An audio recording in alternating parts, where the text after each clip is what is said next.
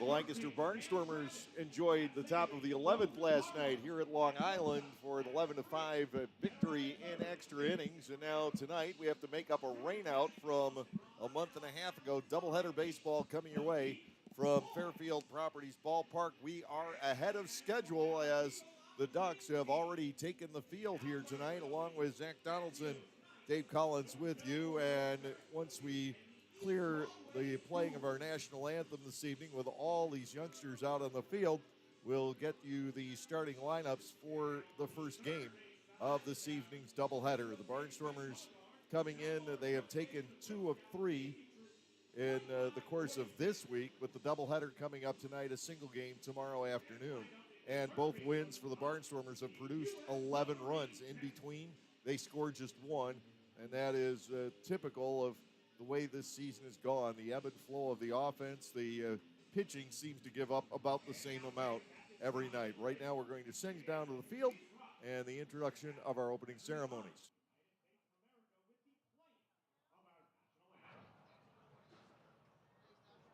Oh, say, can you see by the dawn's early light what so proudly we hailed at the twilight's last gleaming, whose broad stripes and bright stars through the perilous fight o'er the ramparts we watched were so gallantly streaming.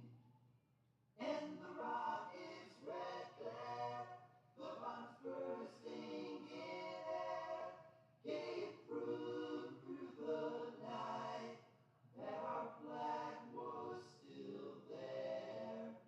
Oh, say does that star-spangled banner yet wave o'er the land of the free and the home of the brave.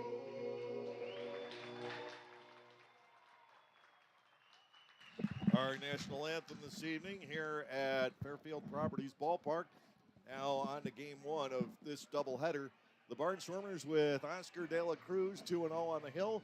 He'll be matched up against right-hander Akil Morris, who you now see in the camera shot. He is 3-4 with a 5.43 earned run average. The Barnstormers this evening will be led off by Sean Dunston Jr.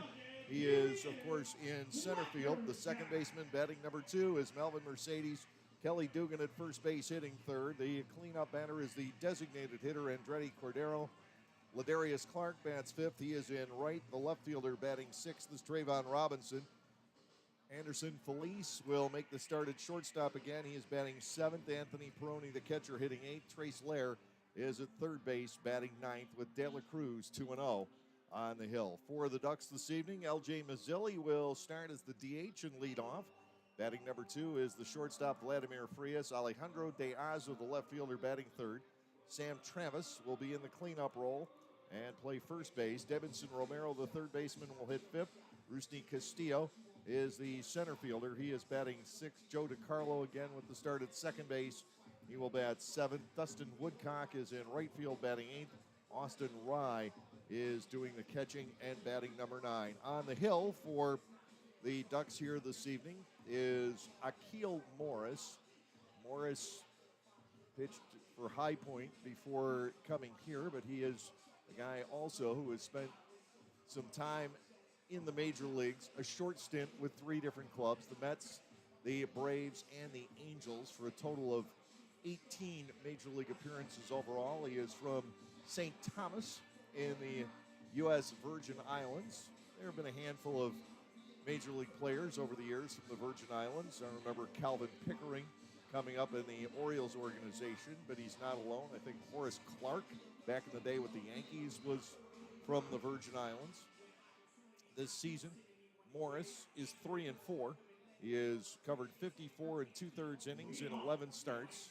giving up 61 hits, 33 earned runs. He has walked 26, and he has struck out 38. Here is Sean Dunston Jr., the center fielder, leading off. He continued his on-base streak last night.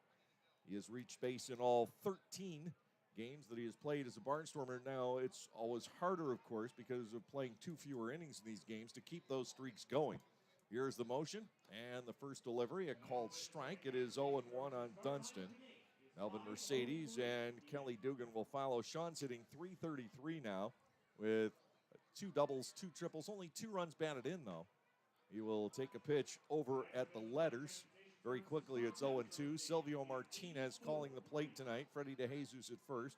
And J.B. Torres is the third base umpire. Here is the motion, and the 0-2 is on the way. This time it is up, and ball 1, 1-2. Dunston, I think, thought those first 2 pitches were high as well, but not in the mind of Silvio Martinez. Ball 1, 2 strikes. Morris comes back, and it's squibbed foul off the end of the bat, rolling to a stop halfway up the third baseline. Ross Peoples will pick up the loose scrap and examine it and toss that to his dugout. 1-2. Morris to the plate. Dunston looks at strike 3 on the inside corner. Well, Dunston, who will take a lot of pitches in general at first time up, goes down looking at a called third strike. He swung just once out of the 5 pitches in the plate appearance. And now he and everybody else will have a fair idea of the parameters of the strike zone here tonight. Melvin Mercedes, the second baseman, steps in, .243 with 4 homers. He has driven in 24.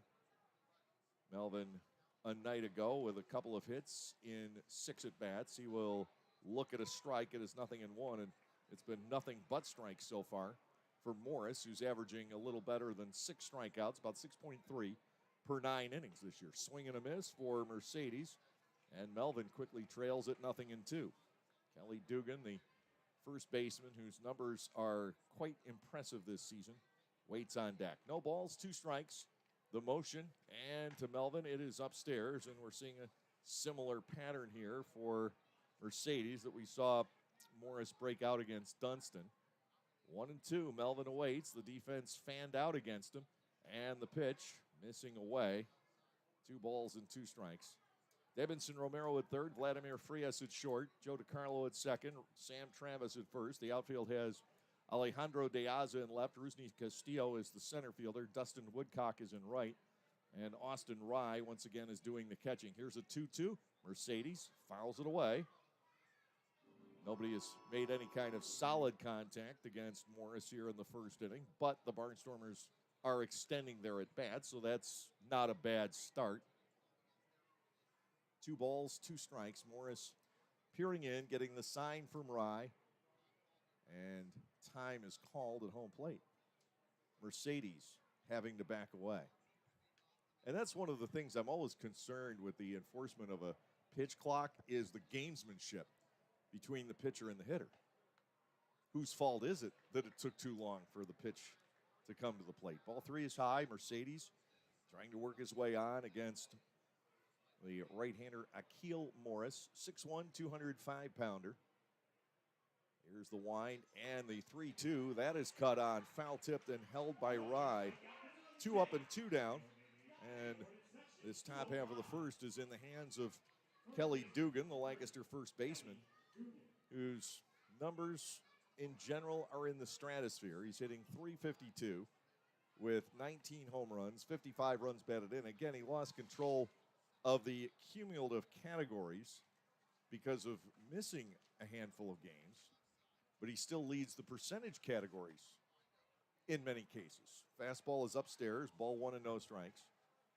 Dugan is 2 off the lead in home runs. He's tied for second with Carlos Franco from York, but Courtney Hawkins of Lexington now at 21. Here's a 1-0 pitch. Dugan looks at a floater to the inside corner. Called strike, it's 1-1. Kelly, the league leader in batting average by 7 points. He's 4th in on-base percentage, and now he hits a towering pop-up near home plate. Rye searching the skies for it and actually overruns it. It keeps Dugan alive at 1-2. You're giving Kelly an extra opportunity here. He's also tops in the league in slugging percentage with a remarkable 761 and OPS at 1190. And he leads the league in that category by 81 points, which is staggering. His RBI count coming into tonight at 55 is tied for second, 3 behind Franco. Dugan, Franco, and Hawkins have established themselves as the 3 most feared hitters in the Atlantic League here in 2022. 1 ball, 2 strikes, the count to Dugan. Morris ready to deliver. Here's the kick, the pitch, it hits him. And Kelly makes it to first base, giving Andretti Cordero an opportunity. Well, that's one way to keep him in the ballpark, I suppose, but not necessarily, Zach, what Akil Morris intended there. He had 2 strikes on him. Yeah, doubtful he intended that, but you said it. Dugan is a threat to the defense anytime he steps into the box. And right there with 2 outs, we'll see if Andretti can make something happen. But Akil Morris and the Ducks still in control here at the outset. 297 hitter is Cordero, 8 homers, and he has driven in 44 on the year. The pitch, and Andretti takes it high and inside. Ball 1-0. The Barnstormers still haven't done anything with their bats. A couple of meek foul balls have been about it. And they have a runner on here with 2 outs. Cordero bats 1-0. He swings through the pitch, and it is 1 ball and 1 strike. Sometimes this is a tough time of day to hit, but I think it's more Morris's stuff moving than anything else. Generally, it becomes tough to hit when the hitters are in the shadows and the pitchers are in the sunlight. We don't have those conditions as of yet. Upstairs for a ball, it is 2-1.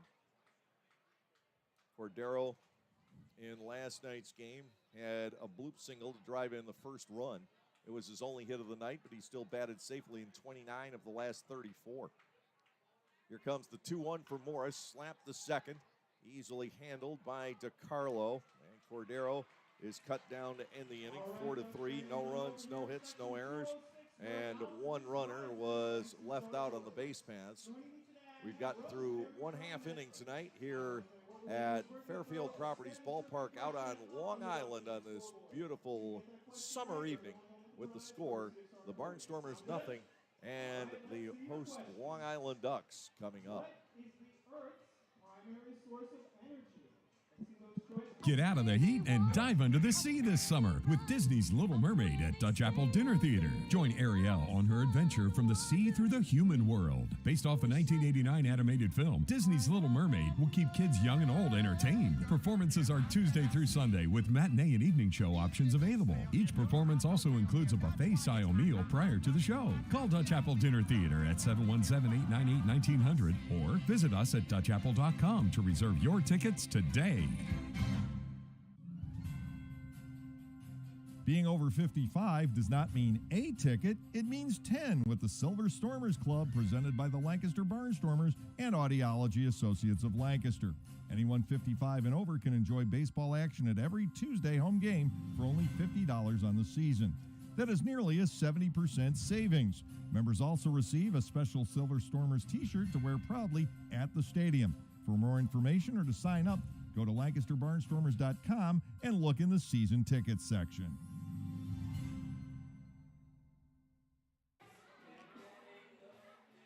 Oscar De La Cruz with the start tonight for the Barnstormers. His last start officially was Thursday night, except for one problem. He never threw a pitch. We got rained out just before he was going to throw the bottom half of the first inning. So the Barnstormers, unlike what York did, they brought Eduardo Rivera back last night to pitch in the series opener against the Staten Island Ferry Hawks. The Barnstormers kept Gann in for last night and moved De La Cruz back to tonight. He did start last Saturday. That was his last actual work in a game. And he got off to an unbelievable start against the Southern Maryland Blue Crabs. He struck out 7 of the first 10 batters that he faced, allowing only 1 base runner the first 3 innings, and then his control got away from him. And he did make it through 5 and came out in position to win. The bullpen allowed the game to get away, but ultimately gave up 4 hits, 4 walks, and struck out 10 in those 5 innings. He's facing L.J. Mazzilli, the designated hitter, to get things underway tonight. Mazzilli is batting .222. He has hit a pair of home runs, 14 knocked in. This is the first of a doubleheader, a pair of 7-inning games here tonight. De La Cruz into the wind. First pitch to Mazzilli locates the outside corner for a called strike. It is 0-1. Game 2 will be a matchup between Eric Manoah and left-hander Cody Beckman. 0-1 pitch. Mazzilli pops this up behind first base. This is in a tough spot. Dugan going back. Kelly can turn, make the catch. Nicely done by Dugan in fair territory.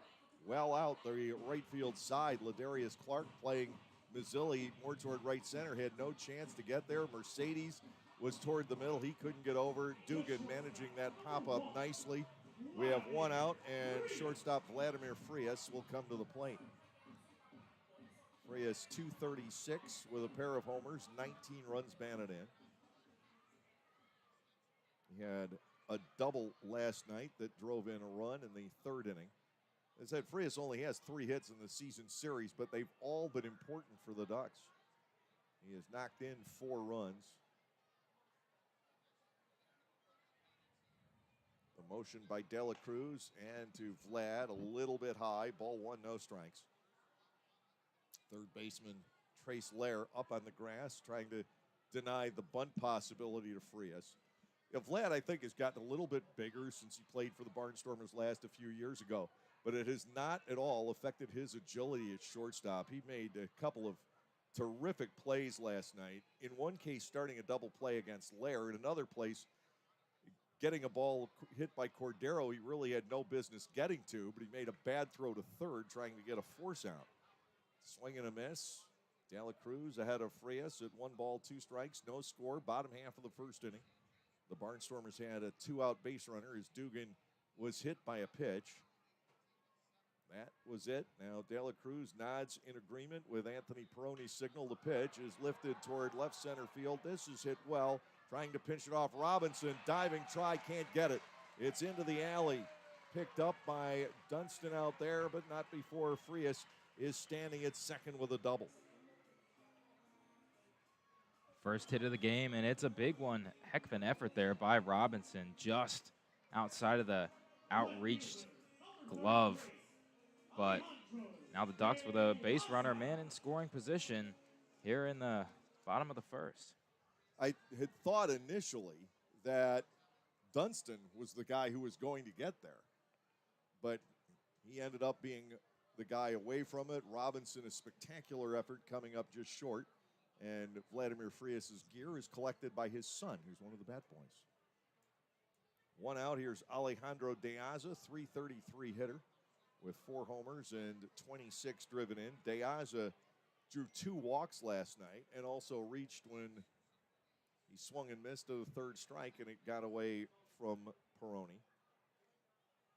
Anthony catching his second consecutive game. Colton Shaver will be back there in game 2, swinging a foul away.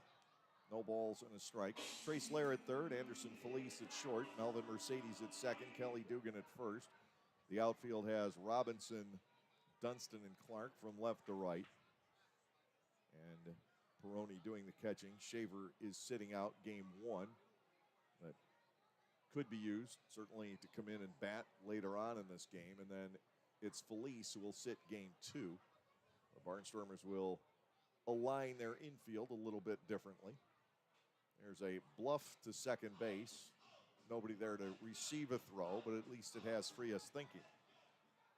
Trying to keep him as close to the bag as possible, not allow him to get the jump in the event of a base hit by Diaz. And, of course, last night we saw L.J. Mazzilli bolt for third on a ground ball to the third baseman.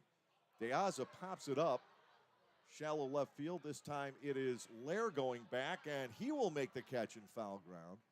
Oh, we've seen the Barnstormers manage a couple of towering pop flies into the very high sky over Long Island here this early evening, and they've handled them well. Both Dugan and Lair going well behind their respective positions to reel in the pop flies. 2 are gone. Here is Sam Travis, the first baseman. Travis, a tough out. .335, 7 homers, 49 runs batted in. He has driven in 23 runs in 18 games since an injury. So a force certainly with which to be reckoned here in the first inning. We are scoreless. The Ducks have Frias at second, now with 2 outs. The wind by Dela Cruz, the pitch, he gets it by him. Swing and a miss, 0-1 on Travis. Debinson Romero, the third baseman, waits on deck. Barnstormers and Ducks, game 1 of 2. Lancaster has actually won 4 in a row against Long Island in the season series. The Barnstormers up in that season series, 4 games to 2. Not many season sets are led by the Barnstormers, but they are up on York as well. 0-1. Little blooper. That is going to be grabbed by Mercedes before it hits the ground. He had to charge in for that.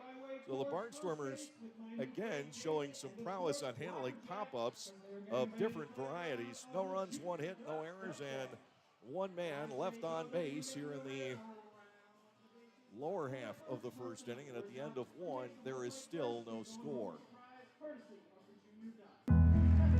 Celebrate the history of our national pastime at the National Baseball Hall of Fame and Museum in Cooperstown.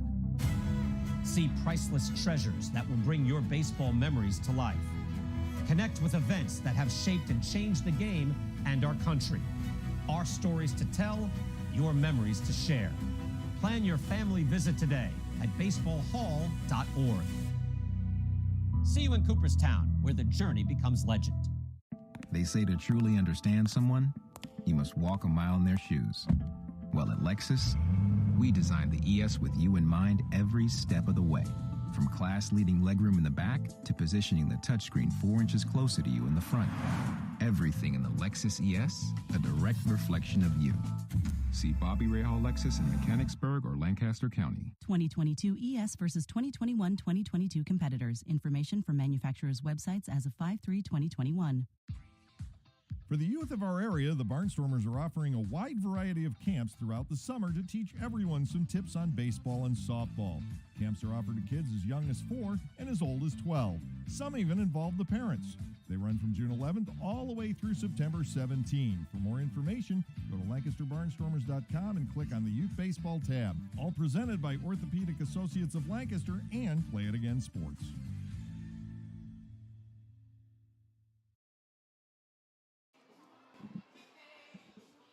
No score as we hit the second inning of play tonight. Ladarius Clark, Trayvon Robinson, and Anderson Felice, the scheduled hitters for the Barnstormers against Akil Morris. The only mistake he made in the first inning was hitting Kelly Dugan with a 1-2 pitch after Austin Rye overran a foul pop-up. And that was as far as the Barnstormers got in their half of the first inning. Long Island had a quasi-threat as a result of a 1-out double by Vladimir Frias, but he never advanced beyond second base. The Barnstormers kept flagging pop-ups. Here is Clark. He's hitting .299 with 10 homers. And the pitch to Ladarius is skied down the first base side. Over for this goes the first baseman, and Travis lets that one drop in. Well, the Barnstormers definitely ruling the roost here on Long Island as far as handling pop-ups would be concerned tonight, as Travis had a few more feet to go, didn't realize it, lost his bearings, and fails to reel in that pop fly and foul ground off the bat of Ladarius Clark. Ladarius with new life. The center fielder Castillo playing incredibly shallow against him. The 0-1 pitch, ground ball shortstop. That will be handled by Frias. Quick throw across the diamond. Clark is retired 6-3.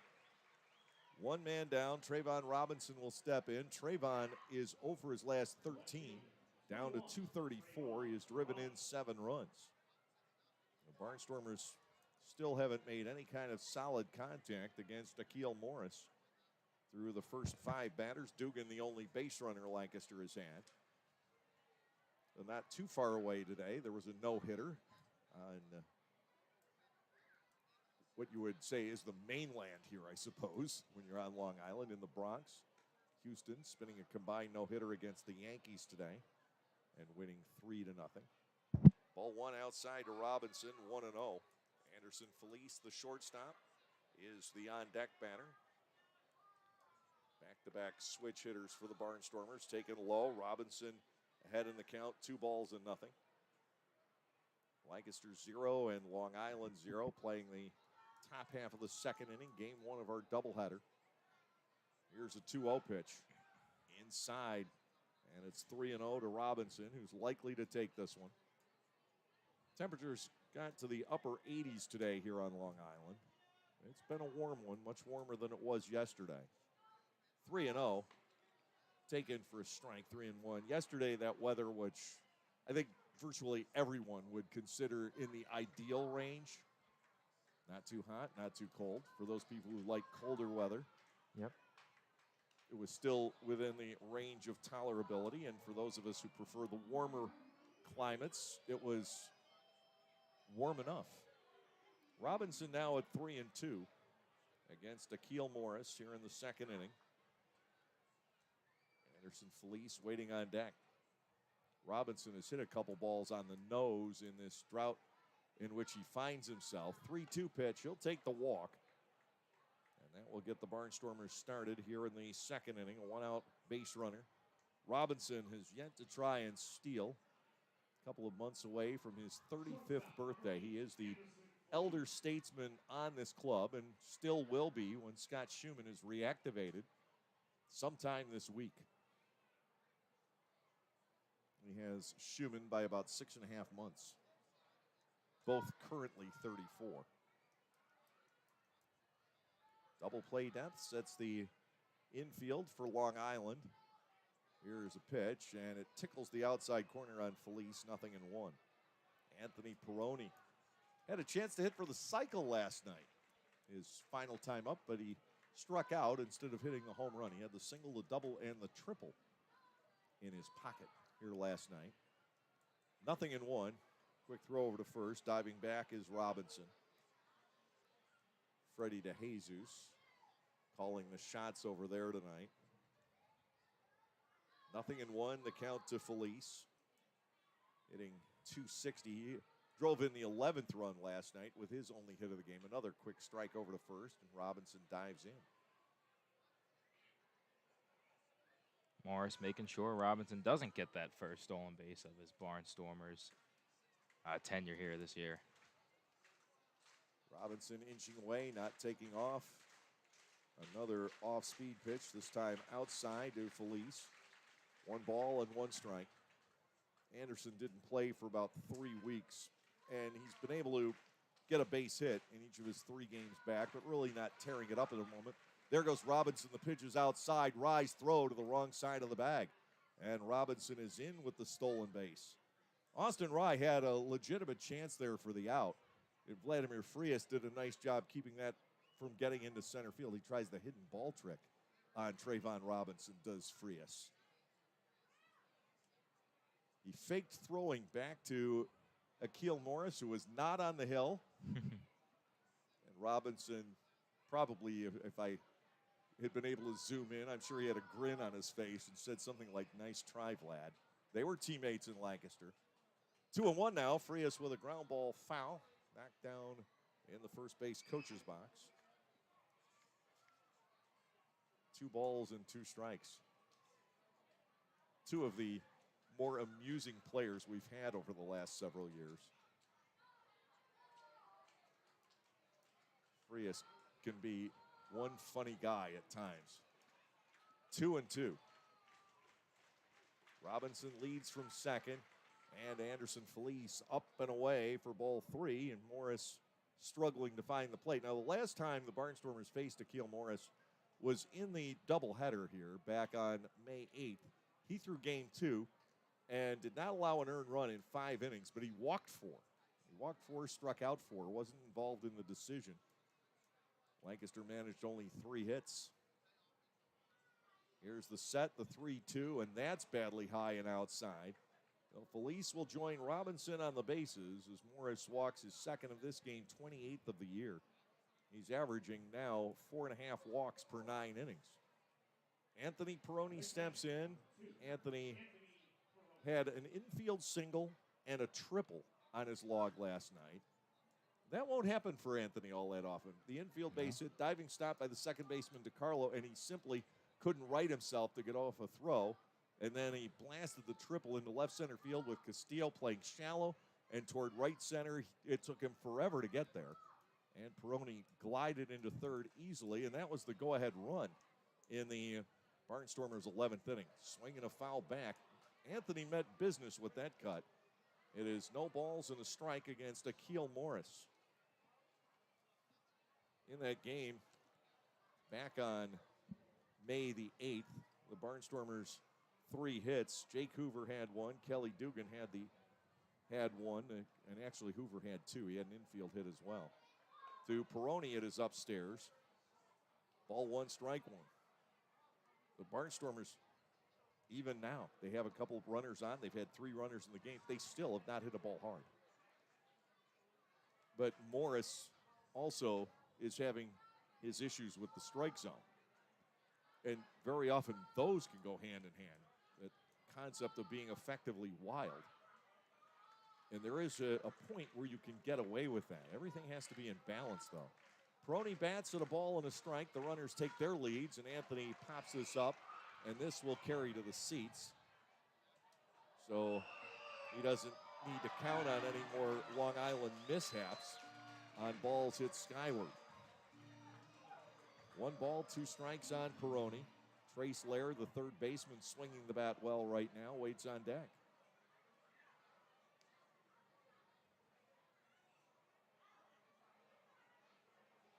Lair hitting .356 for his last 11 games.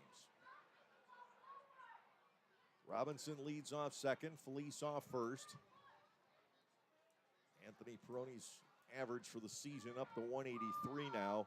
That's a mile high. Ball 2, 2 balls and 2 strikes. Peroni was at 1.9 for 72. He's 8 out of his last 21, getting that average upward. A chance for him here in the second inning. No score. The Barnstormers taking on the Ducks. Oscar De La Cruz got through the first inning with little fanfare. He did give up the double. 2 balls, 2 strikes to Peroni. Morris will come to the set. And the pitch, Anthony loops a foul again on the right side. Again, coming over is the first baseman, Travis. He will not have a play, but notice that this time he did go all the way to the railing. He learned from his miscue last time, although didn't have a play on that ball. The wind is blowing out to left field, so it's pushing balls back into play over there. And I think that's what happened to him on the Clark at bat earlier in this half inning. 2 balls and 2 strikes. Morris comes set, and Peroni will take strike 3. That is the 3rd strikeout for Morris. So Lair will need a base hit for the Barnstormers to score here in this second inning. Morris has had to throw a lot of pitches already. He has walked 2, hit 1, struck out 3, and gotten 2 routine outs on ground balls. Lair trying to find a seam in the defense. Trace's average is up to 225 for the year. A homer, he's driven in 10, and he'll look at an off-speed pitch across the letters. It is 0-1. Well, the Barnstormers now in nearly 7 innings overall this year haven't really hit Morris hard at all.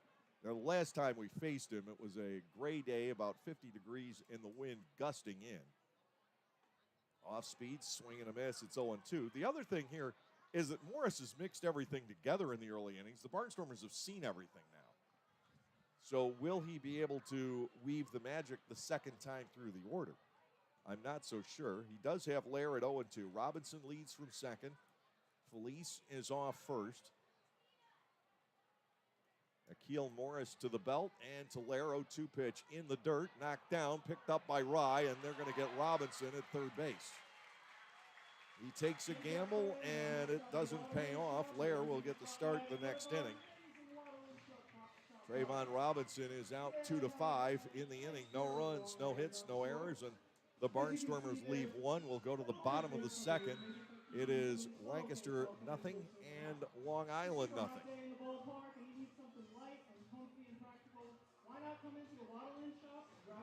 This season offers a whole line of new items from Otto's Hospitality. Dig into the world-famous Nathan's Hot Dogs. Take a trip to Otto's Cantina for a walking taco or your favorite adult beverage. Enjoy a helmet of Otto's meatballs or a sausage with peppers from the Broken Bat Deck.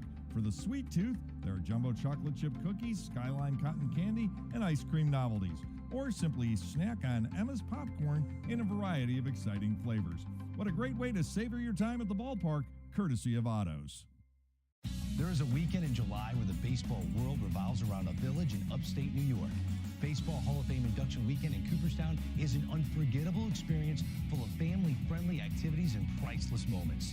Make your plans today for July 22nd through 25th for the induction of Bud Fowler, Gil Hodges, Jim Cott, Minnie Minoso, Tony Oliva, Buck O'Neill, and David Ortiz as the class of 2022. Visit baseballhall.org today for the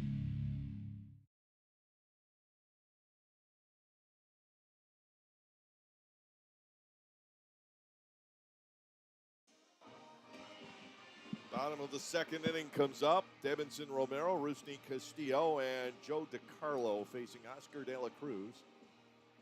Oscar, the big right-hander from the Dominican Republic, 6'6", 250-pounder. This is his sixth start. He is 1-0 with an ERA about 5.5 in the starting role, but he has, in general, gotten the job done when he has started. His first two starts were his best. They were both quality starts. Since then, he has just fallen into what has been almost an epidemic condition among Barnstormers starting pitchers the last couple of years, getting off to good starts and then fading in the middle innings. Debinson Romero to lead off here, batting .274. He has 7 homers. He has driven in 27. Romero singled in the first Long Island run last night. That was his only hit, 1 out of 5. Now facing Oscar De La Cruz. Everybody put the ball in play against Oscar in the first inning, in sharp contrast to the Barnstormers against Morris. De La Cruz to the plate, swings it to the outside corner and gets ahead 0-1. Barnstormers running into an out on the bases in the second inning. Fastball is wide, 1-1 here. But at least it wasn't later in the game. Still, one of the time-honored rules of baseball is not to make the last out of an inning at third base. 1-1. Little pop fly behind second base. Mercedes has no chance to get there. It drops in for a leadoff base hit. So the pattern the same for the Ducks against De La Cruz. Debinson Romero able to muscle one far enough back into the outfield. And Mercedes was not able to race back and make the catch. Rusney Castillo will come in. The center fielder is batting .303 with 3 homers and 22 driven in. The Ducks don't have a crazy amount of power, but they've got a lot of average hitters, and that's kind of the way Wally Backman likes to set up his ball club, is to stack a bunch of 300 hitters in the order. They are tied for second in the league in team batting with the Genomes, trailing only Southern Maryland. De La Cruz's pitch inside and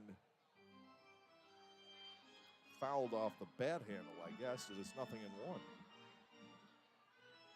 It hit something that was a dead ball, so by a process of elimination, it had to be the bat. Something changed its course. Yeah, I think the bat would make sense there. No balls and 1 strike. Wrote the piece over the last couple of days on why people catch. And Peroni and Shaver both told me they have a lot of fun bats. It's what they've always done. No balls and a strike. Breaking ball. This is lifted down the right field line. Giving chase is Clark. The wind held it up for him and pushed it back in his direction. He'll make the catch. And still, everything's been hit in the air against De La Cruz. 1 out, 1 on. The second baseman, Joe DiCarlo, will step in. And as long as you don't get the ball up in the air to left, you're going to be fine as the pitchers in this game. The ball will carry to left field today. It's just going to push across from everywhere else. Yeah, that's where Frias hit that double, was over on the left side, and that definitely looked like it could add some more on it. One out with the runner at first. DeCarlo stands in. De La Cruz will fire, and that's a line drive base hit through the left side. Two are on with one out. Dustin Woodcock, a lefty, will step to the plate. Long Island making some noise in the bottom of the second inning. We are scoreless here on Long Island. The Barnstormers also had a first and second one-out opportunity in the top of the inning, but it faded. A strikeout and then a pitch in the dirt. The Barnstormers trying to grab an extra base, and they lost on the gamble. Lair will get to start off the third inning. Romero at second here. DeCarlo the runner at first. Woodcock stands in. He's a .277 hitter with 4 home runs and 18 runs batted in. De La Cruz to the plate, and this ball is thundered toward right center field. He hit that really well. Sprinting back is Dunston. Dunston will not be able to make the play, and that is going to be a ground rule double. It hopped over the wall out in right center. Ducks take the lead 1-0 on the Dustin Woodcock double. Romero across to score. DeCarlo will be sent to third. The fourth hit and the second double off of De La Cruz. Austin Rye can get 2 more home. And that would really put the Barnstormers on the ropes with the 7-inning game. Less time to come back, and as is, the Barnstormers' record when they haven't scored the first run, well, they've won only 3 games this year. They're 3-22 when they haven't scored first. So already it's an indication of some trouble. Ross Peoples is going to bring the infield in. He does not want to give up the second run here. DeCarlo at third, Woodcock at second, Rye the batter, and De La Cruz, who's averaged more than a strikeout per inning so far in Fan 10 in his last start, hasn't been able to get a strikeout tonight. He could use one here, but he'd take another pop-up. The pitch to Rye, breaking ball is good. He gets it over for strike 1. But De La Cruz ran the pitch count high in that start last Saturday. This is in such sharp contrast to his start last Saturday night. He's not throwing many pitches at all. The Ducks are attacking him. 0-1 on Rye. De La Cruz with another breaking ball gets a foul back to the net, 0-2. So is it time to break out the fastball here, maybe up and in? It could be. Lair, Felice, Mercedes, and Dugan up at the grass all the way around. 0-2, the count on Austin Rye. The Ducks now 1 for 3 with runners in scoring position tonight. They were only 4 for 21 in that extended game a night ago. 0-2 in the dirt, and Peroni tried to decoy DeCarlo off of third base. Didn't work. 1-2. And the middle infielders and Lair back up slightly. 1 ball, 2 strikes. The De La Cruz pitch. This is hopped back to the mound. The runner freezes at third. De La Cruz lobs to first and gets Rye. That's a nice second out for Oscar. It leaves the inning to Mazzilli, who popped up to start the ball game for Long Island. 1-0 Ducks here in the bottom half of the second inning.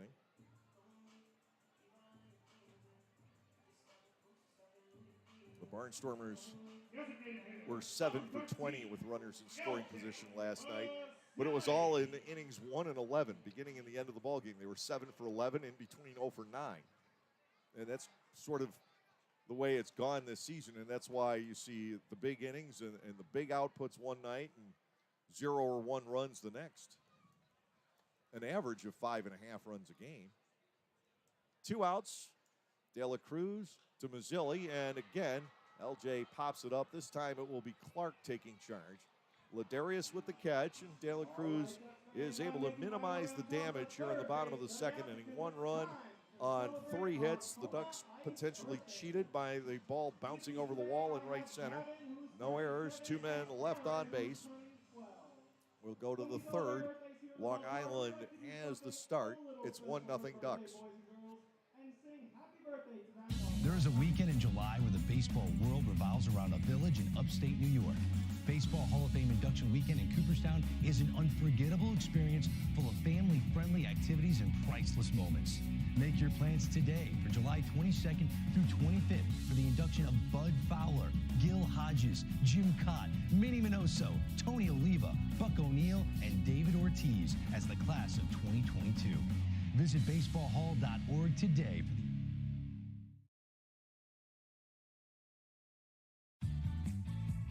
Hey kids, join the coolest club in town, the Storm Force. The Storm Force is presented by the Lancaster Barnstormers and Commonwealth Charter Academy. For only $25, kids under 12 get an entire summer of Barnstormers fun with 12 game tickets, a t-shirt and bag, the chance to go first when kids run the bases, exclusive activities, and coupons from Dutch Wonderland, Chocolate World, and more. Don't miss out on all the fun. Go to LancasterBarnstormers.com and sign up.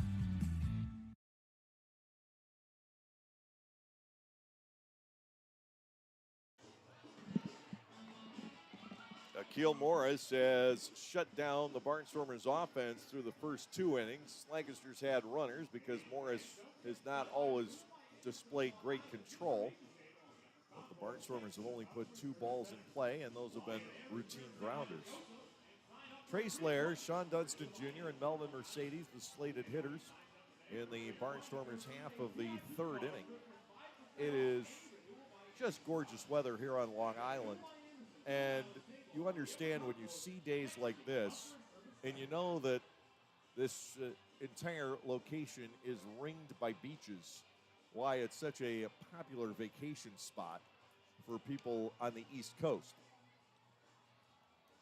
New York City, lower New York State, and in some cases New England, coming to the beaches of Long Island for the weekend, and we'll get to deal with that traffic on the way out of here tomorrow.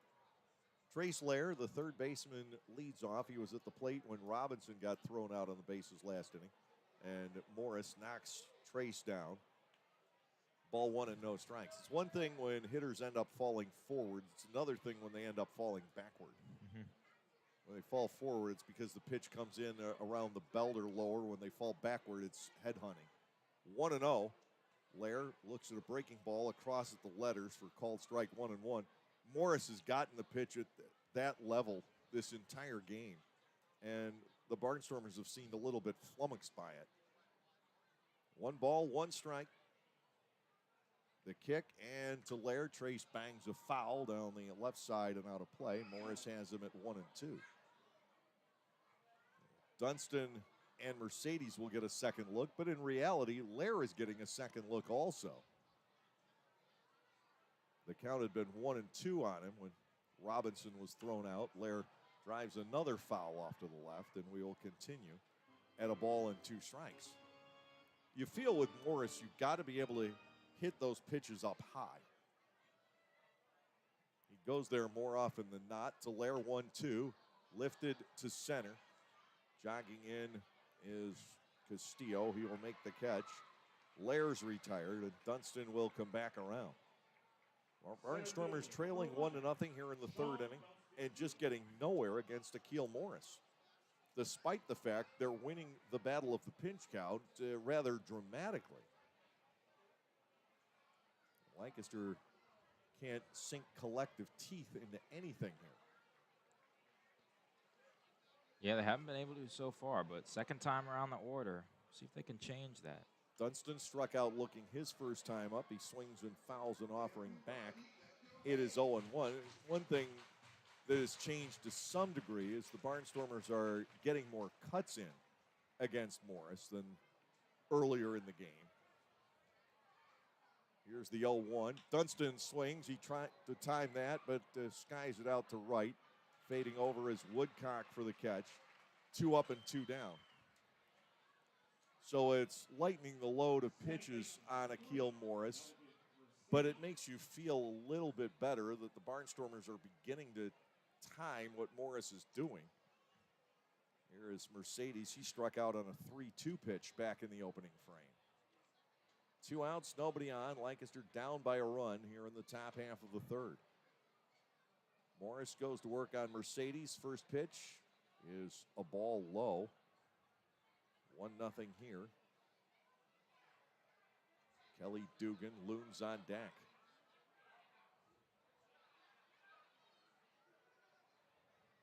Morris breaks that across for a strike. It's 1-1. Mercedes trying to work the count again. Morris has thrown 52 pitches already.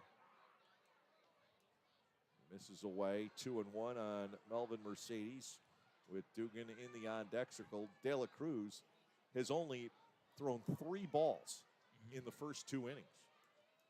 Here's a 2-1 pitch. Strike to the inside corner. Mercedes at 2-2. Well, the Barnstormers have taken 22 balls from Akil Morris through 2 2/3, but ultimately he's been effective. Here's a 2-2. Mercedes with a ground ball toward the hole at short. Backhanded pickup by Frias. He will sail the throw, and that will stay in play, though just barely. Mercedes should be awarded an infield base hit, and he is. Infield single for the Barnstormers' second baseman. It will bring on Kelly Dugan. Kelly hit by a pitch. Not a scary moment necessarily back in the first inning.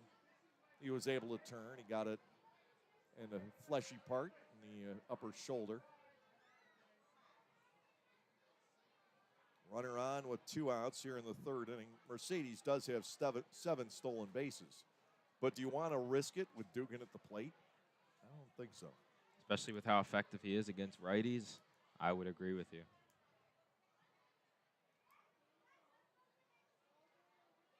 The set, and a Dugan swung on, and that ball is crunched to right center field. Way back it goes, and he's got number 20.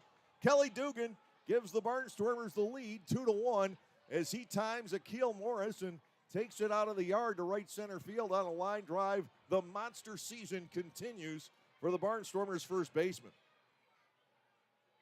Dugan smoked that one. 19 home runs now of his 20 against right-handed pitchers. And on cue right there, gives the Barnstormers the lead, taking advantage of Akil Morris.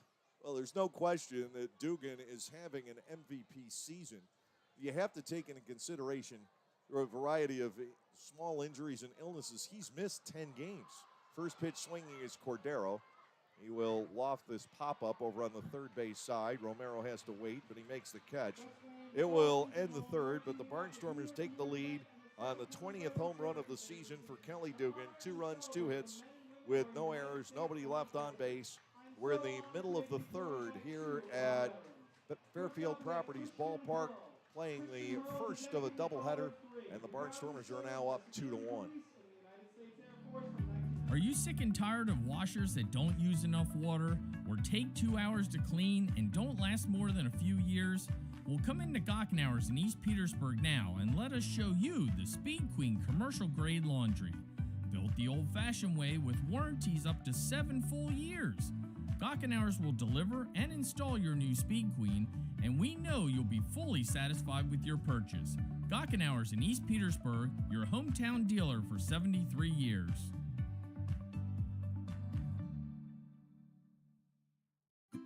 At Clipper Magazine Stadium, we have hot dogs and popcorn, peanuts, soda, and nachos. But what if, say, you are only 3 months old and mom wants to have a night out and watch the Barnstormers? Well, thanks to May Grant Obstetrics and Gynecology, the littlest of Stormer fans now have a place to go for dinner during the game. Tots can take mom to the Little Sluggers dugout behind Section 13 at the stadium for a comfortable private feeding experience. A brightly painted room with comfortable furniture and TVs tuned to the game, it is the perfect spot for baby and mom during a night at the ballpark. Knockoffs, copycats, imitators. They all share one thing in common. They always pale in comparison next to the true original. Just like the stylish and versatile Lexus RX. The crossover that paved the way for others. And it's still the best for one simple reason. nothing else is as good as the original. See Bobby Rahal Lexus in Mechanicsburg or Lancaster County. Dust or something. Bottom half of the third inning, Vladimir Frias, Alejandro De Aza, and Sam Travis are the scheduled hitters against Oscar De La Cruz, who, with one swing of the bat, got jumped into the lead as Kelly Dugan does it again. His 20th home run of the year. He's homered in back-to-back games in this series. It's too bad that Kelly had to miss those handful of games a couple of weeks ago, because in the month of June, he has hit safely in 15 of 16. He's batting .429 with 9 homers and 24 runs batted in 16 games. That's ludicrous. It is absolutely ludicrous what that man is doing. Here is Frias, who doubled to the opposite field. Left center field gap. His first time up, he takes an offering low from De La Cruz. It is ball 1-0. De La Cruz came into the night with an ERA of .522. Morris at .543. A little bit higher than the league norms. Off the inside corner, and 2-0 on Frias. Up to De La Cruz to operate with this lead. It is narrow, and there's been very little life otherwise outside of Dugan just being Dugan. Called strike on Frias, and that was up in the zone, and Frias looking back. But it's the way Silvio Martinez is calling it here tonight. It seems that way anyhow from this vantage point, that high strike is there. 2-1. De La Cruz deals, and Frias goes in the air to the opposite field again. This one, though, drifting foul and out of play. Long run for Robinson is futile. 2 balls and 2 strikes continuing as Trayvon jogs back to his post.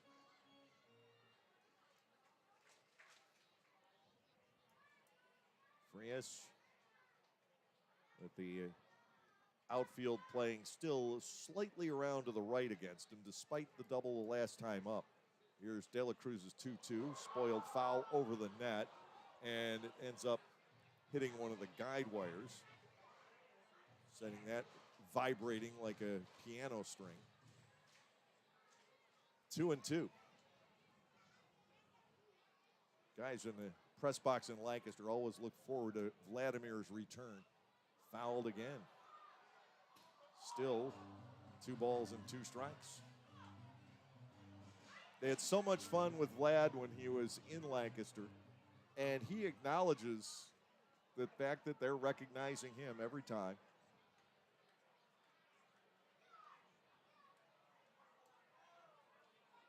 2-2, the count to Frias.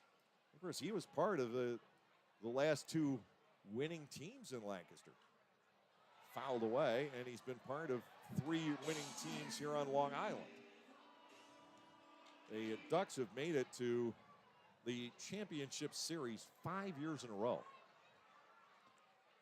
So being in the same division with them is a little bit daunting. Being in the division with them and the 2022 Southern Maryland Blue Crabs. Here's a 2-2 breaking ball, strike 3. De La Cruz snuck it in there, and Oscar chalks up strikeout number 1 here tonight. 1 out, and De Aza will come to the plate. It was the longest at bat that De La Cruz has faced in this game, but he and Peroni finally hatched a devious plan to strike out Vladimir Frias, and it worked. 1 out, and De Aza steps in. He fouled out deep down the third baseline. Good running play by Lair back in the first inning. Actually, I take it back. This is the 3rd season Frias has been here. He's been part of 2 teams that have at least won the division. First pitch outside for a ball, 1-0. And, of course, the Barnstormers and Ducks have a playoff history, one that turned out sour for the Barnstormers. Losing the championship back in 2012. It was especially painful about that, as Deaza takes a strike here, is that the Barnstormers completely and utterly dominated Long Island in the season series that year. They beat them senseless on a few occasions. And then we get to the championship series, have a 2-1 lead here on the island for games 4 and 5. And there was a change in the weather, a drastic change in the weather before game 4. The temperature dropped 20, 25 degrees as an October front came through. And the Barnstormers stalled with it. They got handled fairly easily in game 4, and then game 5, a walk-off bunt single in the bottom half of the 9th inning by Dan Lyons. It's one of the highlights of Long Island Ducks history and one of the lowlights of Lancaster Barnstormers history. Yes, certainly a tough way to lose, memorable way to win. 2-2, the count on Deaza. What people tend to forget about that game and Lions' heroics was that he actually wore the goat horns to the plate into the bottom of the 9th inning because it was his throwing error in the top of the 9th that allowed the Barnstormers to tie the game. So if he had made a clean defensive throw, they would have won it. I think it would have been 4-3. That is high, and Deaza takes yet another walk. It's his 3rd of the series. 1-out runner, Sam Travis will come to the plate. Oscar De La Cruz losing a little bit of his control here. Only had 3 balls thrown entirely entering into this inning, and now he's all the way up to 8. Travis, the batter, he popped up to Mercedes, and that was not an easy play. Mercedes had to race in and make sure that ball didn't touch down on the infield grass. It wasn't hit all that far past the mound. Runner at first with 1 out. De La Cruz offers a breaking ball. It stays a mile high to Travis. It is 1-0. De La Cruz coming into tonight had walked 20, struck out 42 in 39 2/3 innings. We saw none of either in the first 2 frames. Now we have 1 of each here in the 3rd. 1 out, 1 on. Travis bats 1-0. Deaza takes off. The pitch is high. The throw by Peroni is not in time at second base. Deaza with his 2nd steal. I'll tell you, it was a really nice-looking throw by Peroni, just a little bit behind. Deaza got a real nice jump over there at first. But it also looked like there was a little hiccup in the throw. They clock those things, and one of those things is pop-up and release times for catchers. Peroni has done well throwing out opposing base stealers this year. But for some reason or another, it just registered in my mind that it took just a hair longer for him to get rid of that. The throw was pretty accurate. 2-0 pitch to Travis, looped into the seats along the first base line. And all the youngsters scramble after it. They were innocently walking by, and all of a sudden they found a ball coming their way and dropping into the main walkway over there on the first base side. End up with a souvenir. 2 balls and a strike. Fortunately, a souvenir and not a conk in the noggin. Deaza leads off second base. He's there with 1 out. Sam Travis bats at 2 balls and a strike. Lancaster leads by 1 here. And De La Cruz is off the inside corner. It's gone to ball 3. Davidson Romero waiting on deck. Kelly Dugan's homer in the top of the inning spun this game around. Melvin Mercedes had reached on a base hit to the hole at shortstop prior to that. And then Dugan.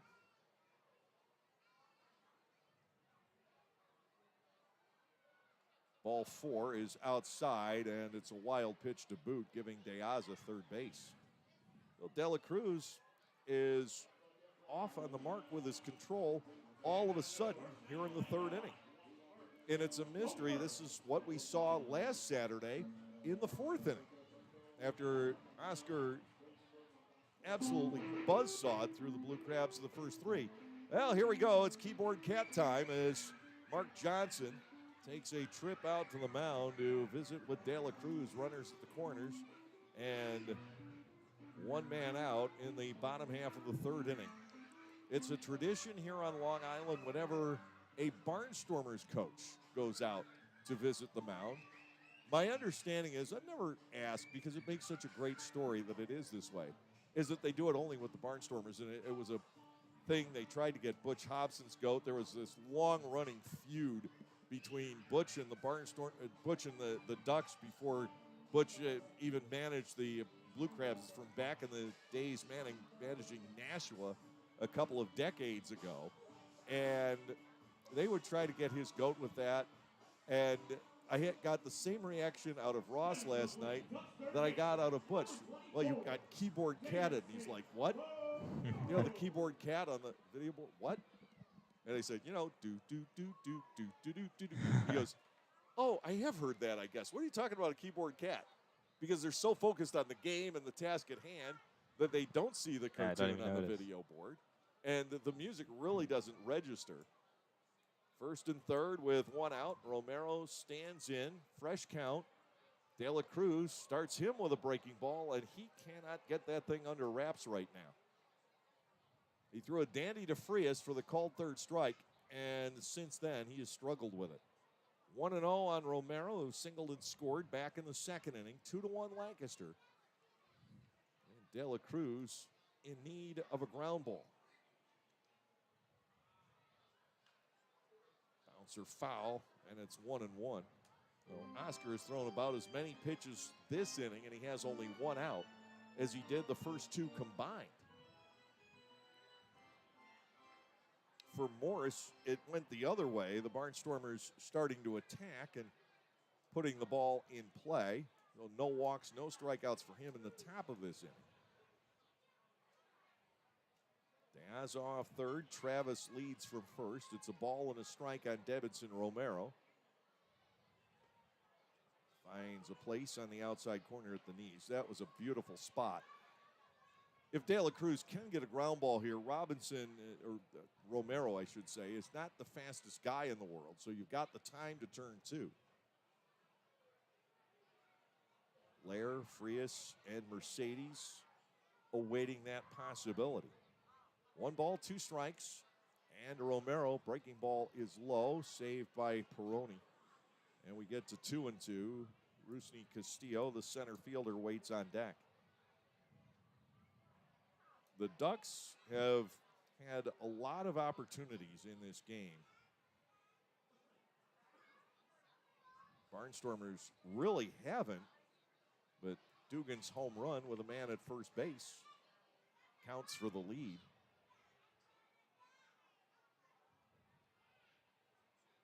Romero right on top of the plate, awaiting the 2-2, and he hammers a ball down the left field line, but hooks it foul.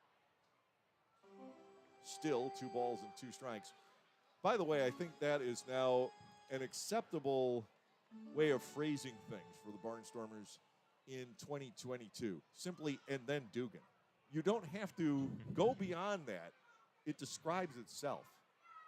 You don't have to say, and then Dugan hit a 2-run homer, and then Dugan. And then Dugan. It covers a lot. 2 balls and 2 strikes to Romero. The right-hander to the set, De La Cruz, is outside and low. He has filled the count, and my guess is that Travis runs here. 3 balls and 2 strikes with 1 out, runners at the corners, and Oscar De La Cruz in all kinds of trouble. The Barnstormers don't want to have to give up the DH again with just 1 guy back on the bench. It's Colton Shaver. You'll love the idea of him pinch hitting later on, but here's the payoff, and this is skied to right. Clark will set up. He gets behind it. Deaza is going to bluff and stop as Clark makes a great throw just up the third baseline. Romero flies out the right. Ladarius Clark couldn't have played that any better. He put that throw on the money, too. Yeah, he was in position to make the throw. Deaza is perfectly aware of what Ladarius is capable of doing when he has the chance to get off a throw, and they decided to hold that potential tying run at third. Rusney Castillo, the batter, he flied out his first time up. That was a great turn of events for Oscar De La Cruz. And now Oscar can just work on the hitter Castillo. Deaza still at third, Travis still at first, but now with 2 outs in the inning. Lancaster up 2-1. Castillo played to pull by the infielders. Called strike over at the knees. It is 0-1. Melvin Mercedes toward the middle. The outfield is straight up. Castillo had a couple of singles in the center field last night. And at least one of those pretty much right over the second base bag. The pitch is low. Ball one, strike one. De La Cruz has really labored through this third inning, but he has the opportunity to get out of it unscratched and still with the lead. So much for the Barnstormers' massive lead in the pitch count category. Yeah, it whittled away pretty quickly in this inning. 1 ball, 1 strike. And Castillo goes the other way. Racing in is Clark. He's there. And the inning is over. Having that speed and the ability to cover the ground in right field really paying off benefits for the Barnstormers in the bottom of the third. No runs, no hits, no errors. 2 men left. Zach will take you through the 4th inning. At the end of 3, the Barnstormers own the lead. It is still 2-1. Localflavor.com, local flavor. Localflavor.com, local flavor. Excuse me, are you saying localflavor.com? Oh, yeah, it's where I save big bucks on all kinds of things. Home improvement projects, dining out, family fun, electronics, jewelry, clothing. I even bought my wife a fancy spa package for half price. Half price? Yep, you know all the deals you find in Clipper Magazine? I love Clipper Magazine. Well, they're all on localflavor.com too. And you can get them right on your phone thanks to localflavor.com's mobile app. Here, take a look. Well, this app is amazing. Look at all these restaurants, amusement parks, car washes, fitness centers. This is worth sharing about. Exactly. Localflavor.com online, the Local Flavor mobile app, and Clipper Magazine together. It's like a triple play. Do the cheer again. I'm in. Localflavor.com, local flavor. Come on, everybody! Localflavor.com, local flavor. Localflavor.com, local flavor. 2-1 is your score. The Lancaster Barnstormers on top of the Long Island Ducks here in the 4th frame. Ladarius Clark, who made 2 big outs in right field to end that inning, is going to lead off the top of this inning for the Barnstormers. Grounded out to shortstop his last time up, but saw the Barnstormers offense get a hold of the pitching for the Ducks so far in this one, or at least recently. And we'll see if they can muster some things up. Some players outside of Kelly Dugan, who had that big 2-run shot in the top of the 3rd inning to put the Barnstormers on top right now. Well, we were talking about the possibilities of the Barnstormers catching on the second time through the order, but Mercedes beat out a single to the hole at shortstop. Dugan, who never really finished an at-bat in the first. He was hit by the pitch. He was the guy who had got an idea what Morris was doing and crushed one out of here. There's just so little room for error for pitchers against Dugan. And now Clark rips one to left center field, and that's over the wall. A home run for Ladarius Clark on the first pitch in the top of the 4th inning to extend the Barnstormers' lead. 3-1 now.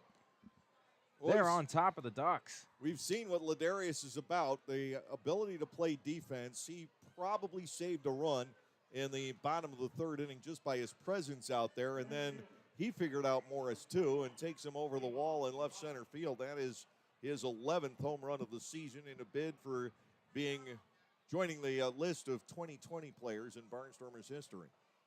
Getting it done on both sides of the ball is Ladarius Clark. Part of the difference right now in the score. And Trayvon Robinson now stepping into the box for the Barnstormers. Robinson forced a walk and stole a base in the top of the 2nd inning. But to no avail, as the rest of the offense couldn't bring him home. It was a brief stoppage, but back to play, and ball, that one's going to be in there for a ball. Akil Morris winds, delivers. Robinson pops that one up. deep center field, but the catch is made easily by Castillo, and for the first out of the inning.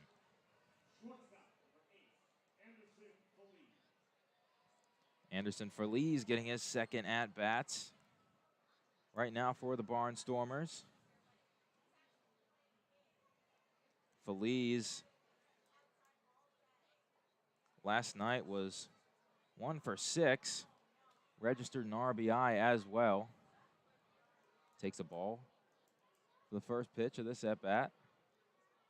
Second one is down and in near the feet for another ball. Up in the count now, 2-0. Anderson Feliz was out for a bit with an injury for the Barnstormers, but he's been a welcomed addition back to their lineup.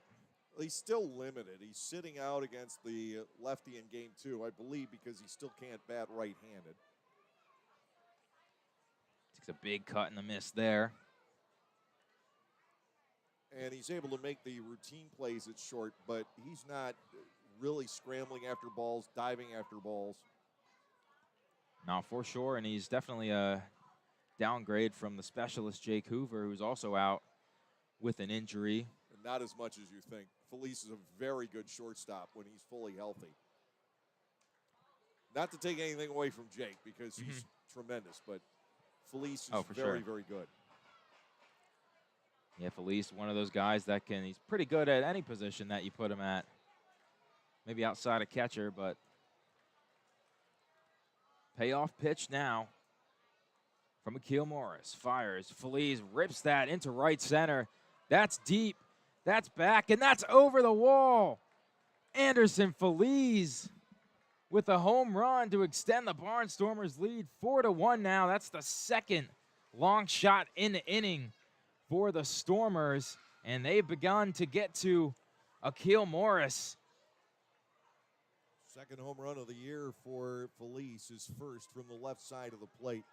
The Ducks are finding out this Barnstormers team does have a lot of power to it, and at least 3 through 7 in the order. You're going to run into a lot of home runs with this club, and even Mercedes has started to pile up the long balls this year, something that's not terribly been a part of his career, but he's got 4 and has the potential to get to double figures.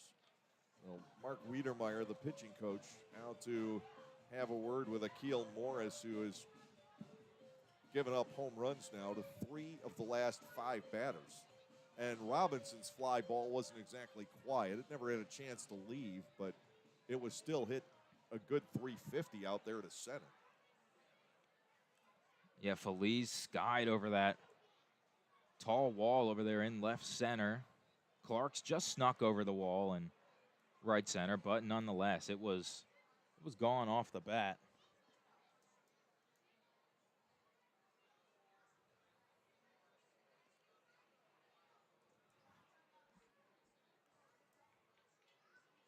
Now Peroni for Lancaster.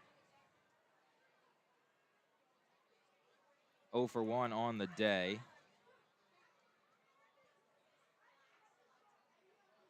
Takes the first pitch for a ball. Well, the Barnstormers, since leaving Southern Maryland last weekend, have now hit 10 home runs in a span of 4 games, but they didn't have any in the 6-1 loss Wednesday night. It's been the state of this Barnstormers offense, really up and down, a lot of ebbs and flows to the offense this year. Peroni up in the count, 2-0. Morris drops that one in there, the breaking pitch, but that's inside for a ball. Peroni with a hitter's count, 3 balls, no strikes. Morris fires, takes that one. A 4-pitch walk for Morris to Anthony Peroni, setting up Trace Lohr. Barnstormers still with only 1 out in the inning. Potential to do some more damage, especially as it looks like Akil Morris is beginning to slip a little bit.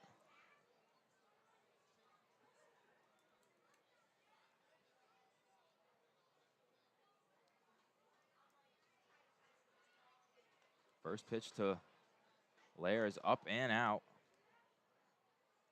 So it's 5 straight balls now for Morris. That's 71 pitches here through a little over 4 innings. And that one gets away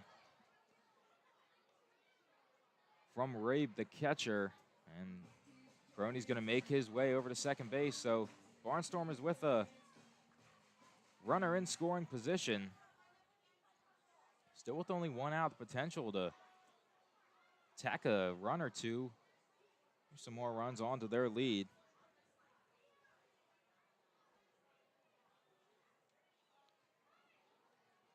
Trace Lair currently 5-game hit streak for the Barnstormers. He's been hitting exceptionally well lately. 2-0 is in there for a strike, so that ends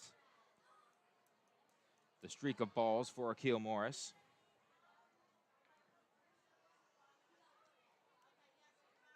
Lair was 2 for 5 in the win yesterday. And he sends that one to left field. But the catch is made by Deaza. Easily to retire him and bring up the top of the order. Now for the Barnstormers. Sean Dunston Jr. hasn't found much luck today on the offensive end. But Dunston reached base safely in all 13 games that he's played for the Barnstormers, has hits in 12 of them, so that streak currently in jeopardy, especially since this game's only going 7 innings, a little over halfway through. Takes a strike. Counts 0-1.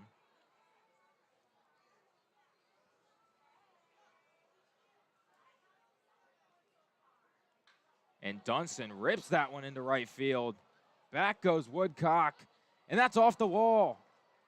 Rounding third and going home and scoring is Peroni, and Dunston will settle into third with a triple. And the Barnstormers extend their lead 5-1 here in the top of the 4th. Well, he didn't miss his first Atlantic League home run by much, hitting that one up the wall. And then it took a nasty kick on Dustin Woodcock. And for a split second, I thought that could turn into an inside the park home run for Sean as fast as he is. But the ball on that outfield grass did start to slow down. If that had rolled anywhere beyond where it did, Dunston might have been able to circle him. Wally Backman coming out. That is going to be it for Akil Morris, as the Barnstormers' last 8 batters have racked up 4 pretty impressive extra base hits against the right-hander to build a 5-1 lead in this ball game. Dunston at third base. Mercedes will face the bullpen when we come back. Like craft beers? Then the best place to be in Lancaster is Clipper Magazine Stadium. That's right, celebrate baseball or just a night with your friends at the Broken Bat Deck down the right field line. The Broken Bat features more than 20 local craft breweries, plus product from a local winery. Food including Otto's Meatballs is sold off a pub-style menu. So get together, hang out with your friends, or make some new ones. Enjoy a night of craft beer sampling along with a Barnstormers game. Get out of the heat and dive under the sea this summer with Disney's Little Mermaid at Dutch Apple Dinner Theater. Join Ariel on her adventure from the sea through the human world. Based off the 1989 animated film, Disney's Little Mermaid will keep kids young and old entertained. Performances are Tuesday through Sunday with matinee and evening show options available. Each performance also includes a buffet-style meal prior to the show. Call Dutch Apple Dinner Theater at 717-898-1900 or visit us at DutchApple.com to reserve your tickets today.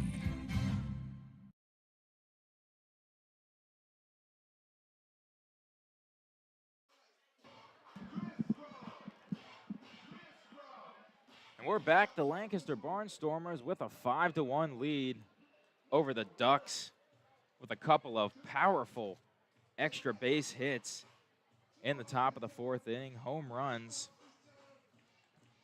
from a pair of Barnstormers. Clark and Feliz got one to the opposite sides of the outfield, and then Sean Dunston Jr. Been a great pickup for the Barnstormers the last couple of weeks. Rips a triple off of the top of the wall in right field. Just misses his first Atlantic League home run, as Dave alluded to. And that's going to end the day for Akil Morris. Ends with 3.2 innings pitched, 3 strikeouts, and 5 earned runs. Entering in relief is James Varela for the Ducks. Long Island has made some moves in the field. Rusney Castillo made the final out in the bottom of the 3rd inning, so the pitcher's spot will go there. L.J. Mazzilli moves to right. Dustin Woodcock will go into center. A realignment of the outfield for Wally Backman here in the top half of the 4th inning. 2 outs. Melvin Mercedes going to take his hacks, takes a strike. His first pitch. Varela, a local guy, 25 years of age, from Levittown out here on Long Island. Mercedes takes another one. Misses for a ball. Counts knotted at 1. Mercedes 1 for 2 today.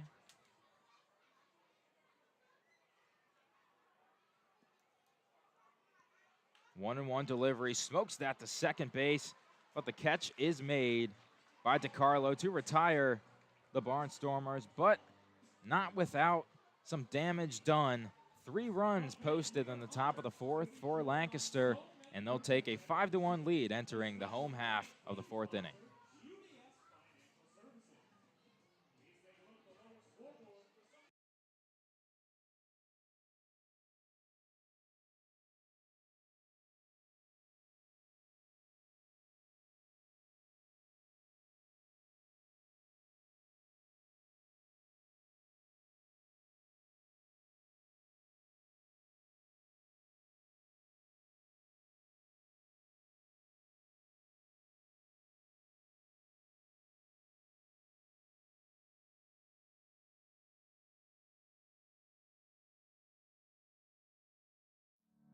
Hi everyone, Adam Gochenauer from Gochenauer Appliances, and I'm excited to tell you about a new addition to the Gochenauers family this summer season.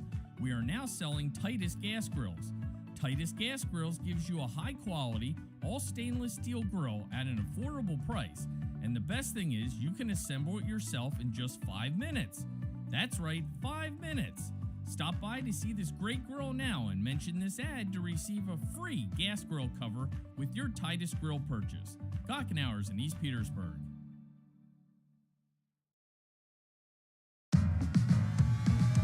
Pennsylvanians are creating their own soundtrack. Thanks to PA Lottery Scratch-Offs, excitement's back. Pennies, nickels, dimes, or quarters, no matter your choice, scratching's always in order. With big top prizes and second chance drawings, thrills await. They're out there calling if it's excitement you seek and you're looking for action, play the PA Lottery. And keep on scratching. Must be 18 or older. Please play responsibly. Benefits older Pennsylvanians every day. 5-1, the Barnstormers are on top of the Long Island Ducks. With the pitching change last inning, a couple of shifts for the Ducks in the field. Alejandro De Aza man center field, while L.J. Mazzilli goes to left. Yeah, that was a correction of what we were initially told the Ducks were doing. But now the Ducks are on offense, and they're going to try and climb out of this 4-run hole.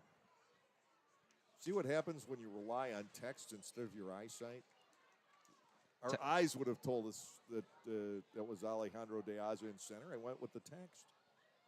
Technology nowadays, it's a blessing and it's a curse. As Oscar De La Cruz, remains on the mound for Lancaster. First pitch to Joe DiCarlo is there for a ball, and DiCarlo destroys one into left center field, and that's off the wall. Dunston racing for it, and DiCarlo settles into second base with a leadoff double here in the bottom of the 4th. That's a good way to start things for the Ducks if they want to make this a ball game again.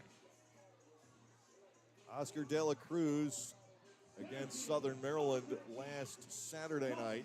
Had 3 very strong innings at the outset of the game. Gave up 3 runs right away in the 4th inning. And that turned a 2-0 Barnstormers lead into a 3-2 deficit. So I'm sure that Mark Johnson and Ross Peoples will keep an eye on him here. DiCarlo gave that a ride. It ticked off the wall. And again, quite the carom. But DiCarlo wasn't able to take advantage of it and gain the extra base. Yeah, now Dustin Woodcock steps back into the box for the Ducks. He's 2 for 2 today. The big extra base hit as well. He'll be looking to get another one here with a runner in scoring position as De La Cruz drops that one in for a strike. Count is 1-1. With the leadoff man at second base, the Ducks certainly want to get this guy around, but they want to build an inning. This plays like the 6th in a regular 9-inning game. They're down by 4. They want to get 2 or 3 runs out of this. Would definitely be ideal as De La Cruz paints the outside corner there for another strike. 1-2 now is the count on Woodcock.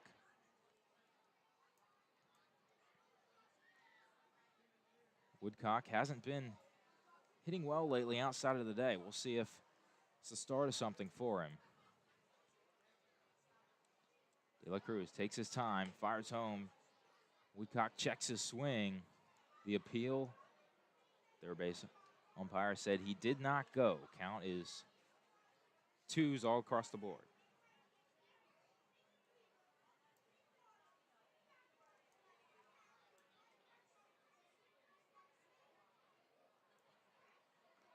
De La Cruz checks the runner at second, and Woodcock skies this to right field. There is no doubt about it.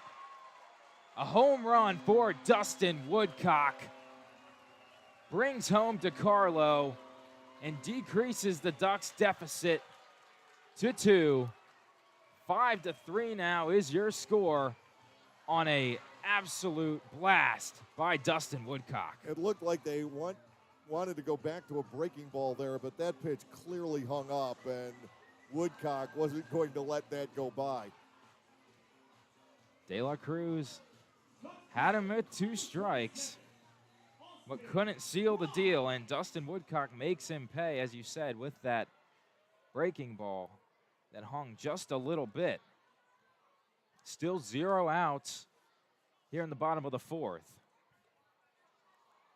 Ducks, though, still with some work to do, but like you were saying, it's definitely a good start, getting 2 runs right off the bat of Dustin Woodcock. They just went to one too many curveballs there, and Woodcock had seen 3 on that at bat already. And the 4th one, it did hang. Now Austin Ray, the catcher, is going to try and build off of the positive momentum that the Ducks have going. Started by DiCarlo and Woodcock, and Ray, the 9-hole hitter for the Ducks. Top of the order is in line, so De La Cruz has to be careful here, and he's down in the count now to Ray. 3 balls, 1 strike.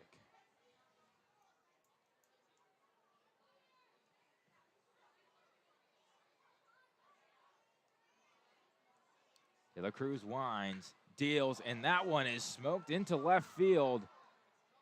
And that's a fair ball. Another home run back-to-back for the Ducks. Austin Ray goes yard, sneaks it just inside the foul pole there on the left side. And the Ducks' hole is down 2-1. What is it about the 4th inning and Oscar De La Cruz the last 2 starts? But he's not alone in this rotation. He held the fort through 3 innings, although certainly shakier than the last time he took the mound. But this 4th inning, the last 2 Saturdays, has been poisonous to Oscar De La Cruz. Mark Johnson's out there for his 2nd mound visit of the night. The Barnstormers have just 1 left here in Game 1. And that pitch didn't move a lot either. Now Austin Ray capitalized on that 3-1 count. That was a fastball. Indeed it was, but Oscar De La Cruz, he's going to stick in the ball game. He's only at 63 pitches.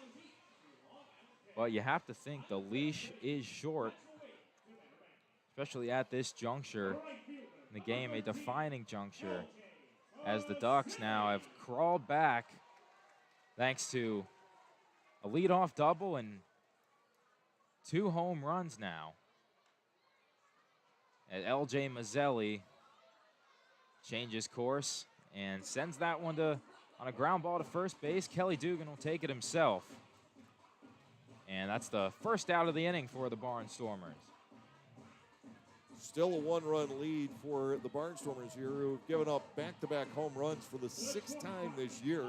It's the 2nd time that it has happened to De La Cruz. Back on the 7th of the month, he allowed consecutive home runs to Ben Ruda and Angel Aguilar of the Staten Island Ferry Hawks in Lancaster.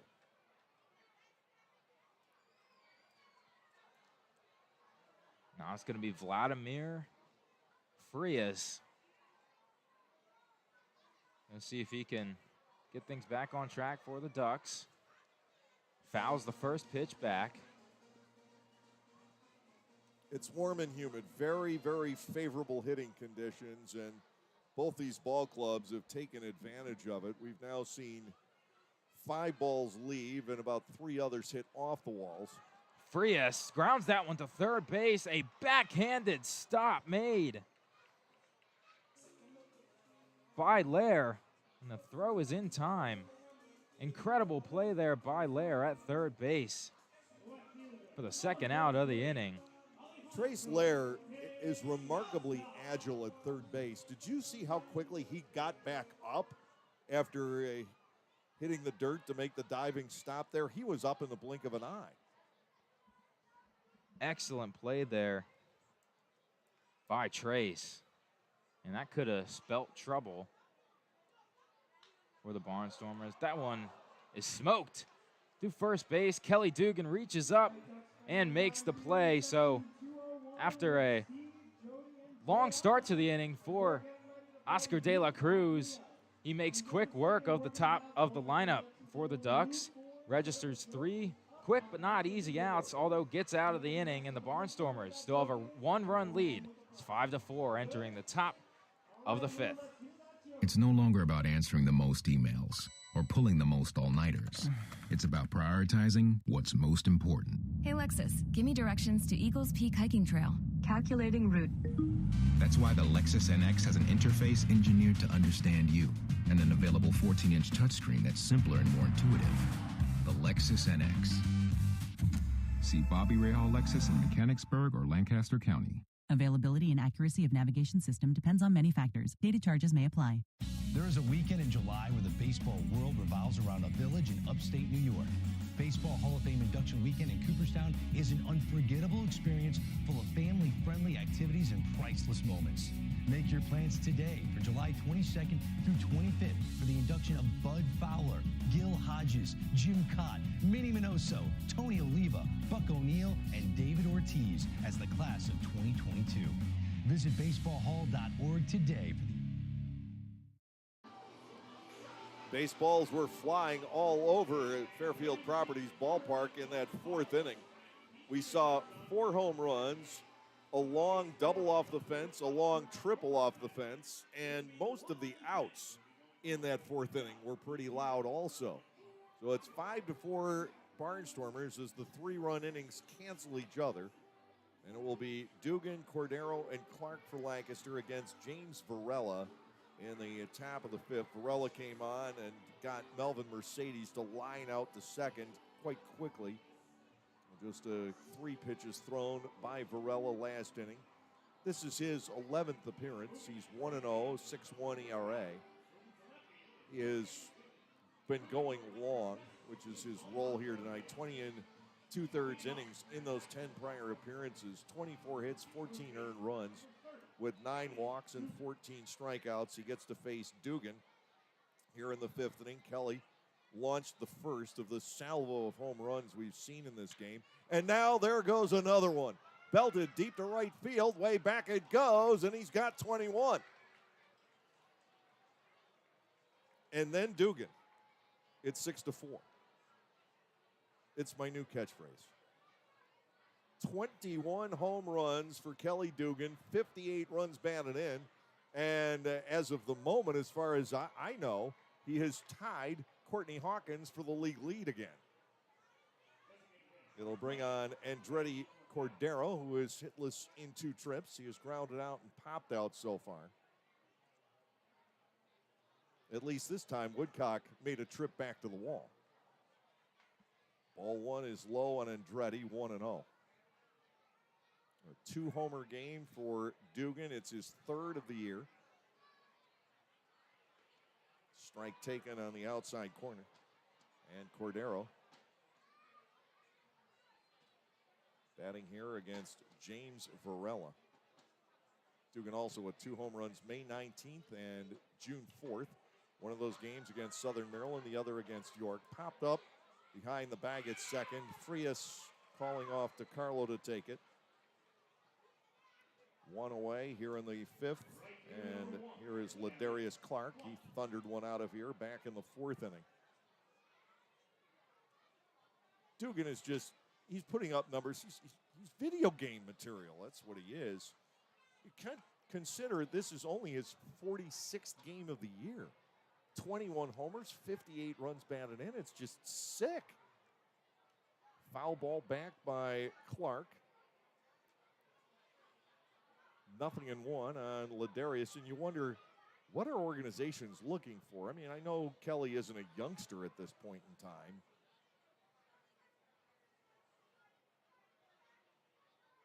But as much power as he's displaying, as Clark goes down 0-2 against Varela.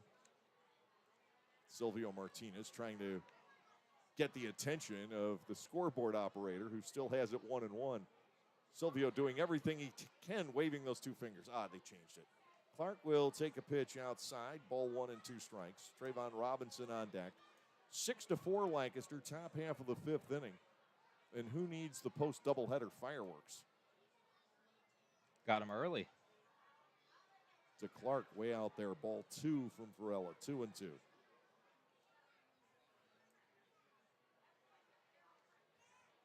Dugan has rocked 3 home runs in this series. He is 4 for 8 here on the island with 3 homers and 5 driven in. Breaking ball, that's strike 3 called. Beautiful pitch from Varela. Clark goes down looking. That's the 2nd out here in the Lancaster 5th, bringing on Robinson, who has walked and flied to center.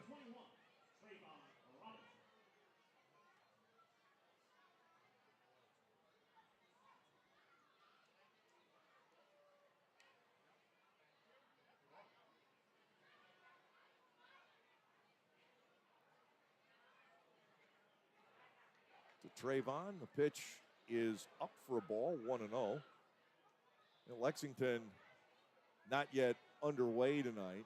They're at High Point. So Courtney Hawkins will get his first at bat very shortly. Swing and a miss by Trayvon at an off-speed delivery. It's 1-1. But for the moment, Dugan has tied him. Matched him at 21. 1 ball, 1 strike to Robinson. He's walked and flied to center, as I mentioned. Swinging a foul at the plate here. And we get to 1-2.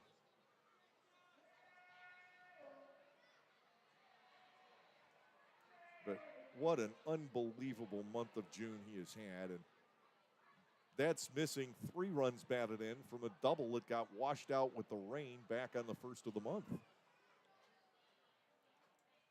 Robinson swings and misses with a fastball. He is gone on strikes. But the Barnstormers put 1 more on the board. They get the Varela on the Dugan 2nd homer of the night. 1 run, 1 hit, no errors, nobody left on base. We'll go to the bottom half of the 5th here at Fairfield Properties Ballpark. The Barnstormers leading the Ducks by the score of 6-4. Localflavor.com, local flavor, localflavor.com, local flavor. Excuse me, Are you saying localflavor.com? Oh, yeah, it's where I save big bucks on all kinds of things. Home improvement projects, dining out, family fun, electronics, jewelry, clothing. I even bought my wife a fancy spa package for half price. Half price? Yep, you know all the deals you find in Clipper Magazine. I love Clipper Magazine. Well, they're all on localflavor.com, too. And you can get them right on your phone thanks to localflavor.com's mobile app. Here, take a look.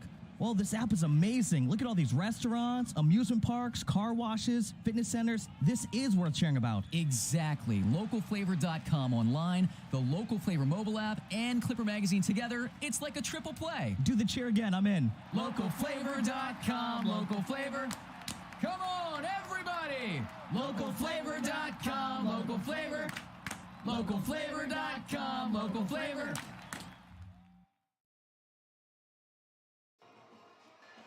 Oscar De La Cruz will try to get 3 outs here in the bottom of the 5th inning. If he does not, the Barnstormers would lose the designated hitter. And I'm not sure the ramifications there necessarily. Perhaps Cordero would just come out and pitchers would move to the number 4 spot in the batting order. But if De La Cruz gets 3 outs, it becomes a moot point. Facing the middle of the order, Sam Travis, Devinson Romero, and then the pitcher spot. Lancaster leading by 2, 6-4. Barnstormers with 4 home runs. They set a season high just 4 nights ago at York with 5. And we have some of the same cast of characters, Dugan and Clark, involved in the home run hitting, but Anderson Felice jumping in and making a contribution tonight. We didn't hear from him in the home run barrage on Tuesday.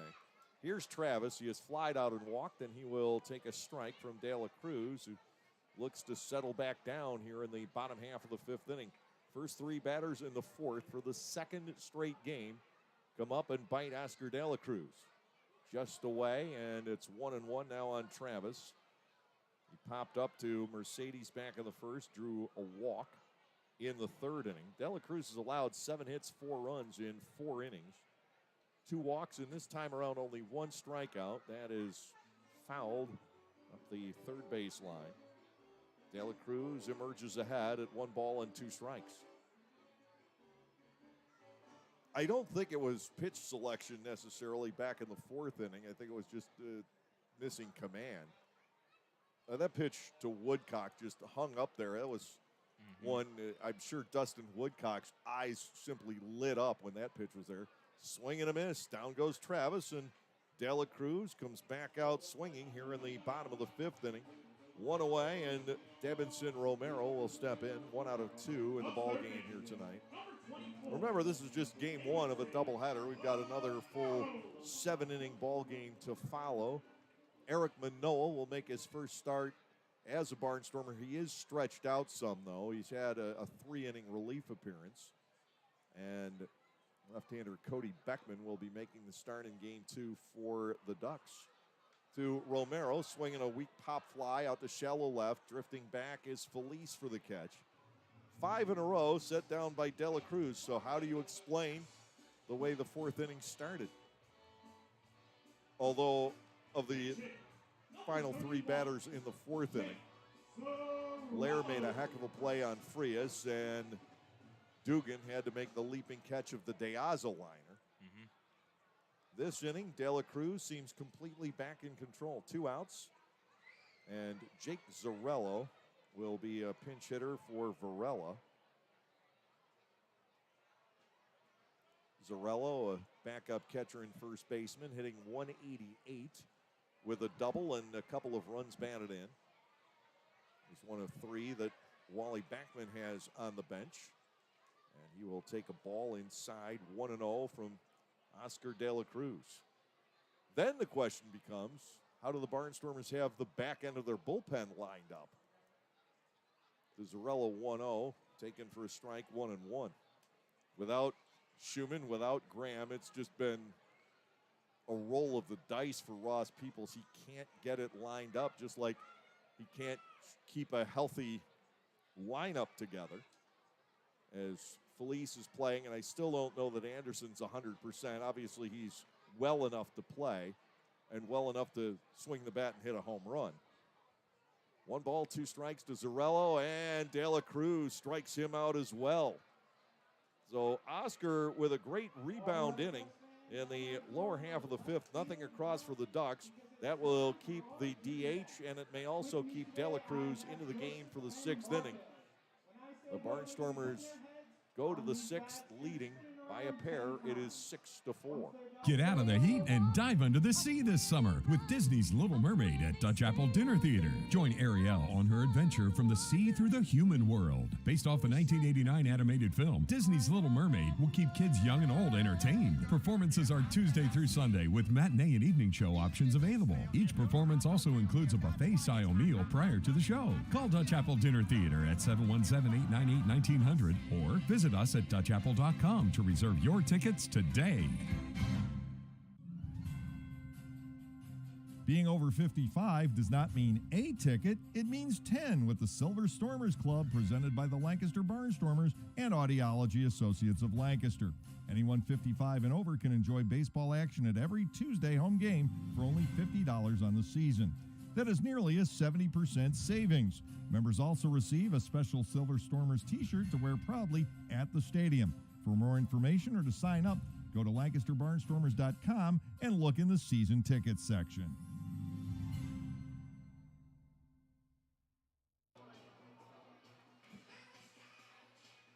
James Varela left for the pinch hitter Zarello in the bottom of the 5th inning. So the Ducks go back to their bullpen, and they bring in right-hander Chad Hocken, who worked an inning last night.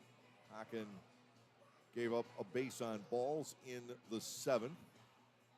That was actually to his mound opponent at the time, Brett Clark. He retired the 3 actual position players that he faced. Varela worked an inning in the 3rd. He gave up 1 hit, the home run by Dugan, Kelly's 2nd of the night. He struck out 2. And gives way to Hocken here for the 6th inning. Chad Hocken, 6'2", 210 from Pomona, California. He is 27 years of age and appearing in his 18th game overall. He's got good numbers. 0-1 with a 2.2 ERA. Opposing hitters batting just 194 off of him. If there's been an issue, it has been walks. He has given up 12. Felice, Peroni, and Lair scheduled for the Barnstormers in the 6th inning. 6 runs on 6 hits, no errors. The Barnstormers have left 3, 4 runs, 7 hits, no errors. And Long Island has stranded 5 over these first 5 innings. It's been a home run festival here in Game 1. The Barnstormers have hit 4. The Long Island Ducks have hit 2. The Barnstormers have a triple as well. And for the Ducks, 3 very long doubles. We've seen extra base hits galore here in Game 1. Anderson Felice with one of the Barnstormers' home runs, his 2nd of the year. Destroyed to right center field back in the 4th inning. Now facing Hocken as the Barnstormers would like to be able to stretch this lead and provide a little bit more of a cushion going into the final stretch of Game 1. To Felice, ground ball. He turned over that pitch. Easy play for the second baseman, DeCarlo. Chad Hocken barely breaking a sweat out there and picking up out number 1. And believe me, you break a sweat in a hurry out there tonight. Oh, absolutely. Temperatures are still checking in at 82 degrees here on the island. Anthony Peroni, the batter, he has struck out, walked, and scored a run. Peroni with the tie-breaking hit in the 11th inning last night. A mighty triple socked to the gap in left center. That springboarded the Barnstormers to scoring 5 more. Pulling away for the 11-5 extra inning win. High to Anthony Peroni, ball 1-0. Morris, the starter, went 3 2/3. He gave up 5 hits and 5 runs. Walked 3, struck out 3. I imagine we'll probably see Oscar De La Cruz still in the game into the bottom of the 6th inning. His pitch count just 76, and he caught a second wind in that bottom half of the 5th inning. He just rifled right through the Long Island Ducks. Fouled away by Peroni. It's 1-2. He struck out 2, got an easy pop-up. DeCarlo, Woodcock, and Rye, though, the scheduled hitters in the bottom of the 6th, and they were the 3 that knocked Oscar around in the 4th inning. Anthony Peroni batting here at 1 ball, 1 strike, 1 out, nobody on in the Barnstormers half of the 6th inning. Hocken ready to go, the motion and the pitch. Peroni looks at that on the outside corner. Hawkins got him at 1-2. Trace Lair waiting in the on-deck circle. Beautiful night here on the island. We've talked that it is a bit warm here, but it's going to be a very pleasant evening, I would think. And the stands continue to fill in. I'm surprised they're not entirely packed by now. We've got a second game to follow. 1-2 on Peroni. Hocken fires wide. Low also. 2-2. Saturday nights, typically here on Long Island, you can't find a seat. Last night's crowd was 44-19 for the series opener.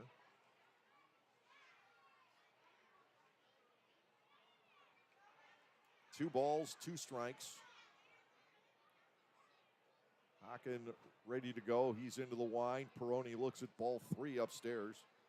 Anthony doing a nice job being selective here. 3-2. Castillo, well, that's no longer Castillo. It's Diaz out in center. And he's paying Peroni a little bit more respect than Castillo did. But Castillo loves playing a shallow center field. Out in left, Mazzilli is fairly deep back there. Woodcock and right is about even. Here's the payoff on Peroni. He swings and lifts the ball out to right field. Playable for Woodcock. He will retreat for the catch. 2 up and 2 down here in the 6th. And that brings on Lair, who's 0 for 2. Fly out to center to fly out the left. What a nice play he made on Frias back in the 4th inning, though. And the fact that he got Frias, who's not slow, by as much as he did, was remarkable. A diving stop, and it literally took nothing for him to get back to his feet and set for the throw. Yeah, it was almost like he was surprised that he got it with the backhand and just popped right back up. And he's like, oh, look at this. Delivered it on target. Former member of Team USA is Trace Lair. He takes a ball high and inside, 1-0. And from the Portland, Oregon area, big Trailblazers fan. Played in the Oakland and the Texas farm systems. And a valuable piece because he can play second, short, and third. He'll move from third base in game 1 to second base in game 2. Melvin Mercedes will shift over to shortstop. Cordero will play third in the nightcap. 1 ball, no strikes. It is low. And a 2-0 edge for Trace. 5 in a row have been set down by the right-handers Varela and Hawkins since Dugan's second home run of the game. And the good part is that we know Kelly will bat again. It's a great thing for the Barnstormers. 2 balls and nothing. And a Lair, high 3-0. Sean Dunston Jr., the center fielder on deck. Dunston's triple kept his hitting streak alive at 8 and his on-base streak alive at 14. He's been an amazing pickup for the Barnstormers. You talk about getting the right piece at the right time. 3-0. Defense straight away against Lair. He will take a strike over at the knees. Hocken will work to him at 3-1. Lancaster with just 6 hits in this game, but 4 of them have been home runs and 1 a triple. Every hit's meant something in this 6-4 lead. The Ducks haven't wasted too many hits either. 3-1. Lair awaiting, Hocken ready to go, and the pitch is hopped foul over toward the Ducks dugout, but without enough on it to make it all the way there. Full count with 2 gone. You look into the other dugout, Wally Backman, and he and I almost worked together at one point. Decades ago, I was with the, at the time, Tidewater Tides, very briefly one off season. The job just was not a good fit for me, and I realized it, my boss realized it, and I left before the season started. But I believe Wally was still going to be there that year. 3-2. And Lair with a ground ball to the first baseman. Easy play for Travis. He will take it alone. 3 unassisted. The Barnstormers gone quickly and quietly in the top half of the 6th inning. Oh, Lancaster's pitching staff needs to get through a couple more frames. They go to the bottom half of the 6th with a 6-4 lead.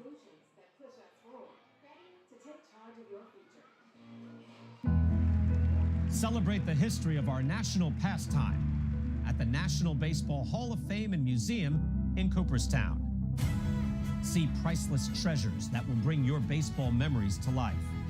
Connect with events that have shaped and changed the game and our country. Our stories to tell, your memories to share. Plan your family visit today at baseballhall.org. See you in Cooperstown, where the journey becomes legend. They say to truly understand someone, you must walk a mile in their shoes. Well, at Lexus, we designed the ES with you in mind every step of the way.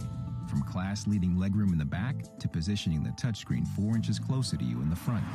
Everything in the Lexus ES, a direct reflection of you. See Bobby Rahal Lexus in Mechanicsburg or Lancaster County. 2022 ES versus 2021-2022 competitors. Information from manufacturers' websites as of 5/3/2021. For the youth of our area, the Barnstormers are offering a wide variety of camps throughout the summer to teach everyone some tips on baseball and softball. Camps are offered to kids as young as 4 and as old as 12. Some even involve the parents. They run from June 11th all the way through September 17. For more information, go to LancasterBarnstormers.com and click on the Youth Baseball tab. All presented by Orthopedic Associates of Lancaster and Play It Again Sports. Along with Zach Donaldson, Dave Collins with you from Fairfield Properties Ballpark on Long Island. Oscar De La Cruz, as projected, will stay out for the bottom of the 6th inning. And the trio he's had fits with tonight, DeCarlo, Woodcock, and Rye, will be the 3 guys to face him in this 6th inning. Can De La Cruz win the battle the 3rd time around? DeCarlo has singled and doubled. The man on deck, Woodcock, has doubled and hit a tremendous home run, clearing everything out in right field. And Rye with a home run also. De La Cruz to the plate, fades it over for a called strike on Joe DeCarlo. It is 0-1. So tonight is inning by inning. You get a different Oscar De La Cruz. You don't know quite what to expect when the inning gets underway. Ball missing a little bit outside. It's 1-1 on DeCarlo. He faced 4 batters in the first, gave up a double, got 3 pop-ups. In the 2nd inning, 3 hits and a run. In the 3rd inning, he walked 2 and got out of it. That's a bit outside as well, and DeCarlo bats at 2-1. The 4th inning, he just got blasted by the first 3 hitters, settled down, got 3 straight outs. And last inning, he started chalking up a lot of strikeouts. Inning by inning, you get something different. How does this box open up? It's ball 3 now on DeCarlo. True wild card. 3-1, and De La Cruz seems a little bit frustrated. A couple pitchers here have been reasonably close anyhow. If DeCarlo draws a walk, Woodcock, the lefty, would step in as the possible tying run here. 3-1 pitch, and that is outside, ball 4.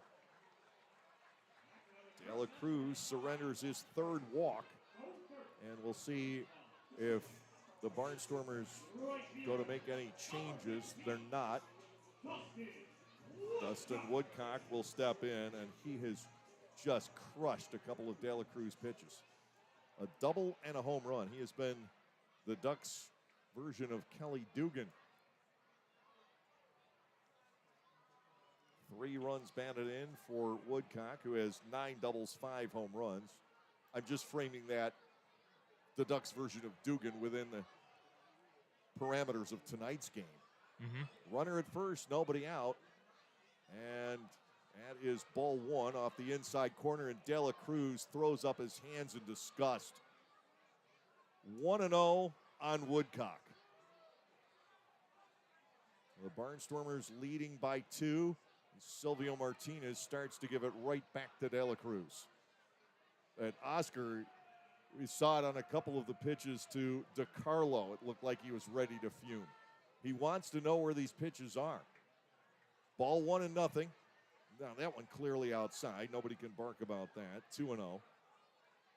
That the Ducks have something started in this 6th inning. 2 balls, no strikes to Dustin Woodcock. DeCarlo already on board. Lancaster leading by 2. And you just can never salt a game away against Long Island if it's close at all. There is a swing and a miss. 2 balls, 1 strike the count. Rye on deck, and then you get around to the top of the order, and L.J. Mazzilli. 6-4 Barnstormers in this bottom half of the 6th inning. 2 balls, 1 strike to Woodcock. Infield looking for a double play ground ball. Oscar De La Cruz misses down and away. It's ball 3, and he's in danger of walking the tying runs on. And then I would think the Barnstormers would almost be compelled to make the change.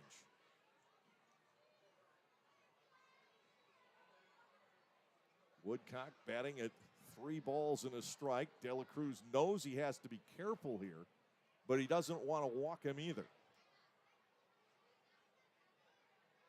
DeCarlo leads off first. Here is the 3-1 pitch. Swung at and lifted down the left field side. Robinson loses his hat as the ball runs out of room. Down the left field line, going out of play. 3 balls, 2 strikes to Dustin Woodcock. Pivotal moment here in the bottom of the 6th inning. Lancaster up by 2. The Barnstormers have scored 5 of their 6 runs on homers in this game. And Long Island has 3 of the 4 on home runs. 3 balls, 2 strikes, big pitch. We'll see if DeCarlo goes. He doesn't. And this is lined into center field, a base hit for Dustin Woodcock. And the tying runs are aboard. Woodcock is 3 for 3. 8 hits for the Long Island Ducks. Austin Rye will come to the plate. He has hit a comebacker and launched a home run that just stayed fair down the left field line. Yeah, how about Dustin Woodcock, though? It was just 3 for 23 in this Long Island Ducks homestand. And now he's matched that today with going 3 for 3, and he's had some big hits as well. Tying runs are on. Number 9 hitter up. You could see Rye bunt. Lair is even with the bag over at third. Dugan slightly ahead of it. Over on the right side of the infield, De La Cruz in all kinds of trouble here in the 6th inning, but for the moment, Ross Peoples decides to stick with his starters. Here's the delivery, and it is a ball upstairs on Rye, 1-0. And if De La Cruz is lifted, I would imagine he is going to try and get the final word in his little tiff here in this 6th inning with the plate umpire Silvio Martinez. It was all about a couple of pitches to DeCarlo and the first one to Woodcock. Rye squares around a bunt. He will look at ball 2 off the outside corner. It is 2-0. A bullpen game coming up to follow. Ross trying to save his pen here. Looking for De La Cruz to get some outs in this 6th inning, but Oscar hasn't been able to pick up one as of yet. 2 balls and nothing to Austin Rye. And something big needs to develop for the Barnstormers here. De La Cruz will go to work. Rye gets the bunt down. It's a good one. Lair will come up firing, and he can't find Melvin Mercedes, who comes off the bag. Mercedes had Rye charging in on him. And the throw, I don't know if it came out of the sun or whether it was simply the runner coming down and bearing down on Mercedes. but now the bases are loaded with nobody out.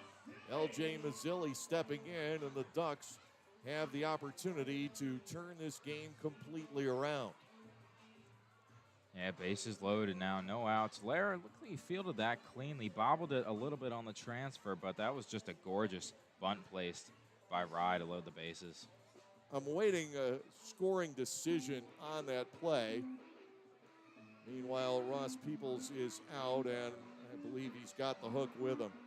Oscar De La Cruz will leave the ball game, and he doesn't turn and say anything towards Silvio Martinez, and Silvio has his back to De La Cruz anyway as he walks off, but Oscar seemed a little bit heated there at one point.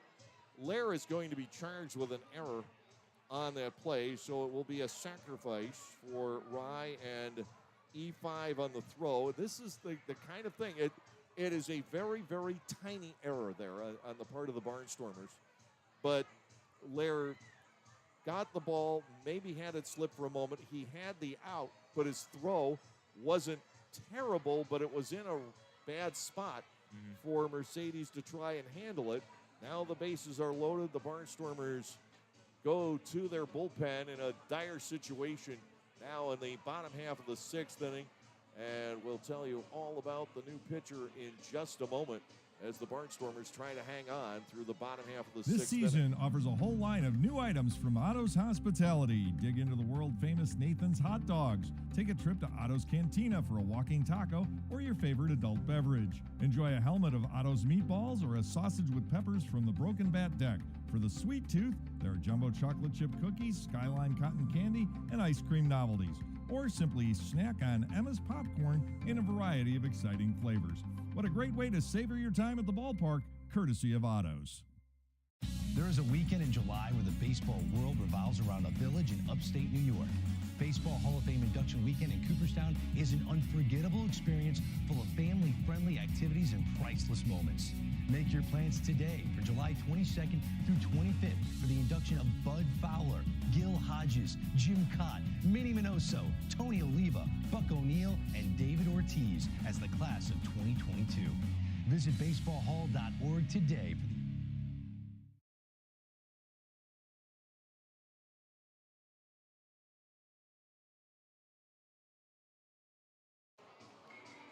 The Barnstormers go to their lefty, Eric Cha, with the bases loaded and nobody out here in the bottom half of the sixth inning. A walk, a single, and then the slightest of errors. And the Lair is charged with that error in the sixth inning, but he really didn't make one. It's just that the throw came out of the sun and blinded Melvin Mercedes. As Rye laid the bunt down in a good spot. Rye gets credited with a sacrifice. The bases are loaded. Now you've got the tying run at second, the lead run at first. Nobody out in this bottom of the sixth inning, and the top of the order coming up in Mazzilli, Frias, and De Aza. Frias and De Aza have already seen Shaw. They saw him last night. 6-4 Lancaster. L.J. Mazzilli steps in. He was 0 for 3 against De La Cruz. De La Cruz could win this game, get no decision, or conceivably lose, depending on how this inning continues. Shaw to Mazzilli. Chopper toward the middle. Mercedes is there, but he'll have no chance for a play. A throw behind the runner at third. Woodcock is to no avail. L.J. Mazzilli with an infield single up the middle. Well, I'll tell you, how many times have we seen a game go like this here in 2022 and really dating all the way back to 2019? In reality, what have the Barnstormers done wrong in this sixth inning? But it's a run on the board, the bases loaded, nobody out, and Frias stepping in. He has a double, he is struck out, and he is grounded to third. Mazzilli just found a perfect spot. Mercedes stopping the ball and saving a run, but there was just no opportunity for a forced play anywhere. 6-5 now. Shaw to the plate, and Frias, it's a little tap foul. It's 0-1. Yeah, Cha did what he needed to do, forced the ball on the ground, but like you said, just in a really tricky spot for the Barnstormers infield. And it was too high for Eric to come down with it. Straight over second base. The Ducks have had a lot of hits right over the second base bag in this series. 0-1, the count to Frias. Cha will go to work and slip it back to the inside corner. He's ahead 0-2. Alejandro Deaza, now the center fielder, waiting on deck. The Barnstormers have Dunston, Mercedes, and Dugan, the top of the order up in the top of the 7th inning, but they may very well be facing a closer, Sandy Baez. I'm sure he's getting ready in the Ducks bullpen, which we cannot see. No balls, 2 strikes. Frias fouls it back. He stays alive. Eric Cha, the lone lefty in the Barnstormers bullpen corral.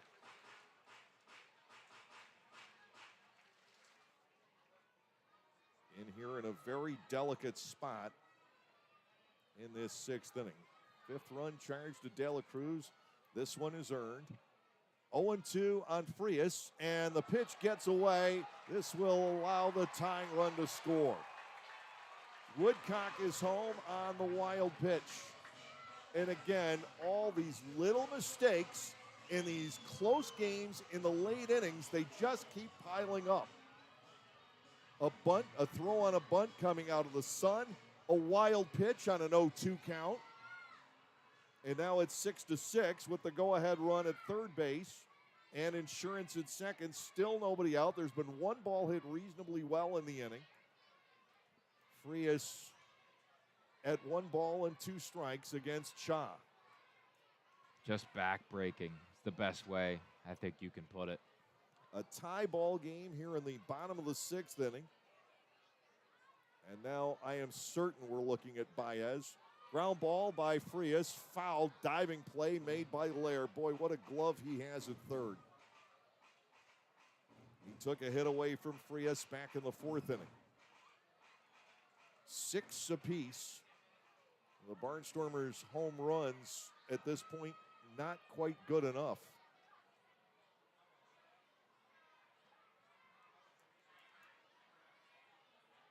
Infield plays in for the Barnstormers, trying to keep Austin Rye from coming across. 1-2, Chata Frias, and that is spoiled. Vladimir Frias has become very, very good at keeping at-bats going, extending innings. Lancaster 6, Long Island now 6 in the bottom of the 6th. 1-2. Cha to Frias. That is outside and handled by Peroni. He did not have a chance at that previous wild pitch.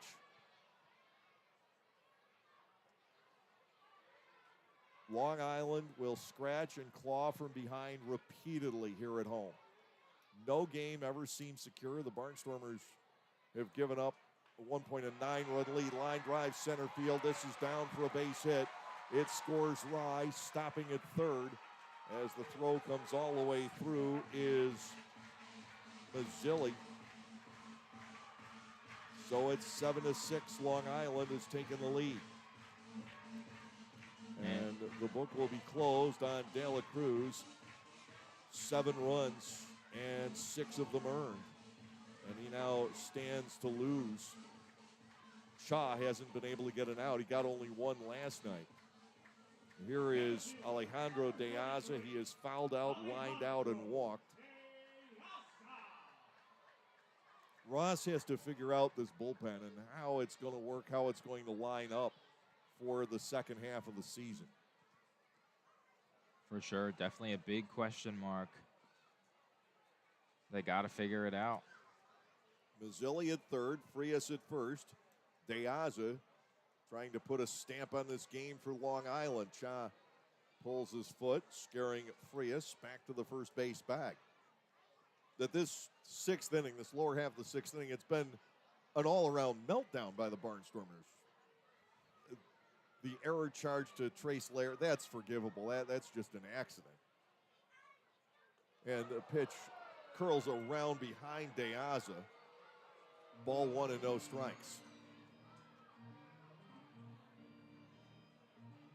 Travis waiting on deck. I imagine this will be the final batter that Cha faces. Still nobody out in the inning. 3 runs are home.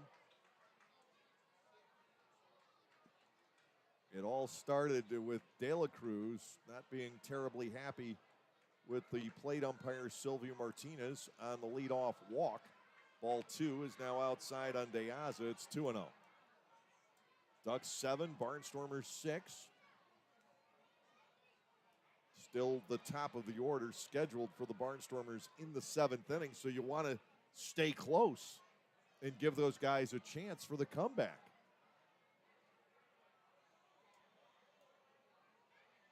Two balls and nothing. It's off the outside corner, 3-0, and I have to believe that a right-hander will be coming in next with Travis and Romero, the next 2 scheduled batters. 3 balls and no strikes here to Alejandro De Aza. LJ Mazzilli is at third. Vladimir Frias, the runner at first base. He has just broken the tie. It's outside, ball 4. De Aza will join them on the bases. 6 batters here in the bottom half of the 6th inning. No outs. And here comes Ross. Cha fails to retire a batter. He gives up 2 hits and a walk. He's going to be leaving 3 out there. The Barnstormers should be going back to the bullpen here. We don't see anybody trotting in yet, but Cha departs. So the Barnstormers will switch moundsmen. And with the new guy coming in, we'll take a break for this. There is a weekend in July where the baseball world revolves around a village in upstate New York. Baseball Hall of Fame induction weekend in Cooperstown is an unforgettable experience full of family-friendly activities and priceless moments. Make your plans today for July 22nd through 25th for the induction of Bud Fowler, Gil Hodges, Jim Cott, Minnie Minoso, Tony Oliva, Buck O'Neill, and David Ortiz as the class of 2022. Visit baseballhall.org today for the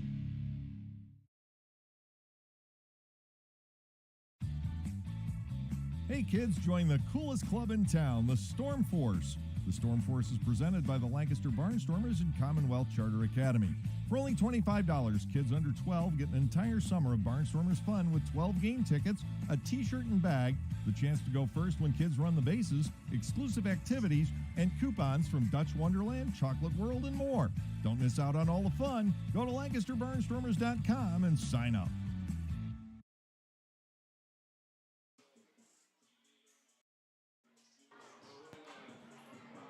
Long Island has broken ahead here in the bottom of the 6th inning. 7-6 ball game.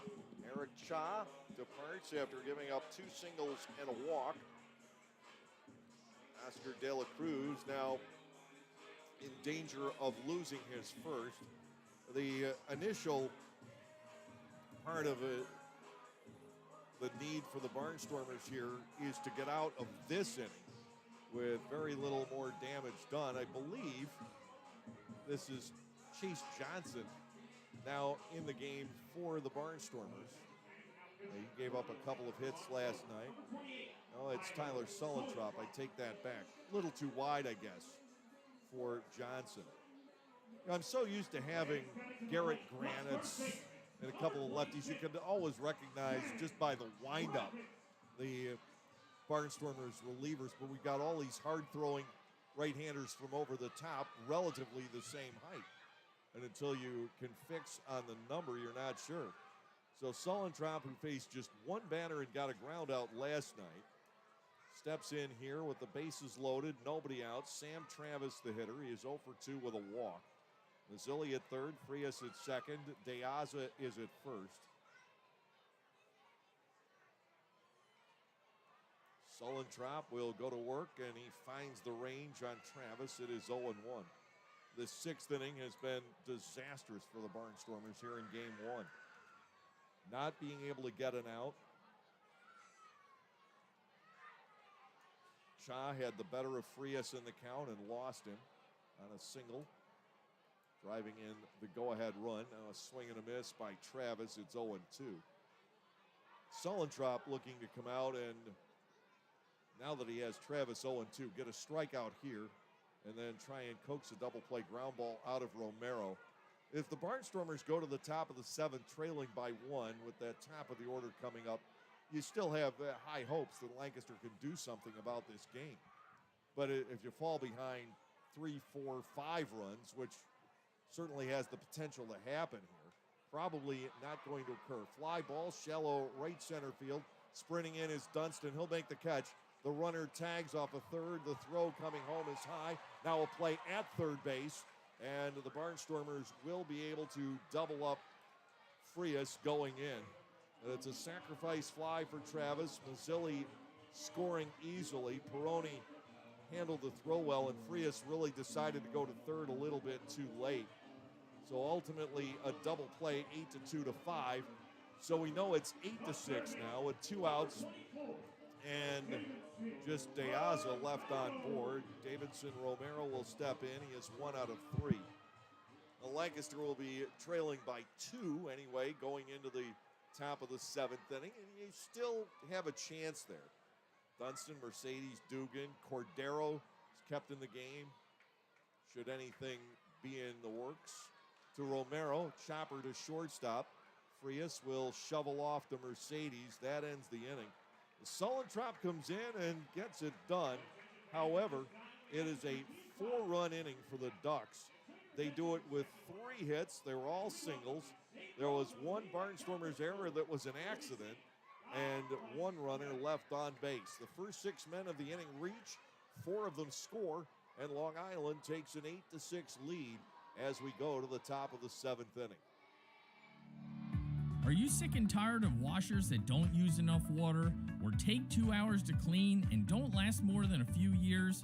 Well, come into Gockenauer's in East Petersburg now and let us show you the Speed Queen commercial grade laundry. Built the old-fashioned way with warranties up to 7 full years. Gockenauer's will deliver and install your new Speed Queen, and we know you'll be fully satisfied with your purchase. Gockenauer's in East Petersburg, your hometown dealer for 73 years.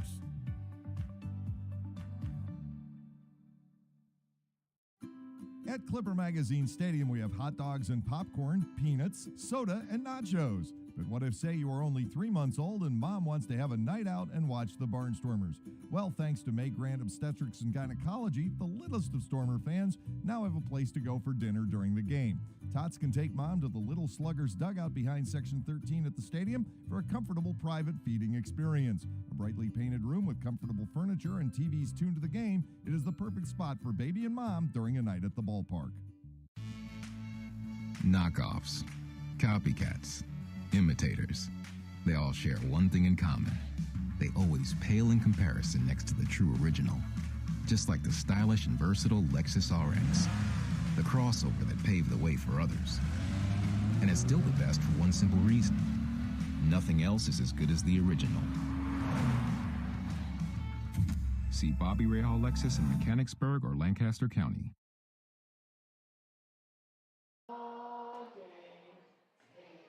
Well, a closer comes on for the Long Island Ducks, but it's not Baez, it is Tyler Webb, and it would make complete sense with Dunston, Mercedes, and Dugan coming up, but I wasn't expecting to see Webb because he threw 2 innings last night.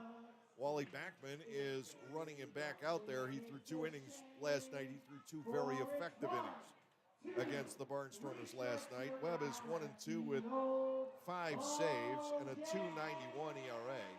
He's walked only 7, struck out 28, 21 and 2/3 innings. He's given up 20 hits, 9 runs, 7 earned. I don't know that any other Atlantic League team is down not just 1 closer, but 2. The Ducks have both of theirs in Webb and Baez, and now Lancaster needs to score twice in the top of the 7th inning against the lefty. And the problem here is that the Barnstormers do not hit left-handed relievers very well. They haven't all year. Webb just sailed in his 2 innings last night. He walked Peroni and then got 6 straight outs, including a pop-up from Dugan, and he made Cordero and Clark look terrible. So the only guy who actually hit the ball hard off of him is the guy stepping in now, Dunston. He lined out against Webb. Sean Dunston Jr., 1 for 3 tonight, a triple back in the 4th inning. At that point, the Barnstormers took a 5-1 lead. But it's never safe here on Long Island. 8-6 Ducks as we start off a Barnstormers push here on the top of the 7th. Low to Dunston. It is ball 1 and no strikes. And the fact that Webb is out there is likely to neutralize Dugan. Kelly can hit for average against lefties. His power has definitely been limited against the southpaws. He has just 1 home run, as Zach pointed out earlier, against left-handed pitching. 20 homers. It's one every between 6 and 7 at bats against the right-hander. Dunston tries to check the swing and he can't. 1 and 2 on the Lancaster center fielder. A 4-run Ducks rally in the bottom of the 6th inning, and they really didn't do all that much to earn it. 1-2 pitch. Dunston drives a foul, and he'll make Webb work a little bit harder here. A ball and 2 strikes. We still have a second game to come. Eric Manoa will make the start against Cody Beckman. He's a lefty. 1 ball, 2 strikes to Dunston. Breaking ball, and see you later. Strike 3 called. Second time, Sean's gone down looking. But this is where the Barnstormers are against lefty relievers. They've been able to get to Fuller from York slightly here this season. The batter is Mercedes. He is 1 for 3. He reached on a single to the hole at shortstop back in the 3rd inning, lined out in the 4th. To Melvin, first pitch from 6'5" lefty over the top is delivered for a strike. It is 0-1.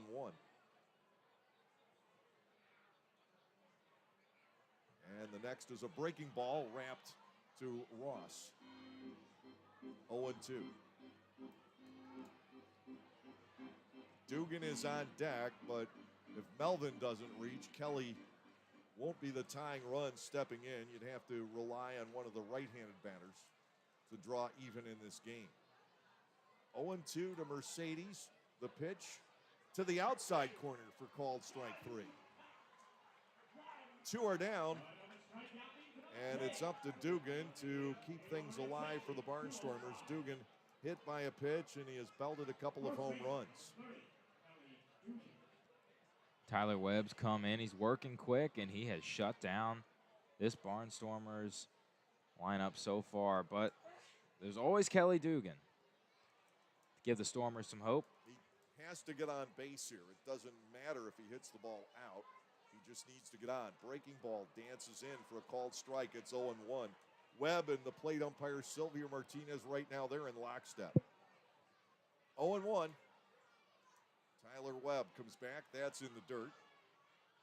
Ball 1, strike 1 on Dugan, who's slugged a couple of home runs, along with being hit by a pitch here in game 1 of our doubleheader. 1 ball, 1 strike with 2 outs, nobody on. Fastball is in for a second strike. It's 1-2.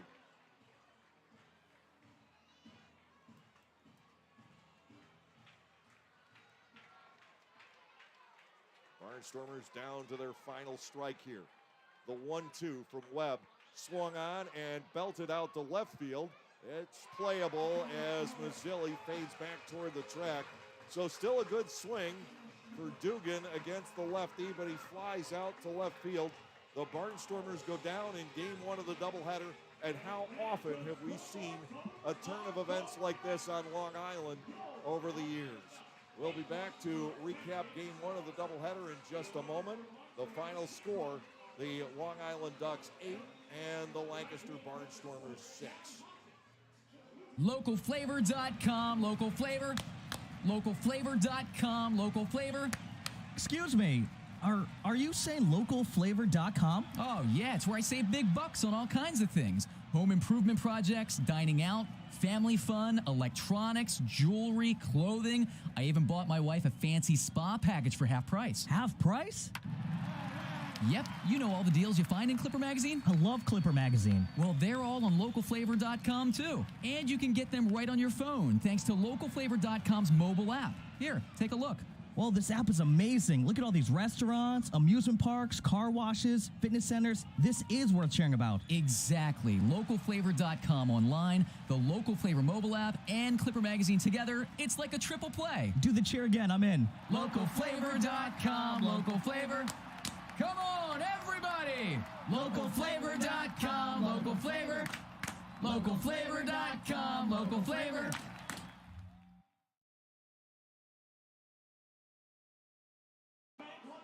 Now game one of our doubleheader here goes to the Long Island Ducks. A 4-run rally in the bottom half of the 6th inning, tipping the scales, and an inning that was created on walks, a couple of mistakes in little ball, whereas the rest of game one belonged to long hits, extra base hits, home runs, doubles, triples, but none of the sort in that 4-run bottom half of the 6th inning. Final line totals: Long Island 8 runs on 10 hits, no errors, and 6 men left. For the Barnstormers, 6 runs, 6 hits, an error, and they stranded 3. Chad Hocken with the win. He is 1-1. Oscar De La Cruz looked like he was going to be able to pick up win number 3 here tonight, but got out of the gate slowly in the bottom half of the 6th inning, had a bit of a beef with the plate umpire Silvio Martinez, and never gotten out. And then Eric Cha came in. He never gotten out. It took Tyler Sullentrop to get all 3 on just 2 batters, but by then the damage was done. De La Cruz taking a loss. He's 2-1. Tyler Webb with his 6th save of the season. The time of the first game was about 2.5 hours, but we'll see if we can get you the formal time of game one of the doubleheader.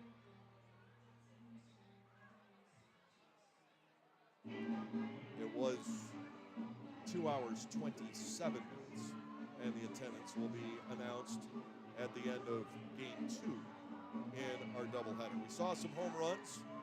Kelly Dugan with a pair. He now has 21 on the year.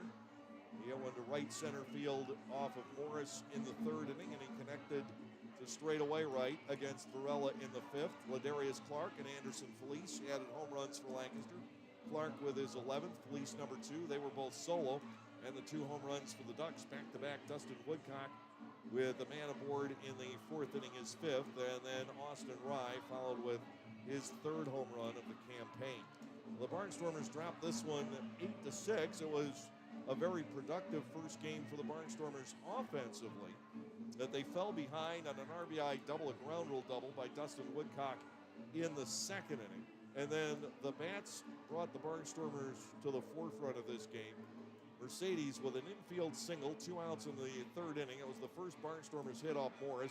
And then Dugan unloaded with a rocket to right center field. That was his 20th home run of the year, and gave the Barnstormers a 2-1 lead. And Lancaster pushed that lead to 5-1 in the 4th inning.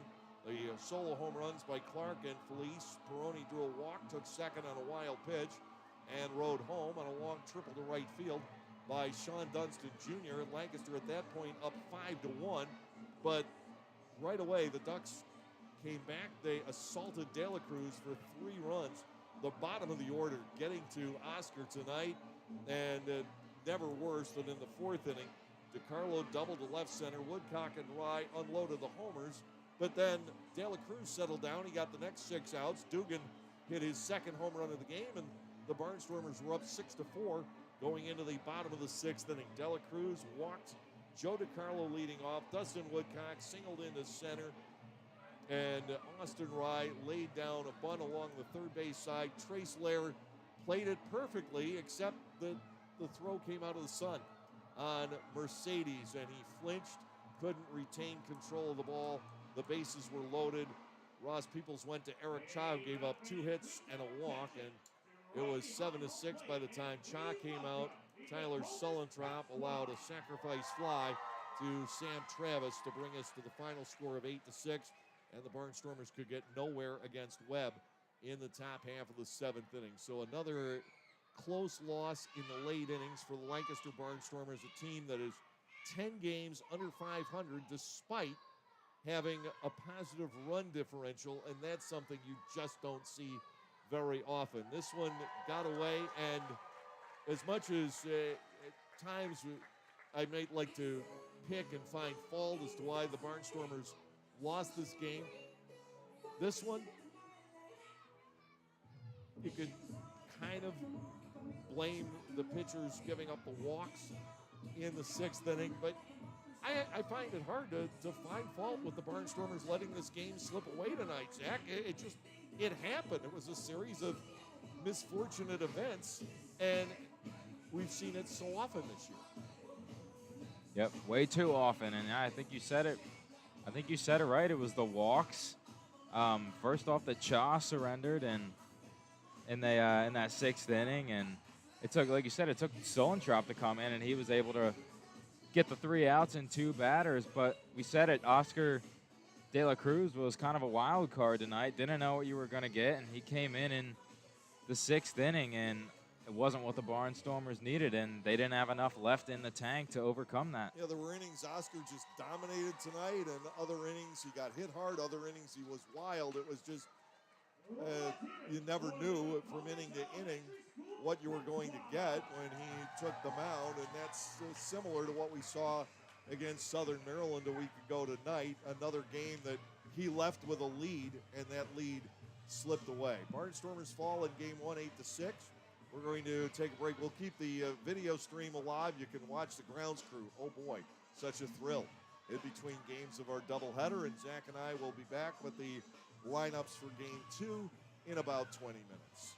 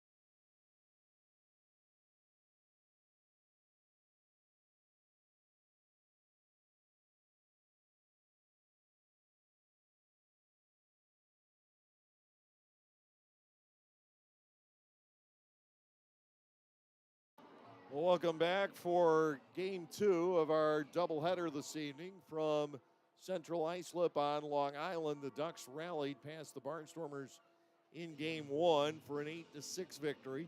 The Barnstormers launched 4 home runs and a triple off the Whitefield wall, good for the 6 runs in game 1. They were swinging the bats with some authority. It was an inning built on 3 singles, a couple of walks, a wild pitch, excuse me, and a throw that came out of the sun that proved to be the undoing of the Lancaster Barnstormers in the opener. We'll get to the starting lineups for game 2 in a moment, but they are assembling a crew for the national anthem out behind home plate, and it will be getting ready to belt out as a chorus in just a moment. Once the Ducks take the field, Eric Manoa will be making the start for the Barnstormers here on the nightcap. He is 1-1. Left-hander Cody Beckman will be making the spot start for Long Island. He too is 1-1 on the season. The Ducks hit the field, and momentarily we'll be sending you down to the field of play and our national anthem for the second game of our doubleheader tonight, as the Barnstormers will try to gain a split of tonight's doubleheader. Cody Beckman, the left-hander on the hill from Tampa, Florida, 6'2", 205 pounds. He was a North Carolina State Wolfpack member during his collegiate days, 27 years of age. Got to Double-A in the Milwaukee Brewers organization. So a lot of kids charge out onto the field. They will be out there surrounding their favorite Ducks. Oh, I'd love to see this. There's one guy, one young man who decides to come to the catcher, and he will be side by side with Joe DiCarlo for the national anthem. You don't see that in Lancaster. Nobody ever joins Colton Shaver or Anthony Peroni out there at the catcher position. So now here is our national anthem. Please welcome the Nokomis Elementary School Chorus.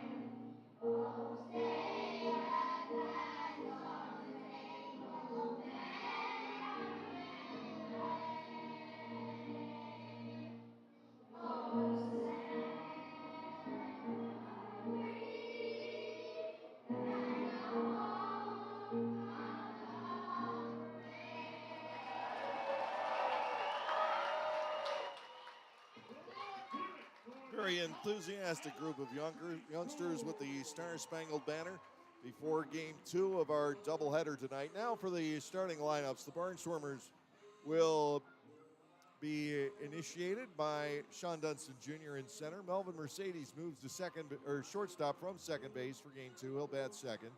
Kelly Dugan will stay at first base. He's hitting third. Andretti Cordero will play defense. He will be at third and bat cleanup. Ladarius Clark is the right fielder batting fifth. Colton Shaver will catch here in the nightcap. He is batting sixth. Trayvon Robinson moves to number 7 in the order. He'll remain in left field.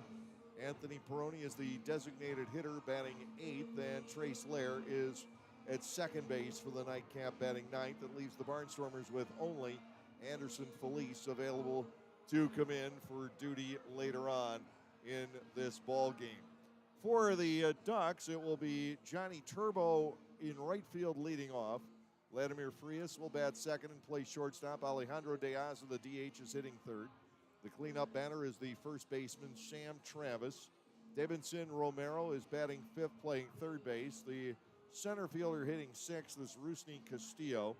Joe DiCarlo will bat seventh and catch. The left fielder in the number 8 slot is Dustin Woodcock, and L.J. Mazzilli is batting ninth, playing second base, something we have not seen him do previously. And he'll be out there for the Ducks. And on the hill is left-hander Cody Beckman from Florida, but a product of North Carolina State. 6'2" and 205 pounds, 27 years of age. He was taken in the 30th round by the Milwaukee Brewers in the 2017 June draft. He was in Biloxi for 30 appearances last year and teammates, at least briefly, with our own Brooks Hall, and made a couple of starts for the Shuckers back in 2021.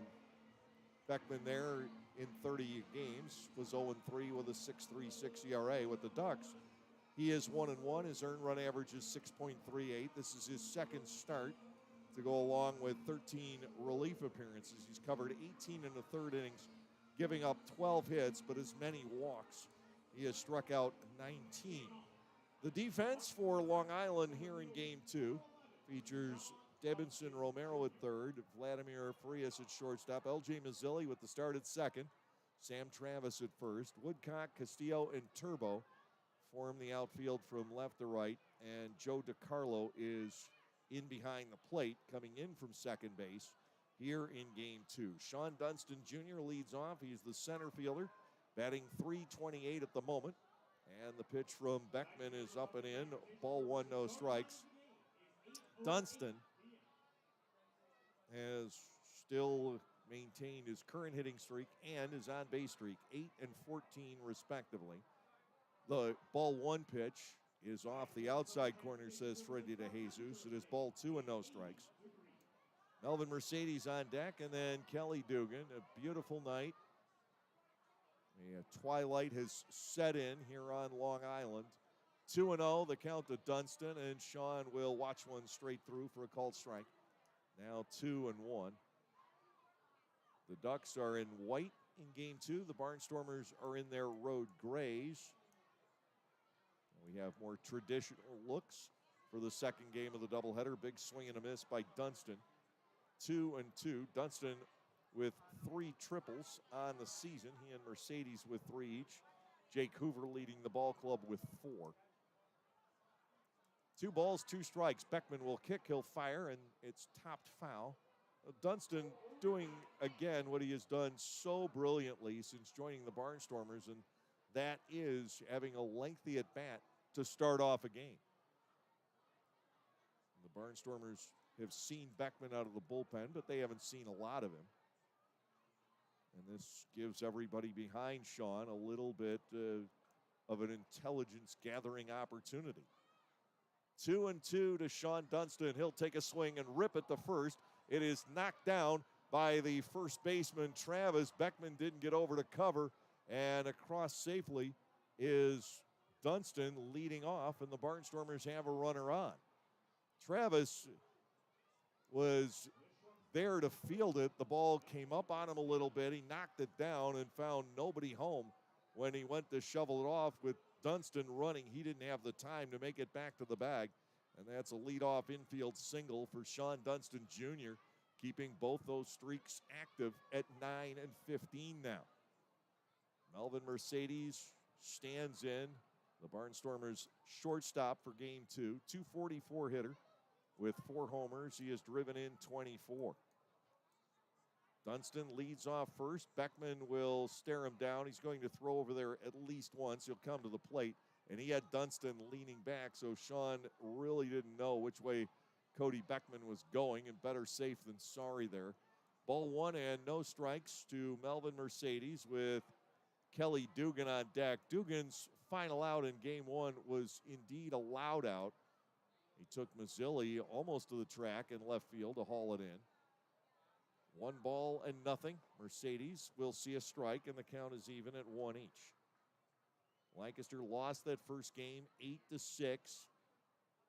They just couldn't get an out for the longest time in that bottom of the 6th inning. The first 6 men reached base on 3 hits, a couple of walks, and an error. There's the throw to first we were expecting, and Dunston is back in standing. Sean has 6 stolen bases since joining the Barnstormers. What a marvelous addition to this club he has been. Beckman steps off the rubber, and with that, Dunston hopping back onto first base, held there by Travis. 1 ball, 1 strike, the count on Mercedes. The left-hander working out of the stretch, belt high set position, very quick to the plate. It's a pop fly by Mercedes. This will be caught by Rusney Castillo over toward right center. Mercedes is retired, 1 out. Kelly Dugan will step in.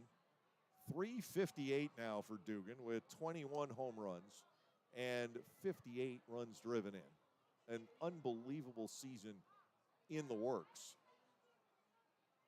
Lexington tonight trailing High Point 4-3 in the bottom of the 3rd inning, and we mentioned that to see what Cody Hawkins is up to, and he is out of the game.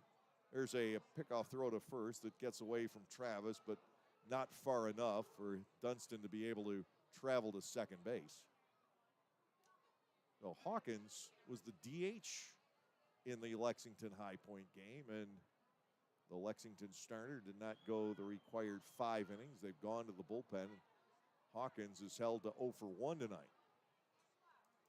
1 out, runner at first base, and a Dugan swing, and he crushes one to right center field.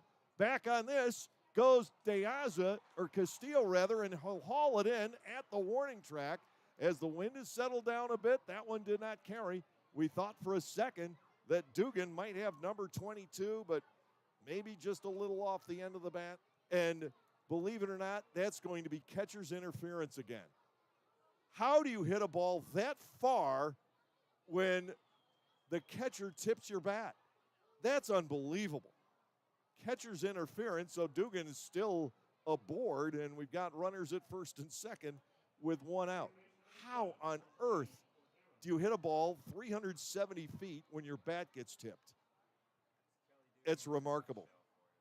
So the error is charged to DiCarlo, and the Barnstormers have runners at first and second with 1 out. And that explains why the ball didn't carry out of the ballpark. The batter is Cordero, who takes a strike to the inside corner. Andretti silent in game 1. He was 0 for 3. So no at-bat charge to Dugan. Safe on the error on catcher's interference. Second time on the road trip it's happened.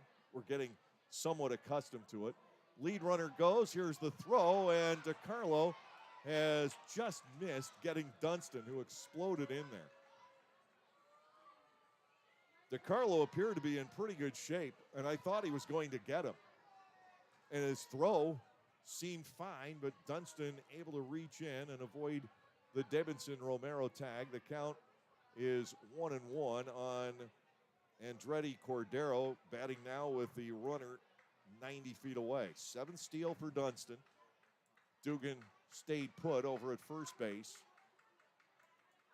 Beckman to Cordero, ground ball, base hit into left field. The run will score.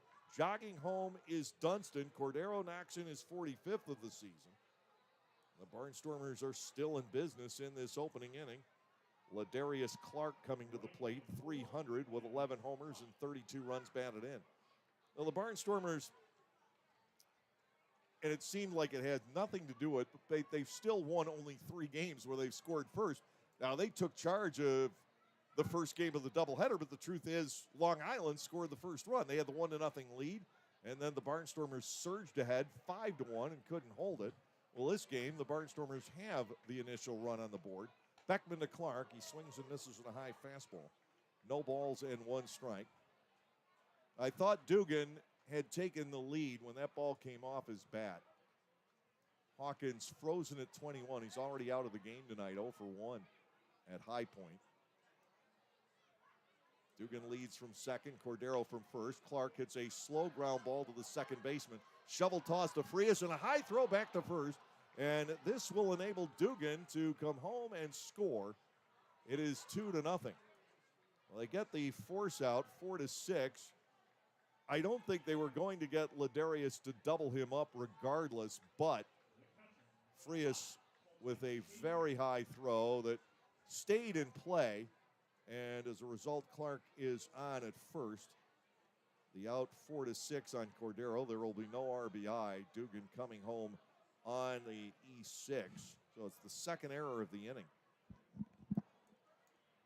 Lancaster ahead by a pair. Here is Colton Shaver. And Colton up and away. Fastball missing, 1-0. Colton is on an extra base hit tear that has gone from a doubles tear to a home run tear. The last few games, he has 3 homers in his last 4 ball games. Clark leads off first. He's going to go. The pitch to Shaver is a called strike, and there's very little chance to get Ladarius. He is in his 22nd stolen base now of the year, leading the ball club. And he is in the mix for the Atlantic League lead as well. A couple of Gastonia Honey Hunters were ahead of him coming into tonight. Reese Hampton and Jack Reinheimer. Clark in scoring position. Shaver bats at 1-1. And to Colton, a check swing on a curveball. He didn't go, and it's 2 balls and a strike. Barnstormers with a couple of stolen bases in the inning, a couple of base hits, and there have been a couple of Long Island Ducks errors.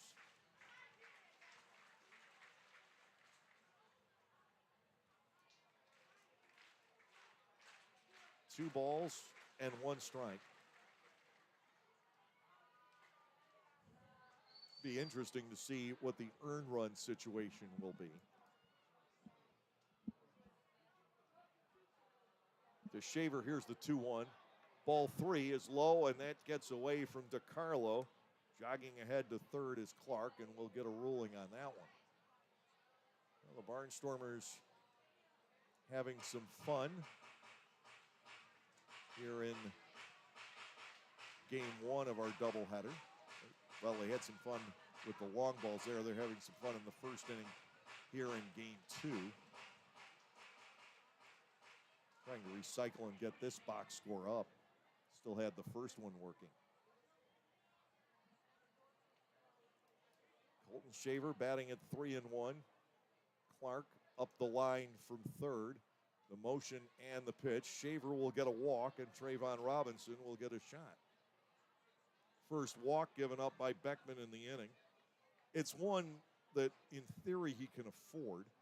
Robinson will step in from the right side of the plate. Shaver is, at this moment anyway, a lot more dangerous than Robinson. Trayvon has not hit well from the right side of the plate since rejoining the Barnstormers. Clark's at third, Shaver the runner at first. And the online box for game 2 is stuck with the catcher's interference. It throws him for a loop all the time. Ball is outside, 1-0. It's not at all obvious when a guy hits a ball 370 feet or so. You're not looking for catcher's interference on that. You're looking for it on some kind of odd foul ball. We're going to get a mound visit here from Mark Wiedermeyer. 7th man to the plate for the Barnstormers here in the top half of the first inning in game 2 of our doubleheader. So they put the fly out to center in for Dugan. Catcher's interference is obviously, has to be a part of the rules of baseball. You can't have the catcher reaching out and swatting the bat when the pitch is coming in. Although I don't know how many would want to do that. Here's an odd part about that rule. Suppose we're at Clipper Magazine Stadium and he makes the same contact and the ball leaves. Dugan has the option of taking the result of the at-bat or the catcher's interference. It's not automatic. Or if that ball gets past Castillo and is a double, Dugan can take that. You don't have to take the CI. Robinson bats at 1-0 as the mound visit is over. Breaking ball, twists inside, 2-0. On deck is the designated hitter, Anthony Peroni. Barnstormers already with 2 on the board here in the top half of the first inning. Robinson batting with men at the corners, and he's got a decent edge in the count. 2 balls, no strikes. Clark up the line from third. Robinson cranks one down the left field line, but that will hook foul, and that is what happens when you're in a slump. 2-1. Robinson making great contact there against Cody Beckman, but just ever so slightly out ahead of it. And instead of conceivably a 2-run double, definitely driving in 1, the ball hooked foul down the line, and ultimately by several feet. Robinson back in at 2-1. Clark leads off third, Shaver off first.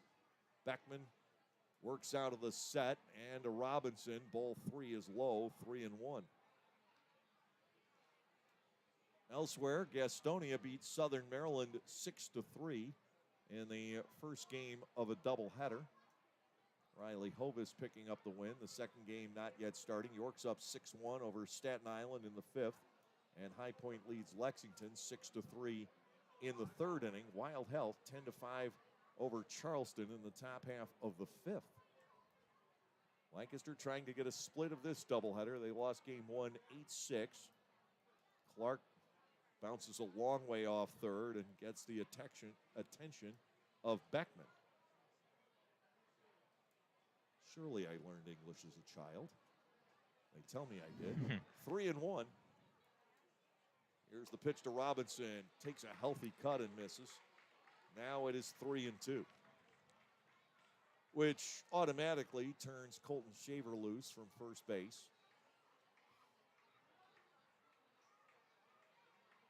Check to see how much of York's lead is the responsibility of Carlos Franco. It's not, so Dugan has really helped himself in the statistical categories tonight. Swing and a foul tip.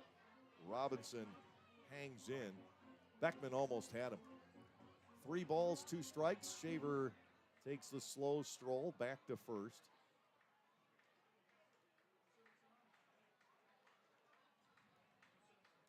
Ladarius Clark leading off third base. The Barnstormers hungry for more in this first inning. They saw what happened in game 1. They know, anybody who's been around for a while knows what can happen here. Payoff pitch. Robinson with a smash to short. Handled on a bounce by Frias. He can set for the throw, and he cuts down Robinson. So some good swings for Trayvon on that at bat. But again, he comes up empty. The Barnstormers scored twice on 2 hits, 2 errors, and there were 2 runners left on base. Middle of the first inning here in game 2, the Barnstormers have jumped ahead by the score of 2-0. Like craft beers? Then the best place to be in Lancaster is Clipper Magazine Stadium. That's right, celebrate baseball or just a night with your friends at the Broken Bat Deck down the right field line.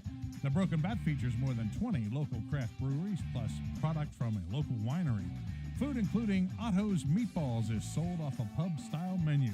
So get together, hang out with your friends, or make some new ones. Enjoy a night of craft beer sampling along with a Barnstormers game.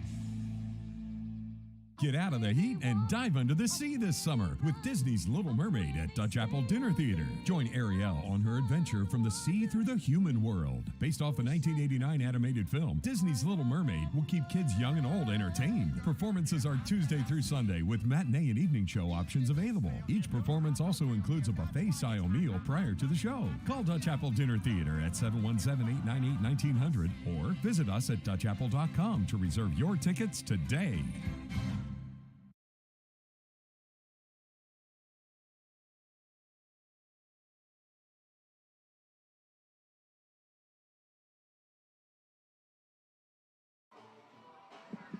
We go to the bottom of the first inning, and Eric Manoa with his first Atlantic League start. He's jumping in this doubleheader. The Barnstormers will move Augie Silk back to tomorrow. He was initially scheduled to pitch one of the games tonight, and then it was Dela Cruz with the washout on Thursday jumping in here. And then we'll be back around to Ball and Hall for the series at Lexington. They will throw the first two games in Kentucky. And it's going to be extremely hot in Lexington by Thursday, but that's a night game. It'll be in the upper 80s for the day game on Wednesday. So that's going to be a little bit uncomfortable. The need to hydrate there. Well, Manoah with the start for the Barnstormers tonight. Out of the pen, he is 1-1 with a 4.66 ERA. He's given up 10 hits in 9 2/3 innings. He's walked 6, and he has struck out 9. His last 3 innings have not gone well. That's where the bulk of the damage has come to Eric Manoah. He threw a brilliant 6th inning a week ago tonight behind Oscar De La Cruz, held a 5-3 lead, and then gave up 2 runs in each of the next 2 innings. And that ended up with the 7-5 loss to Southern Maryland. Here's Johnny Turbo leading off against the 6'2 right-hander from Homestead, Florida at South Dade High School. Eric Manoah into the wide and a Turbo. He is upstairs for a ball. Johnny Turbo did not play in game 1. As a matter of fact, we haven't seen him except as a pinch runner in this series. 322 overall hitter with 3 homers and 19 knocked in. Manoah will fire and get the second pitch over. The count levels at 1-1. Eric has pitched in 4 different Major League organizations, Mets, Angels, Twins, and Nationals in that order. He got to AAA for the first time earlier this season with the Rochester Red Wings in the Nationals organization. Also spent some time in Harrisburg. Topper foul off a breaking pitch. And it is 1 ball and 2 strikes. The determination has been made that one of the 2 runs against Beckman in the first inning will be earned and the second one not, because you can't assume the double play on the ground ball by Ladarius Clark, and the Barnstormers would have at least had runners at first and third, 1 out. Catcher's interference is as if it didn't happen when you're rebuilding the inning. It's not like other errors. 1-2, swing and a miss. Manoah retires Turbo on strikes, and a nice start for Eric here this evening. 1 out. Shortstop Vladimir Frias will come to the plate. Eric just needs to channel his inner younger brother. Manoah's younger brother, the ace of the Toronto Blue Jays, Alec Manoah, who's just having simply a tremendous year. 1 out, nobody on. Frias stepping in, 242. Frias drove in the go-ahead run in the 6th inning in game 1. We talked about this with Vladimir. He doesn't have that many hits against the Barnstormers, but it seems like every single one that he has had has mattered in a late inning situation. He squares the bunt, takes a strike on a breaking ball from Manoah. It's 0-1. Now, because Eric has thrown as many as 3 innings, and it was a fairly long 3 innings against Southern Maryland a week ago tonight, you could, depending on how things break, depending on how much work he has to turn in, could see him go 5 and keep Peroni in game 2. 2-0 Barnstormers, and a Frias, little roller over toward third, backhanded pickup by Cordero. He finds Dugan's glove, 2 outs, and Alejandro De Aza, the designated hitter, will come to the plate. Well, in these second games with the spot starters, the DH role is a little bit more precarious.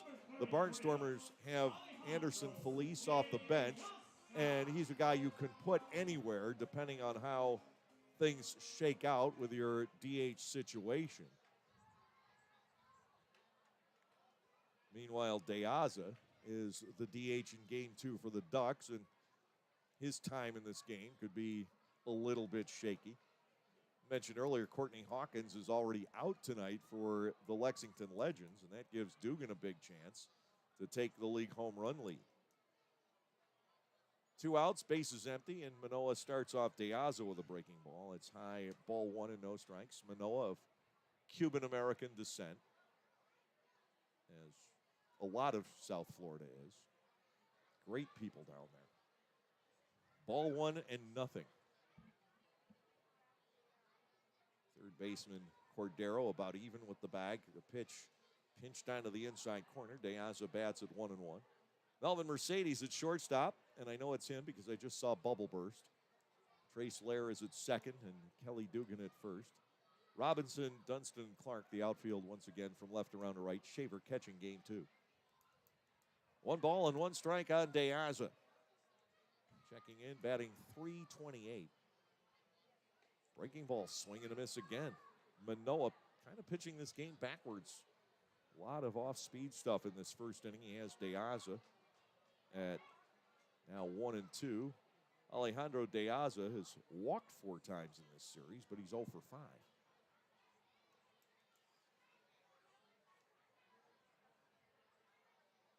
Back to work is Manoah, and he goes off speed again. This is lifted to left down the line.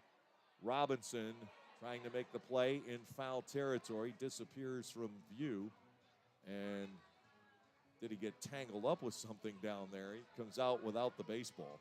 And it's still 1 ball and 2 strikes. Yeah, it was a long time before he came out. Yeah, he made an effort, good effort to get that. He collided with the wall over there. It looks to be okay, though. Well, the last thing the Barnstormers need right now is another injury. We've said that for 56 or so games, and they keep happening. Hoover is down now. Devon Torrance is going to rejoin the ball club on Tuesday, I'm told, so that will give Ross 11 position players and help out some. There is no update on the situation with Jake Hoover's, we'll call it lower body injury. 1 ball, 2 strikes with 2 outs. Manoah will fire, and that's all the way to the backstop, kicking out for Shaver.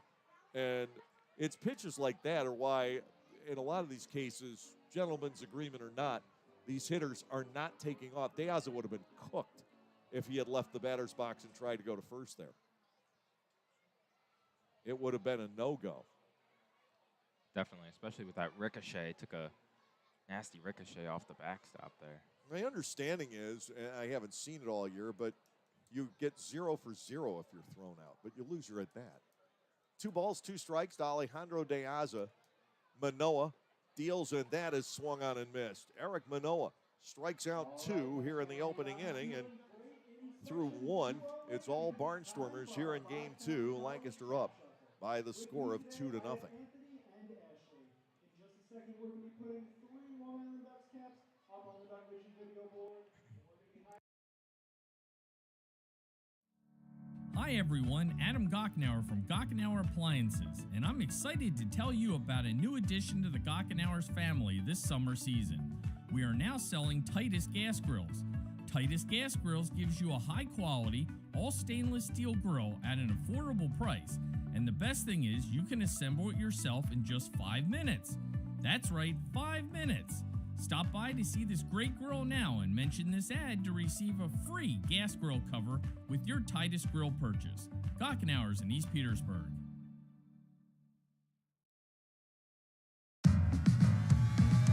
Pennsylvanians are creating their own soundtrack. Thanks to PA Lottery Scratch-Offs, excitement's back. Pennies, nickels, dimes, or quarters, no matter your choice, scratching's always in order. With big top prizes and second chance drawings, thrills await. They're out there calling. If it's excitement you seek and you're looking for action, play the PA Lottery. And keep on scratching. Must be 18 or older. Please play responsibly. Benefits older Pennsylvanians every day.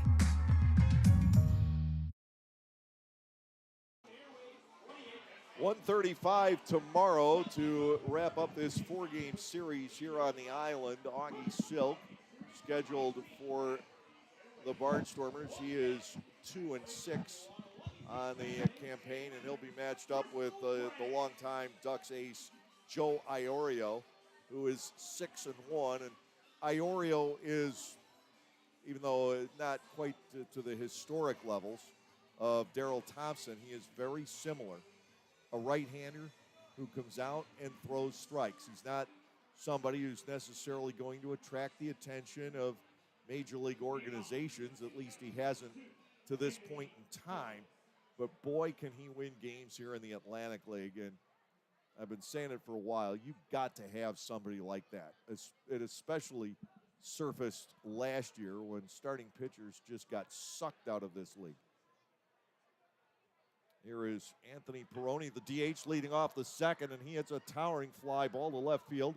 Going back on this is Woodcock. He'll reach up on the track and make the catch.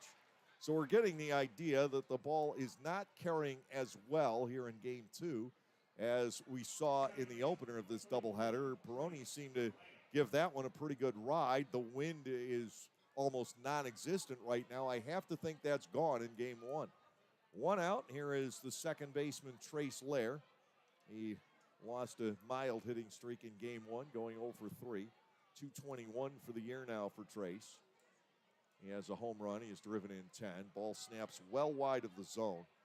And it is 1-0 on Lair. 2-0 Barnstormers against Cody Beckman here in the second game of our doubleheader. The kick, the 1-0. It is low. And Lair has a 2-ball and no strike advantage. Sean Dunston Jr. waits on deck. And I think Dugan's ball goes in game 1, despite the catcher's interference. Yeah, which makes it even crazier, but I would agree with you. The wind gust was blowing towards the left is completely died down now as well. 2-0. Lair will look and take ball 3. Beckman walked 1. He put Shaver on back in the first inning. That was maybe with a little bit of intent. Robinson almost made him pay for it. Twice. 3-0. Lair sees it in and sees ball 4. Beckman puts his second on. The Barnstormers with a 1-out runner. Lair has a couple of stolen bases. Sean Dunston Jr. comes to the plate. This guy has been tremendous. We still haven't seen any sort of sensational play in center made by Dunston, but he covers the ground. I think he makes it look rather effortless out there. Yeah, very, very solid. Lair held by Travis over at first. Beckman will come to the plate. Dunston checks the breaking ball, and it's missing. Ball 1 and no strikes. Ross Peoples coaching over at third. And I think it's Niall Ball down there for the start of game 2. 1-0. Dunston tied up inside, fouls that off. 1 ball and 1 strike. As I said, tomorrow it's Silk, and then when we go to Lexington, it will be Niall Ball, Brooks Hall, and Cameron Gann, so they'll see all right-handers in that series. And it's a good thing. You don't want Augie Silk pitching again in that ballpark. That was not a good mix last year. 1-1. Breaking ball, getting the outside corner. And Dunston bats 1 and 2 with Mercedes waiting on deck. Ball just flies in Lexington more often than not. And they have pretty much a right-handed hitting lineup. 1-2 pitch. Dunston, I don't think held there. Did he foul it off? No. And he is gone on Beckman's first strikeout. So this inning is left in the hands of Mercedes, who flied to center first time up. 2-0 Barnstormers with a runner at first in Trace Lair. And you might see Lair running here. If he feels he can go on Beckman, this would be a good time for him to take off. Here's a pitch on Mercedes. Strike to the outside corner. It's 0-1. The reason I say that, if he makes it, Mercedes has a chance to single in a run. If he doesn't make it, Mercedes leads off next inning in front of Dugan. So you don't lose all that much. There he goes, the ballooning breaking ball. Here's a throw down, and that throw ends up in center. Lair will gallop to third. DiCarlo missed with that throw. He had a chance. Instead, Lair not only gets to second safely, but he is able to take third. The count on Mercedes is 1 ball and 1 strike as the Barnstormers steal their third here in game 2. And also, the third error is charged to the Long Island Ducks, the second to the catcher DiCarlo, with the first being the catcher's interference. Runner at third base with 2 outs. I sensed that Lair would be taking off there. It was completely logical to have him do so. Mercedes watches a breaking ball miss. It is 2-1. Kelly Dugan waits on deck. I still can't believe Dugan hit that ball that far on catcher's interference back in the first inning, but he should, and nothing should surprise me with him anymore. 2-1. Mercedes gets ball 3, and DiCarlo had to save that one. 3 balls and a strike here. 2-0 Barnstormers, top of the second inning in game 2.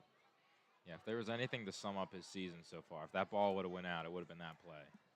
But even then. The fact he got that close Yeah, when his then. bat was tipped is just ridiculous. 3-1. And a Mercedes. He'll take the walk, and Dugan will step in with runners at first and third.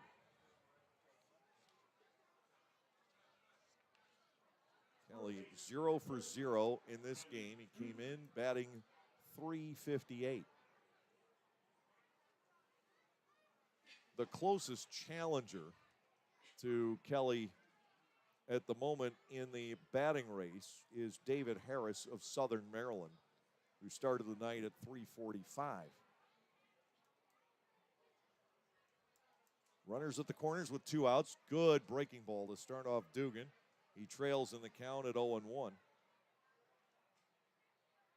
Alejandro De Aza and Sam Travis have slipped a bit in that race here tonight. They were 3 and 4. To Dugan, 0-1 pitch. He goes back to the hook, does Beckman, but missing inside. Ball 1, strike 1. Andretti Cordero waits on deck, and he has provided some decent backup in the lineup for Kelly right now. And Dugan continues to see pitches. They play him to pull, especially in the outfield. 1-1. Oh, he chased that badly. 1 ball and 2 strikes. Lair at third, Mercedes the runner at first. Kelly, not quite the same hitter against lefties. They're not necessarily looking for the extra base hit out of him here. He just needs to find an open patch in the outfield. And as deep as Castillo is, anything hit shallow toward right center would be effective. 1 ball, 2 strikes. Here is the pitch. Dugan tries to lay off. Ball 2 is outside and low, and he did hold the bat in time. Almost fished for another one. 2 balls and 2 strikes to Dugan. 2 teammates aboard here in the second inning. 2 walks, a stolen base, and a throwing error. And again, you don't take the bat out of Dugan's hands, even against a lefty, by starting Mercedes. 2 balls, 2 strikes. Beckman to the plate, another breaking ball. He saw 5 of them. And he gives in, swinging and missing. It will close out the inning. No runs, no hits, 1 error. And the Barnstormers strand 2 more. It's 4 for the game. We're through 1.5. Lancaster leading by the score of 2-0.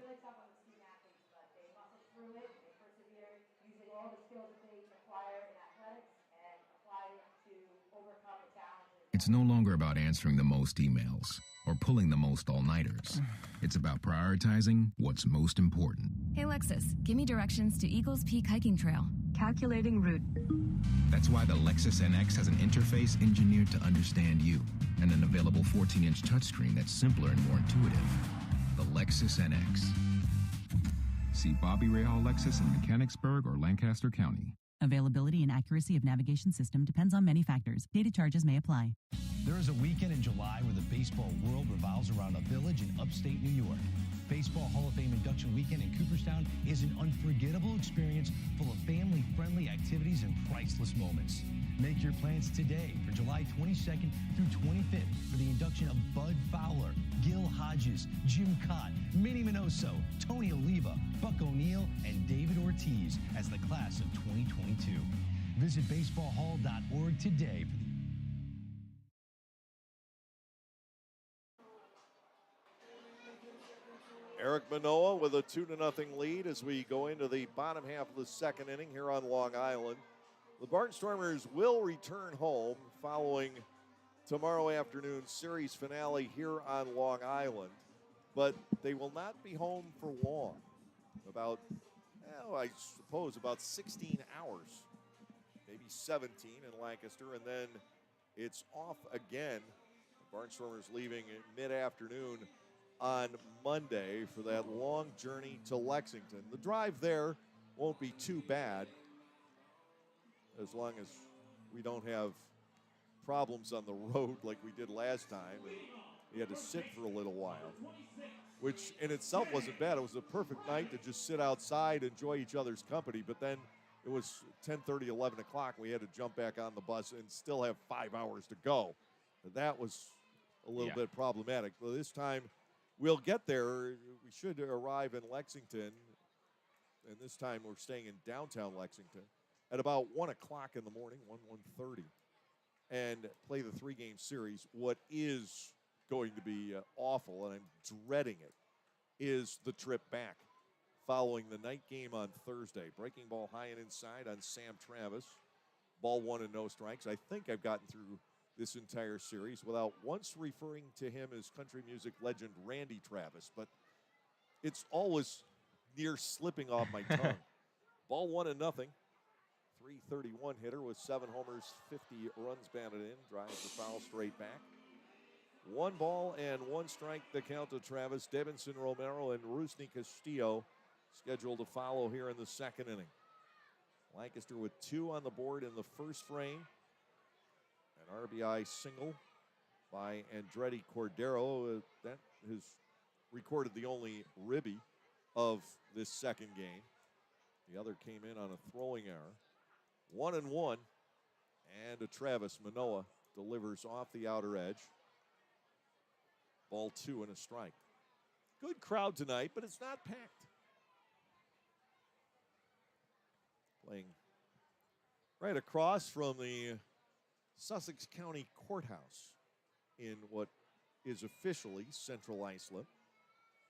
2 balls and a strike. We're not really in town, though. You've got to hike back up a ways to actually get to the town of Islip. High fly ball, deep left center field. This one is trouble. Back on this goes Robinson, and the walls will not contain it. A leadoff home run for Travis here in the second inning, and the Ducks are back within 1. So the ball will still travel enough.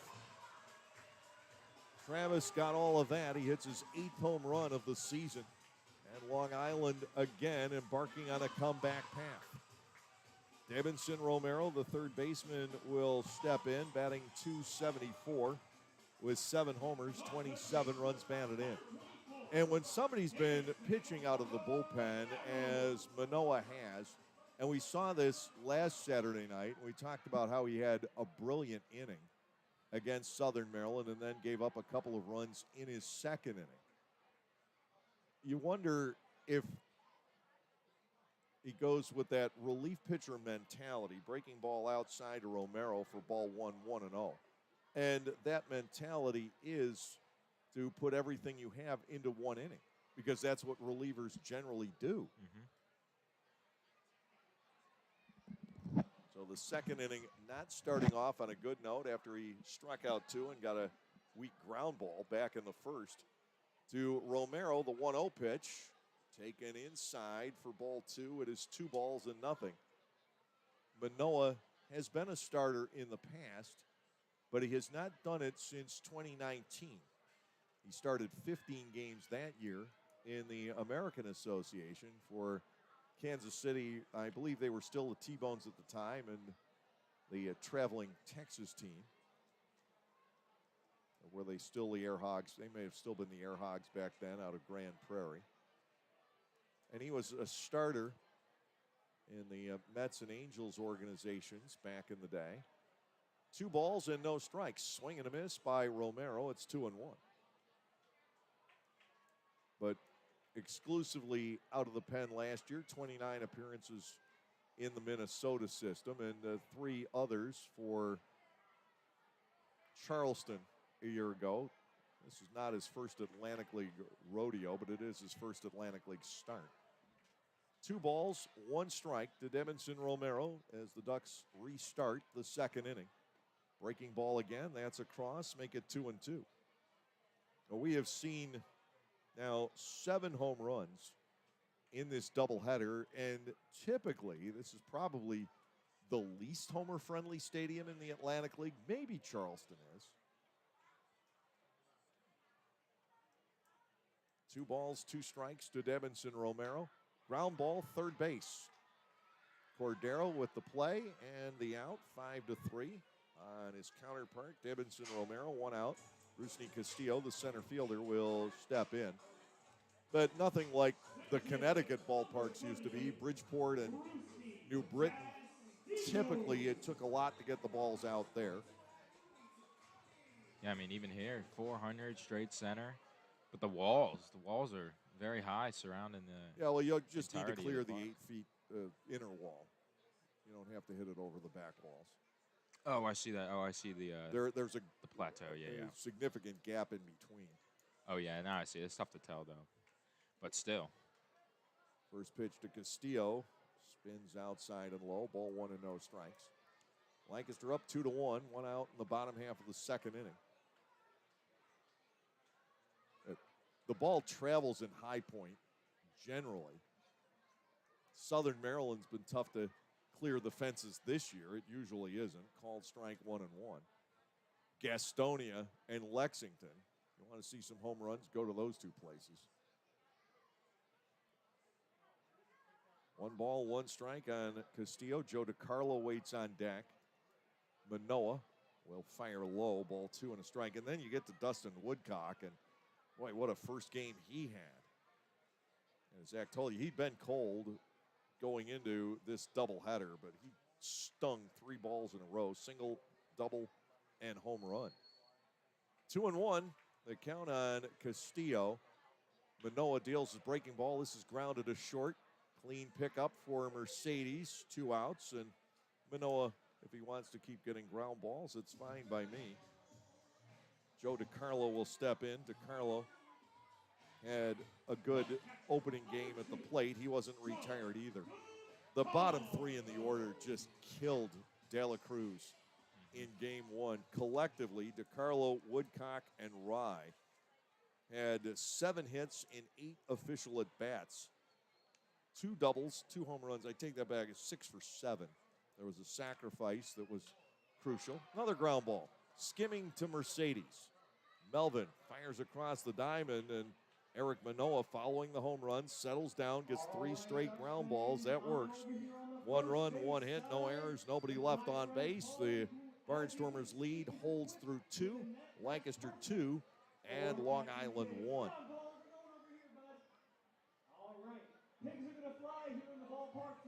Localflavor.com, local flavor. Localflavor.com, local flavor. Excuse me, are you saying localflavor.com? Oh, yeah, it's where I save big bucks on all kinds of things. Home improvement projects, dining out, family fun, electronics, jewelry, clothing. I even bought my wife a fancy spa package for half price. Half price? Yep, you know all the deals you find in Clipper Magazine. I love Clipper Magazine. Well, they're all on localflavor.com too. And you can get them right on your phone thanks to localflavor.com's mobile app. Here, take a look. Well, this app is amazing. Look at all these restaurants, amusement parks, car washes, fitness centers. This is worth sharing about. Exactly. Localflavor.com online, the Local Flavor mobile app, and Clipper Magazine together. It's like a triple play. Do the cheer again. I'm in. Localflavor.com, local flavor. Come on, everybody! Localflavor.com, local flavor. Localflavor.com, local flavor.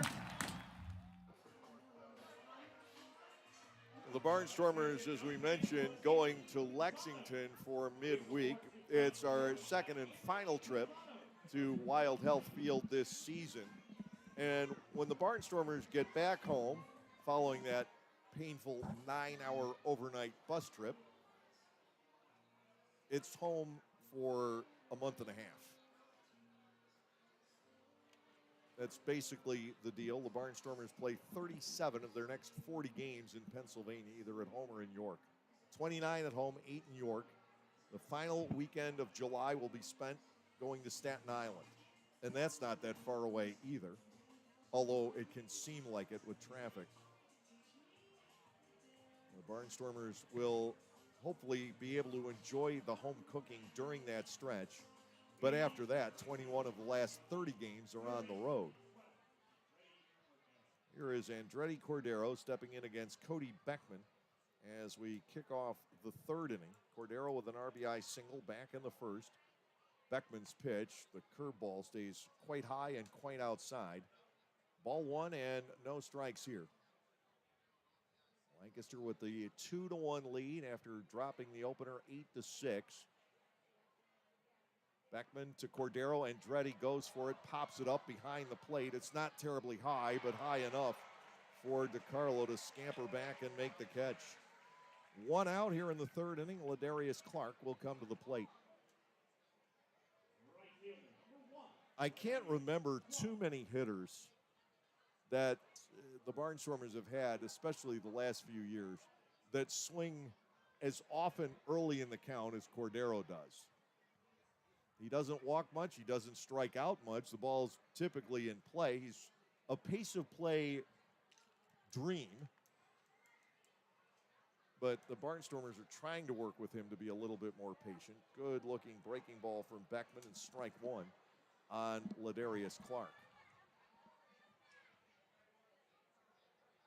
Clark safe on a fielder's choice back in inning one, and then he stole his 22nd base. The Barnstormers have been running pretty freely against Beckman and DiCarlo here in game two. They have 3 swipes outside for a ball, 1-1, but if you'll notice, the home runs have dried up now that the Barnstormers are facing left-handed pitching. 1 ball, 1 strike to Clark. And the pitch, Ladarius goes for, I think that might have been off speed, and it's 1-2. Yeah, they were able to put up 2 runs in the top of the first, but that was largely due to a couple errors and some heads-up base running. But, yeah, left-handed pitching, really this team's kryptonite sometimes. Breaking ball is low. Clark gets to 2-2. Colton Shaver waits on deck. Well, online, they still have this game as 1-1 because they can't find what to do with catcher's interference. When you've got Kelly Dugan on your club, you probably should know. I worked with a guy in Bowie, also a first baseman, better than 20 years ago, named David Gibraltar. I think he racked up better than 20 catcher's interferences in one season. Swing and a miss. Down goes Clark. That is the 3rd strikeout now for Beckman. Colton Shaver will come in. He has walked back in the first inning. Now, the Barnstormers are just so susceptible to breaking balls from left-handed pitchers. And it's basically all they're seeing from Cody Beckman. He hasn't thrown many fastballs. No. Don't fix what ain't broken. Shaver stands in. There's the big hook, and it's a strike, 0-1. I mean, it's pitch after pitch after pitch. It's all they're seeing is slop. And it's working. Shaver bats 0-1. Again, that had a curl to it. Check swing, the pitch was taken low. It's a ball and a strike. Barnstormers 2 and Long Island 1. 3rd inning of baseball. 2 outs and nobody on base. Beckman to Shaver. And it's again low. And again, it wasn't straight. 2 balls and a strike. Now, I know growing up in my backyard, learning to hit against my older brother who was left-handed and the master of throwing junk, I know what it's like. My brother couldn't throw anything on a straight line if he tried. And he was a high school pitcher with a knuckle curve and a screwball. Whew. Ball 3 is inside to Colton, 3-1. Robinson waiting on deck. Yeah, I mean, that was my downfall as a baseball player. As soon as they started throwing junk, I couldn't keep up with it. Went up until about high school. 3-1, popped up foul. Well, I would say the highlight of my Little League career, it goes back to that because I had my only game-winning hit off of a lefty who happened to be my best friend. He was on another team. 3-2 with 2 outs. Single up the middle. Perfectly placed. Ooh, Shaver gets hit by the payoff. Well, he'll jog down to first base. The Barnstormers with a runner. They have seemed loath to pitch to Colton in this second game. He's walked. He's been hit by a pitch. He hasn't seen much around the zone. Here's Robinson, who he hit the ball hard twice in that first at bat in a key situation in that opening inning. And the first one went foul on him. The second one found the glove of Frias. 2-1, Barnstormers, top of the 3rd. Despite what it might say online, can't believe they still have this as a 1-1 game. It's deceiving the rest of the Atlantic League. Nobody else knows. I know. What are they going to do? Ball is outside to Trayvon. It is 1-0. Dugan's at bat in that first inning just didn't exist at all. Nope. So he didn't score that run. Everything else happened. Followed along. Breaking ball for a strike. It's 1-1, though they do have the error posted. So I guess they missed Dugan scoring on the throwing error by Frias. 1-1 to Trayvon Robinson. Again, a breaking ball lifts into the dirt and pass to Carlo, giving Shaver the opportunity to motor on to second base. It's been a pretty messy game with Long Island in the field, and we're just in the third inning. We've seen 3 stolen bases, 3 errors, one of those catcher's interference, a hit batter, now a wild pitch. But the Barnstormers haven't been able to batter Beckman around and take advantage of it. 2-1. Shaver leading off second. Robinson trying to extend the lead back to 2, but he'll pop it up again off a breaking pitch. Frias is there for the final out.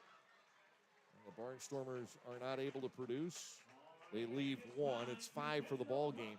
We'll go to the bottom of the third inning. Barnstormers 2 and the Long Island Ducks 1.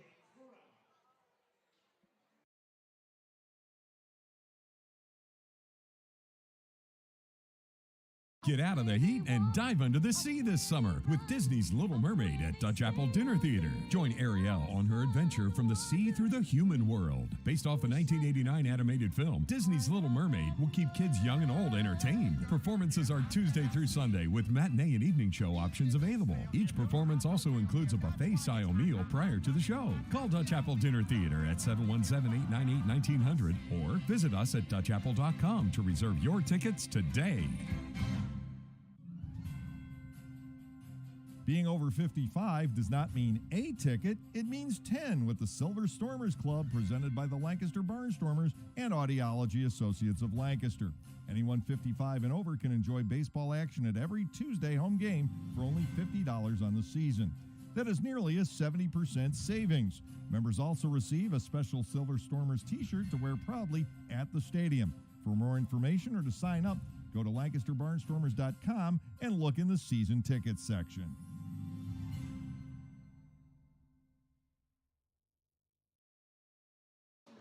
2-1 Barnstormers as we head to the bottom half of the third inning in game 2 of our doubleheader.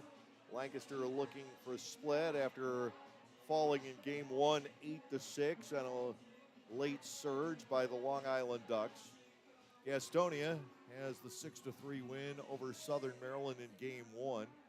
The Blue Crabs have already clinched the first half title. They're the first team to go to the playoffs, and it's a virtual certainty that Gastonia will be the second. Second game of that doubleheader scoreless at the end of 2. York beating up on Staten Island 10-1 now in the top of the 7th inning. High Point 6 and Lexington 5. They're in the bottom of the 4th, and Wild Health winning big 11-6 over Charleston. You want to see a team that has a dramatic home-road split? Check out the Wild Health genomes. They are hitting about 70 points higher as the home team. Now, that does not speak to what they have done as the road team in their own ballpark, and I have an idea they're hitting well there, too. They don't seem to travel all that well. Carlos Franco has 1 RBI, but no home runs tonight. Manoa's first pitch is high to the suddenly hot Dustin Woodcock. Ball 1-0. Woodcock at 290 after going 3 for 3 in game 1. 5 homers, 21 knocked in. 2-1 Lancaster here. The motion and the pitch. Bender gets the zone, and it is 1 ball and 1 strike. On the Major League scoreboard today, Houston We talked about this earlier, combined no-hitters, shutting out the Yankees 3-0. Tampa Bay slipped past Pittsburgh 6-5. The Orioles playing fairly well right now. They beat the White Sox 6-2. Here comes the 1-1. Woodcock with a swing and a miss. Manoah's retired 6 of 7, but the one that got him was Sam Travis with his 8th homer. Cardinals defeated the Cubs in St. Louis today, to the glee of the home folks. That's one of the great rivalries in Major League Baseball. 5-3 was the final. Here's a 1-2. Inside and low. That getting away from Shaver. 2-2 to Woodcock. Texas 3-2 over Washington. That is a final. The new Washington team losing to the predecessors.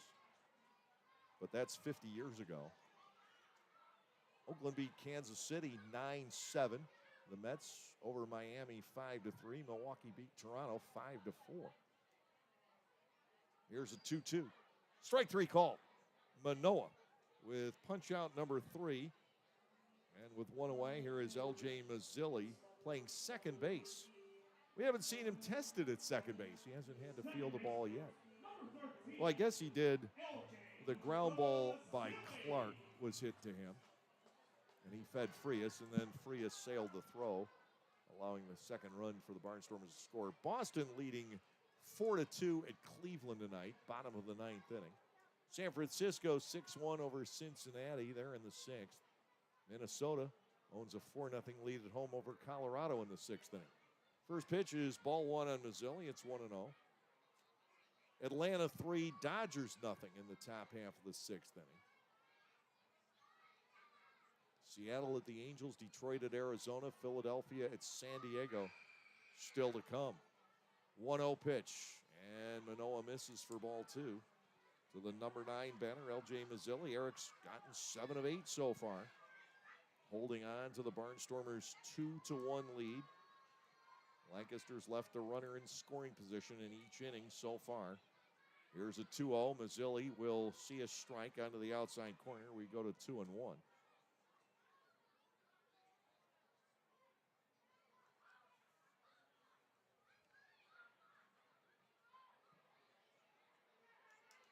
Defense set up straight away. Eric Manoah back with the 2-1. Breaks it just off the outer edge. Now 3-1 to Mazzilli. Johnny Turbo waits on deck, and he would see Manoah for a second time.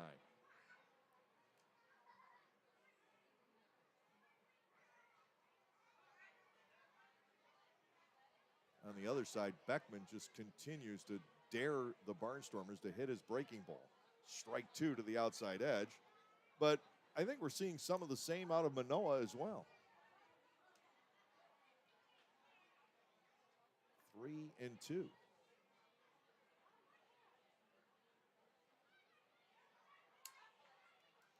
Payoff pitch coming with 1 out here in the 3rd.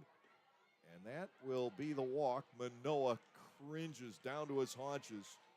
But he gives up the base on balls, and it's a 1-out runner for the Ducks here in the 3rd inning with Turbo stepping in. I mean, you look at, and this is what TrackMan records,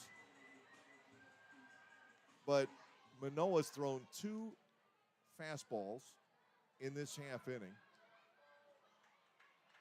Last inning, 1 fastball that I can see, just 1 was thrown by Beckman. Sounds about right. Definitely both relying heavily on that breaking ball. He threw a fastball to Robinson. There's a balk charged to Manoah, and it will send Mazzilli to second base. He didn't come to a full stop. So no pitch yet to Turbo. The tying run moves to second, and it's just one of those little hiccups that continue to plague the Barnstormers in a game. You look at Beckman last inning. He threw 1 fastball at about 88.5 miles an hour. to Trayvon Robinson. Now, there were a couple other pitches that were recorded as other things. Bouncer to the shortstop, coming up, firing, and making the pick is Dugan on the throw from Melvin Mercedes. They turn it. The out is 6-3. Mazzilli over to third, and Vladimir Frias will step in. Frias grounded out to Cordero on another way accidental contact slow roller back in the first inning. But the balk kept that from being a double play. Yep. It's just those tiny things that continue to happen. I mean, Manoah, if Turbo makes that same contact, there's a distinct possibility of that being 2. With Turbo's speed, maybe not. But the runner's at first instead of third. Called strike in on Frias. It is 0-1. Lancaster up by 1 here in the third inning. And that run is 90 feet away.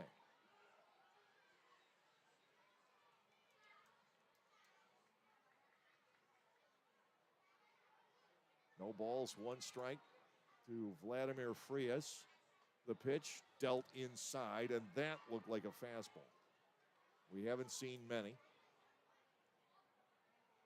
The last pitch to Mazzilli was a fastball. He saw 3 during his plate appearance. 1 ball, 1 strike. And to Frias. Chopper, that's going to be a tough play. Mercedes gets off the throw, not in time. And it's 2-2. The balk part of it, and then Vladimir Frias, it looked like almost intentionally with the Baltimore chop, cutting down on the ball, jumping it up over Manoah. Nobody had a chance to make a play. Baltimore chop single, and we're tied here in the bottom of the third inning. And we talk about it, the little things, all the time. The balk leading to this run. It's an oops. It's not something egregious. It's not something terrible. It is a small thing that became a big thing here in this third inning. You may not be out of the inning, but that run hasn't scored were it not for the balk. Now here is De Aza. He struck out his first time up. Frias takes off. Throw by Shaver ends up bouncing away, and Frias is in with the steal. He can't advance, but the runner in scoring position, 1 strike on Alejandro De Aza. 2-2, bottom half of the third inning. The Barnstormers have had every lead except for their final one last night slip away. 4-0 lead got away, 5-4 lead got away. And in game 1 tonight, a 5-1 lead disappeared. Now this 2-0 lead has vanished. A walk, a balk, a ground out, an infield single. Manoah not getting tattooed at all here in the third inning, but now a base hit for De Aza, and Long Island would take the lead. The Barnstormers are struggling to hit the lefty Beckman. No balls and 1 strike. Eric Manoah ready to go. He'll deliver, and that is cut on and missed by De Aza, but the ball gets away from Colton Shaver. 0-2, but now another man is 90 feet away. My initial guess on that one is pass ball. But if I'm not leaning forward, I don't get a good view of Low at home plate. But in any event, the runner is headed to third. Frias there. De Aza bats 0-2. Eric Manoah ready to go. He'll work out of the wind. De Aza fights it off and stays in with 2 strikes in the count, and that was indeed a pass ball. Michael Pollock and I thinking similarly. 0-2 on De Aza in this 2-2 ball game. You watch base hits like the one for Vladimir Frias, it becomes somewhat disheartening. 0-2, De Aza awaits, runner at third with 2 outs. Manoah will deliver. That is cut on and missed. Shaver applies the tag, and Eric Manoa gets out of the inning. He chalks up his 4th strikeout of the game, but it is 1 run in the inning on 1 hit with no errors and 1 man left at third base. The Ducks didn't do a whole heck of a lot that inning, but they tie it up. And it will go to the 4th, and Zach Donaldson to take you through that in what is now a 2-2 ball game. The first player to do that is going home with the prize. Contestants, are you ready? Celebrate the history of our national pastime at the National Baseball Hall of Fame and Museum in Cooperstown. See priceless treasures that will bring your baseball memories to life. Connect with events that have shaped and changed the game and our country. Our stories to tell, your memories to share. Plan your family visit today at baseballhall.org. See you in Cooperstown, where the journey becomes legend. They say to truly understand someone, you must walk a mile in their shoes. Well, at Lexus, we designed the ES with you in mind every step of the way. From class-leading legroom in the back to positioning the touchscreen 4 inches closer to you in the front. Everything in the Lexus ES, a direct reflection of you. See Bobby Rahal Lexus in Mechanicsburg or Lancaster County. 2022 ES versus 2021-2022 competitors. Information from manufacturers' websites as of 5/3/2021. For the youth of our area, the Barnstormers are offering a wide variety of camps throughout the summer to teach everyone some tips on baseball and softball. Camps are offered to kids as young as 4 and as old as 12. Some even involve the parents. They run from June 11th all the way through September 17. For more information, go to LancasterBarnstormers.com and click on the Youth Baseball tab. All presented by Orthopedic Associates of Lancaster and Play It Again Sports. 2-2 now is your score. The Barnstormers were up 2-1 in the bottom of the 3rd inning, but a balk by the pitcher, Eric Manoa Jr., ultimately resulted in a run for the Ducks. L.J. Mazzilli came around to score after he was walked initially, and keep talking about it. It's those little miscues, those mental blunders, if you will, that the Barnstormers can't seem to shake. I mean, it's a small thing. It's not like forgetting to cover first, like Beckman against Dunston leading off the ball game. It's not like making a bad decision on the bases. A balk is a very, very small thing, and often pitchers don't realize that they've done it when it gets charged. But that is what cost the Barnstormers the tying run in the bottom of the 3rd inning. Yeah, with the Barnstormers, it always seems to come back to bite them. But lead off the inning, Anthony Peroni is going to kick things off and see if he can do something about this tie ball game now. Is it any surprise he got a breaking ball to start? It's all we're seeing out of Beckman. He keeps going there, challenging the Barnstormers to hit it. Now there you see one outside. If that had some break on it, it wasn't much. That was a fastball. Yeah, that was a fastball. But see, it's almost like you can't even believe it because he's probably thrown 75% breaking balls. And like I said, why fix what ain't broken? Unintended, the 2-0 pitch, and that's outside once again. So hitters count for Anthony Peroni. I imagine he's taking this the entire way. I think I'd put my money on that as well. Beckman has already walked 3. He's thrown his fair share of pitches. He doesn't take that. He swings to shortstop, and the play is made by Frias. So Peroni, wonder if he got the green light. He had to. Yeah. He got the green light and chops at the shortstop. I don't understand when you've got a pitcher who's wild out there, but they were trying to jump on Beckman. To no avail. First out of the inning recorded by Peroni and Trace Lair steps in now. See if he can change course. the Barnstormers have not had much luck on Cody Beckman. Well, they've hit very few balls hard in this game. Peroni's fly out to the warning track and left back in the second. Cordero's RBI hit in the first inning, and that's just about it. Dunston leading off hit that ball pretty well. Knocked down by Travis. Lair takes the 1-0 count inside for a strike. 1 ball, 1 strike, 1 out. A 2-2 ball game. The delivery, and that had some wicked curve on it, but Lair had to duck out of the way, nowhere close to the zone. 2 balls, 1 strike now.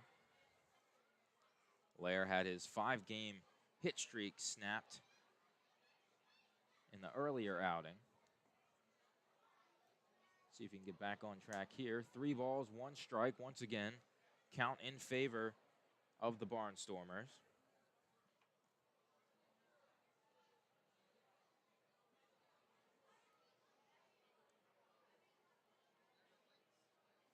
Beckman kicks, delivers, and that's low and in.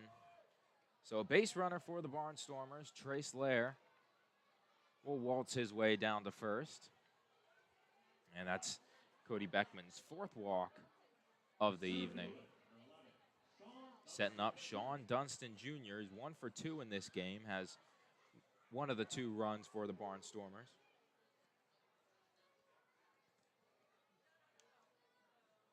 Blasted a huge triple off the wall in right field last game.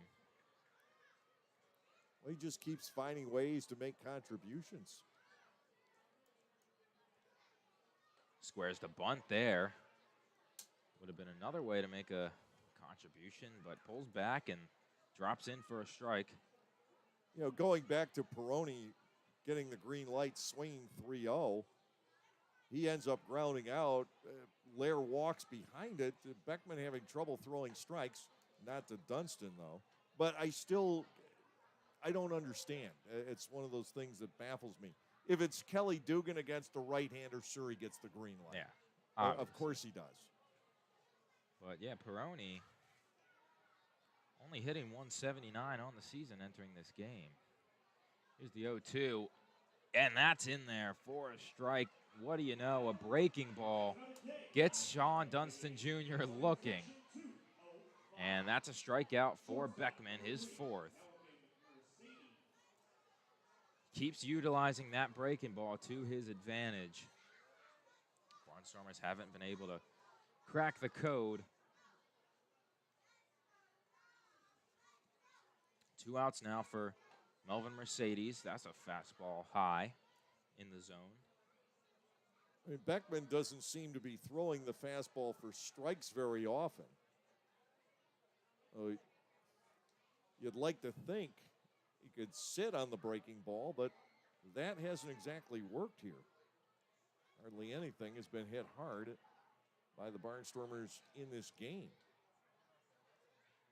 I mean, ironically, we keep saying it, the hardest hit ball was the one that the catcher got interfered with.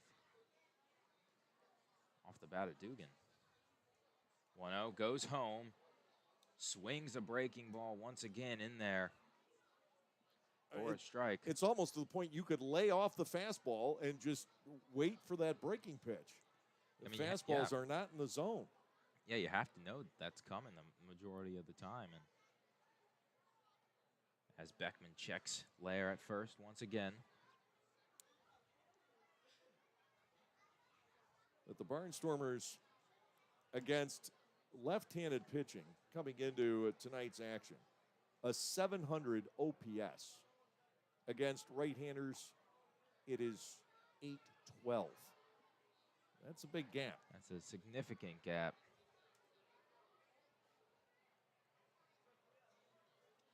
And we see it again here in game 2. 457 slugging percentage against right-handers. 384 against the lefties.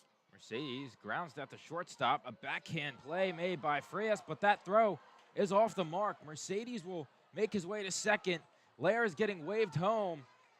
That ball is over in right field, and Mercedes will stand up and make his way to third base on an RBI base hit, but an error on the shortstop. Frias gives him third, and the Barnstormers take the 3-2 lead. And that will bring on Dugan with the runner at third base and 2 outs. Curious to see exactly how this is going to be scored. There obviously has to be an error, and it's going to be an error all the way. Mercedes safe at first on a fielder's choice. I was wondering if they would give him a base hit, but it did look like Frias had a play on Lair at second base. Yeah, definitely a tough backhand stop. Frias fielded it cleanly, opted to go to first. The throw just way off the mark. So, yeah, that is in as an error all the way. Nonetheless, Barnstormers are on top. Now 3-2. And nothing but curveballs. Nothing but curveballs to Dugan. Forget that the fastball even exists. You've got to try and time the breaking ball here. I mean, maybe he'll cross him up. Hats off to him. Now, as I look out, they have, it appears, given a base hit to Mercedes, a third hit showing up on the scoreboard. Meanwhile, the Ducks have been guilty of 4 errors in this game. However, that's not the way it is put in the official book, so I'm confused. To Dugan, 0-2, he goes chasing. Well, he's having an absolutely miserable time against Beckman's breaking stump. Ball was way outside. He chased it, like you said, and he was nowhere close to that one. But the Barnstormers do retake the lead on the 4th error of the game by the Ducks, and they'll take that lead into the home half of the 4th inning.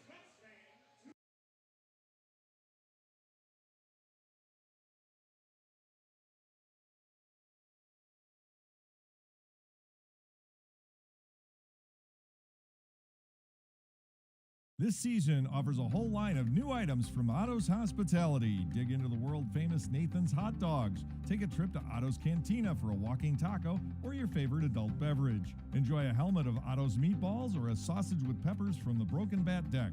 For the sweet tooth, there are jumbo chocolate chip cookies, Skyline cotton candy, and ice cream novelties. Or simply snack on Emma's popcorn in a variety of exciting flavors. What a great way to savor your time at the ballpark, courtesy of Otto's.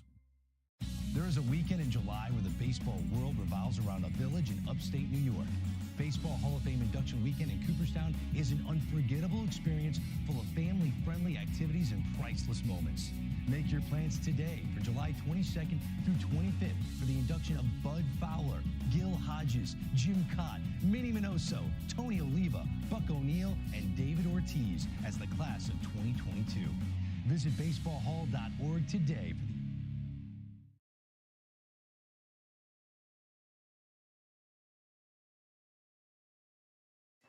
So I do get word from the official scorer that Mercedes was credited with an infield base hit. And then Lair galloping all the way home on the throwing error by Vladimir Frias.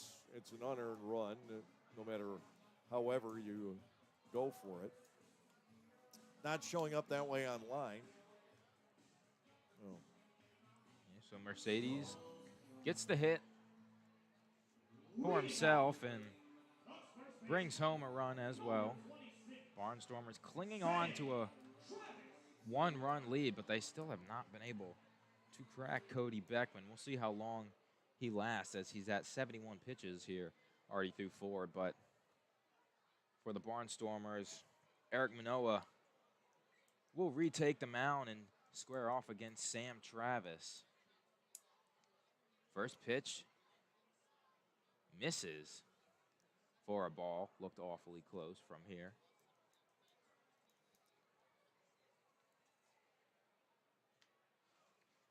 Travis, the cleanup hitter for the Ducks. Swings on the 0-1, grounds it foul towards the away team's dugout. Travis 0 for 2 with a walk and an RBI, and the previous matchup earlier this afternoon. I have a feeling some pitches were missed for Beckman because I've got him at 77. There's a gap somewhere. That could very well be true. My feed might just be lagging a little bit. But No, it's not. I've had it up here for a while, but I think somewhere in these crazy happenstances like the catcher's interference tonight, I think some pitches have been missed. that's very possible. But nonetheless, he's in the 70s range, so we'll see how long he stays out there. The 1-2 to Sam Travis. Manoa goes home. Travis pops it up to shallow center field. And Lair waves off Mercedes and makes the out. First one of the inning with relative ease. Manoa's pitched well in making the start here tonight. It's something that's definitely food for thought for the Barnstormers down the road. They know they have another option for the starting rotation now. He has a history of doing it, as I said, through 2019. He was pretty much a starting pitcher in the Mets and Angels organizations. Fires to Romero. First pitch is down and in. But it's just amazing that the Barnstormers can't get away with anything. A walk and a balk with one out in the third inning, and it leads to a run. It seems like it's almost automatic. It leads to a run on an infield base hit.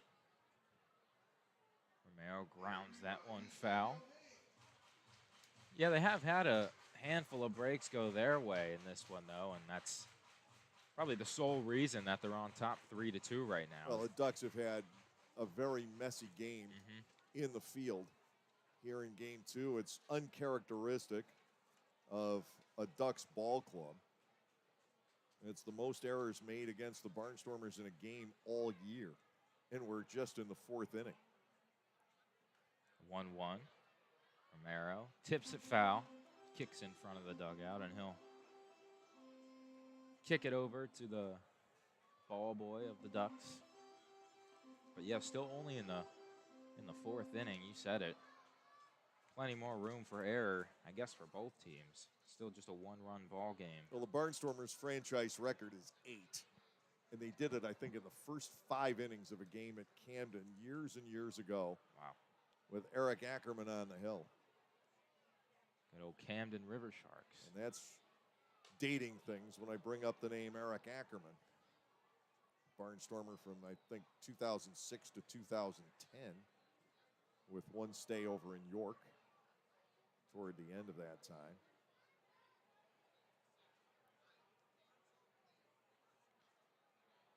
Manoa. Count's knotted at 2. Just misses outside. Count's now full. It's amazing when you see some of the Barnstormers from the early days who are still around the area. Matt Schuing. I didn't even recognize Matt. He walked by me one day. I was headed out to get lunch. F&M had a game at Clipper Magazine Stadium. I think it was during our spring training. Payoff pitch drops in there for a K. Eric Manoa Jr., his 5th strikeout of the outing and the 2nd out of the inning for the Barnstormers. And that's going to warrant a Romero, or is chirping with the home plate umpire. Well, he's now, I didn't see the ejection, but he's gone, and Wally might follow him. Yeah, Wally's gone too. Heated argument on that called third strike. Freddie DeJesus is getting a tongue lashing, but he is giving it right back. And Romero, very displeased, kicked some dirt on home plate after he got tossed. You're right, I didn't catch it either initially, but then I saw them jawing at each other, and Wally is still down there in the face of the home plate umpire, Fred DeJesus. Oh, there goes the hat. Flings his hat back into the batter's circle as home plate is being brushed off. And wow, that was a extremely heated exchange right there. Came out of left field. Romero very displeased with that. Wally has that reputation. Yeah. He'll get fiery on the field, very reminiscent of Butch Hobson. Butch probably one of the best of all time at carrying on in the field when he believes that his player has been cheated in some way, shape, or form. And Ross is largely the opposite. Ross has that gear, but it takes a long time to get to it. And generally the situation is diffused.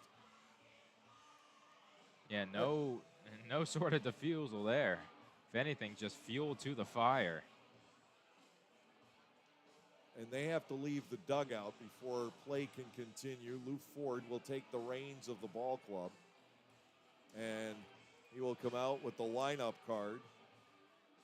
Somebody will have to take Romero's spot. The Barnstormers have options. Just got word that Brent Teller is moving on. He is finally going to High A. He goes to the Northwest League in Hillsboro, Oregon. So congratulations to Brent. That game he threw, his final start as a Barnstormer, was one I'll remember. Absolutely. Oh, now we've got stuff being thrown out of the dugout. Look at that. Holy moly. It There's looks like debris on the field. a double bubble bin and some plastic cups just flung out of the Ducks dugout. Had to imagine that was Wally there. It could have been either. It could have been either. Maybe both. Maybe they tag teamed it. Now, unlike a lot of the ballparks, including ours, there's no perp walk out of the dugout down toward an exit somewhere else. There is a direct tunnel from the dugout to the clubhouse here up underneath the grandstand. So there's no need, especially if you're the visiting player, there's no need for a walk of shame. And I think that's, in general, a good idea. Yeah, well, after that, it's Castillo who grounds out to Lair at second base for the final out of the inning. And outside of those extracurriculars, pretty uneventful and easy inning for Eric Manoah. The score still remains 3-2. The Barnstormers on top of the Ducks. We're headed to the top of the fifth inning.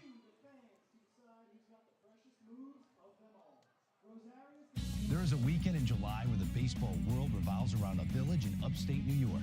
Baseball Hall of Fame induction weekend in Cooperstown is an unforgettable experience full of family-friendly activities and priceless moments.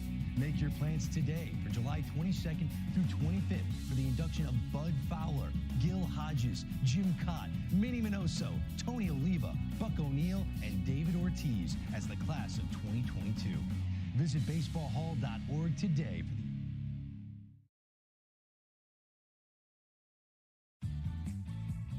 Hey kids, join the coolest club in town, the Storm Force. The Storm Force is presented by the Lancaster Barnstormers and Commonwealth Charter Academy.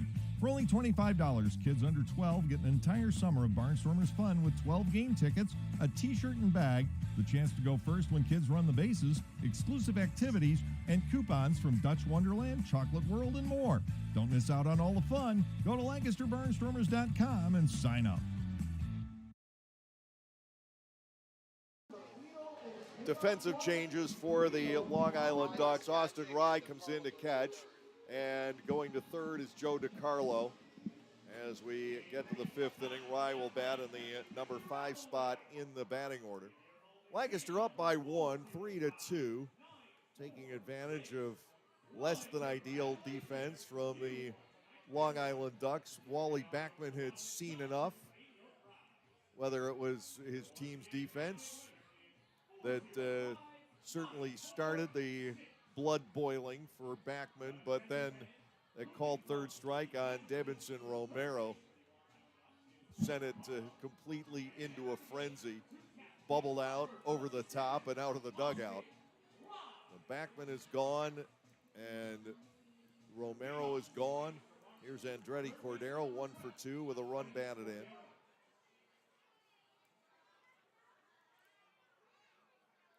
outside of the beanball war against York, I can't think of too many other occasions where the Barnstormers have had ejections this year. I think there was one other HBP incident where Ross was thrown out of the game, and that one was just puzzling. It didn't seem like anybody meant anything. Ross and whatever pitcher that was involved, and I can't even remember the circumstances. Certainly will remember that Sunday afternoon game against the Revs back in the middle of the month of May. Yeah, then I believe there was when they played I think it was the Blue Crabs. One of their players got tossed in the early innings, arguing balls and strikes. I haven't seen a Barnstormer go for an argument all year. Yeah, no. Like gone are the days of Casey Hobson and Caleb Gindel. Boy, they could get stoked pretty quickly on a bad ball strike call, swing and a miss, or what they thought was a bad ball strike call. 0-1 the count to Cordero. He had an RBI single back in the first inning. But the Barnstormers just have not been able to do much against Beckman. One of the 3 runs earned, that's it. The 0-1, outside and low. Ball 1, strike 1. And I still think Beckman's pitch count is higher than what is recorded online. I have him for 79. Unless I was just aimlessly writing down tally marks at some point. 1-1 breaking ball, Hopper left side. The new third baseman DiCarlo flashing across, and he will cut down Andretti 1 away. So when you've been catching for the first 4 innings, and all of a sudden you have to switch gears, go out to third base, not showing any sign of knee stiffness is DiCarlo. A very agile and nice play over at third. It brings on Ladarius Clark. He is 0 for 2. The Barnstormers have really had a miserable time trying to hit against Beckman here in this second game. They only have 1 base hit to the outfield. That was Cordero's back in the first inning. And they've only hit 2 other balls to the outfield, and none since the leadoff batter in the second. Bunted foul into the net. It is 0-1 on Clark. Lancaster's been able to run effectively in this game, and they've certainly outfielded Long Island. But the left-hander has mystified them. And this is something other teams know, and I don't know the remedy. If the Barnstormers had too many left-handed batters, it would be obvious. 0-1, tails outside, Clark batting at a ball and a strike. But the only solution to me in this game is to just try and wait on the curveball and let the fastball go. Generally, that is counterintuitive, but he's throwing the breaking ball for strikes. He's not generally getting the fastball in the zone. 1-1 to Clark. Shaver waiting on deck. There's a fastball into the zone. Ground ball to the hole at short. Frias comes up firing and loses Clark. Ladarius Clark beats it out for an infield single, and he was there. 4th Barnstormer base hit, the 3rd of the infield variety, and a very dangerous base runner is on at first with 1 out here in the top of the 5th. Colton Shaver will come to the plate. He has walked, and he has been hit by a pitch. Beckman hasn't thrown much around the plate to the big guy at all. 3-2 Lancaster, runner at first with 1 out.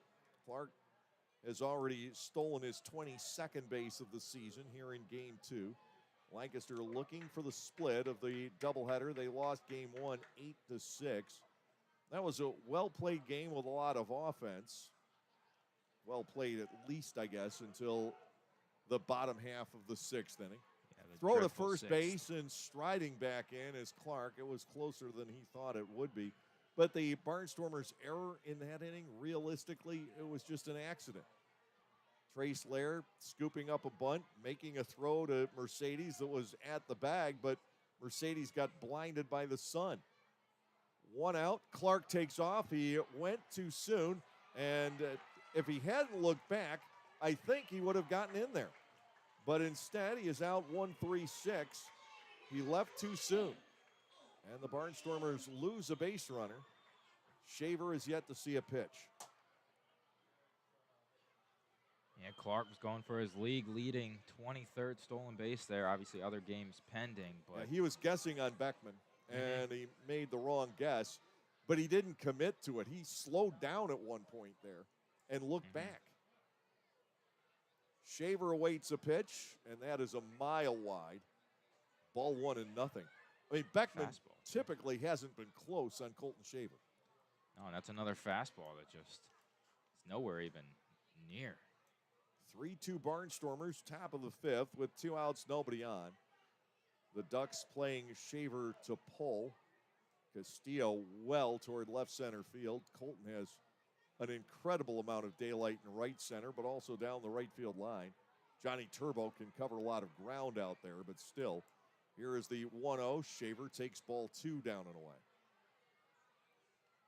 Trayvon Robinson is on deck. Lancaster leading by 1 here in the top half of the fifth inning.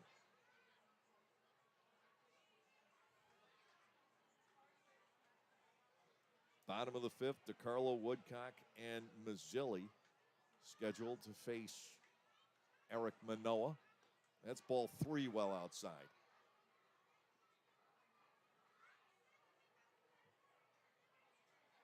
And this has been Beckman against Shaver all night. 1 or 2 strikes maybe.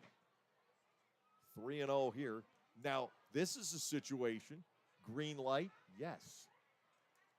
2 outs, nobody on in the inning. A guy with 9 homers at the plate.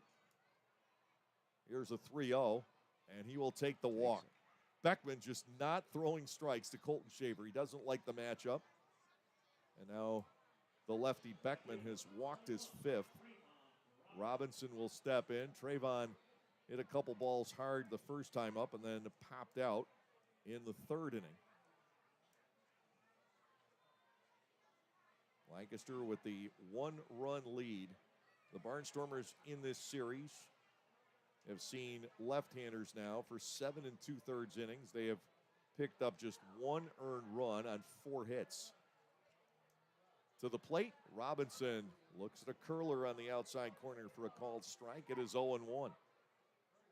That pitch after pitch after pitch from Beckman with the break on it. And it's proven to be very effective. The 0-1, Trayvon will take a breaking ball. This one snuck low, and Robinson is batting at a ball and a strike. Well, I've got Cody Beckman now for about 90 pitches. It's longer than I certainly would have expected him to go tonight.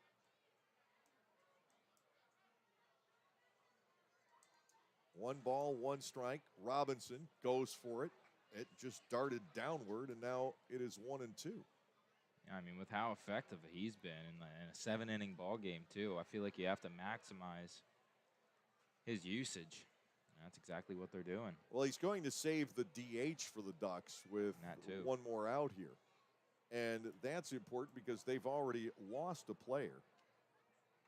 And Lou Ford is running the ball club. He is one of the bats available off the bench, one of the 2 they have left.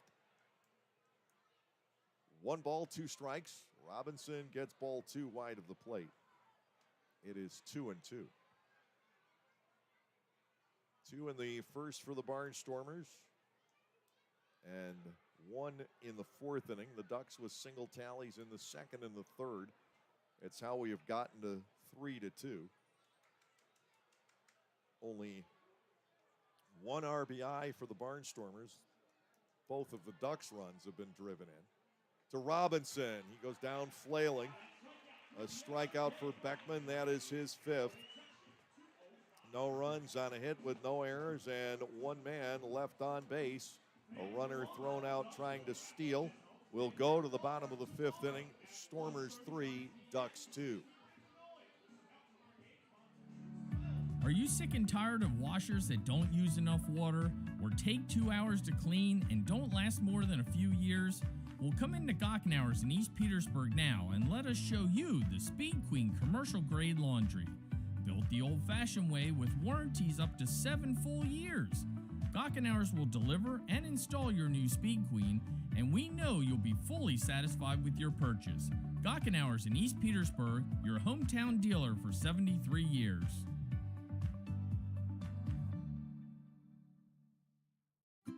At Clipper Magazine Stadium, we have hot dogs and popcorn, peanuts, soda, and nachos. But what if, say, you are only 3 months old and mom wants to have a night out and watch the Barnstormers? Well, thanks to May Grant Obstetrics and Gynecology, the littlest of Stormer fans now have a place to go for dinner during the game.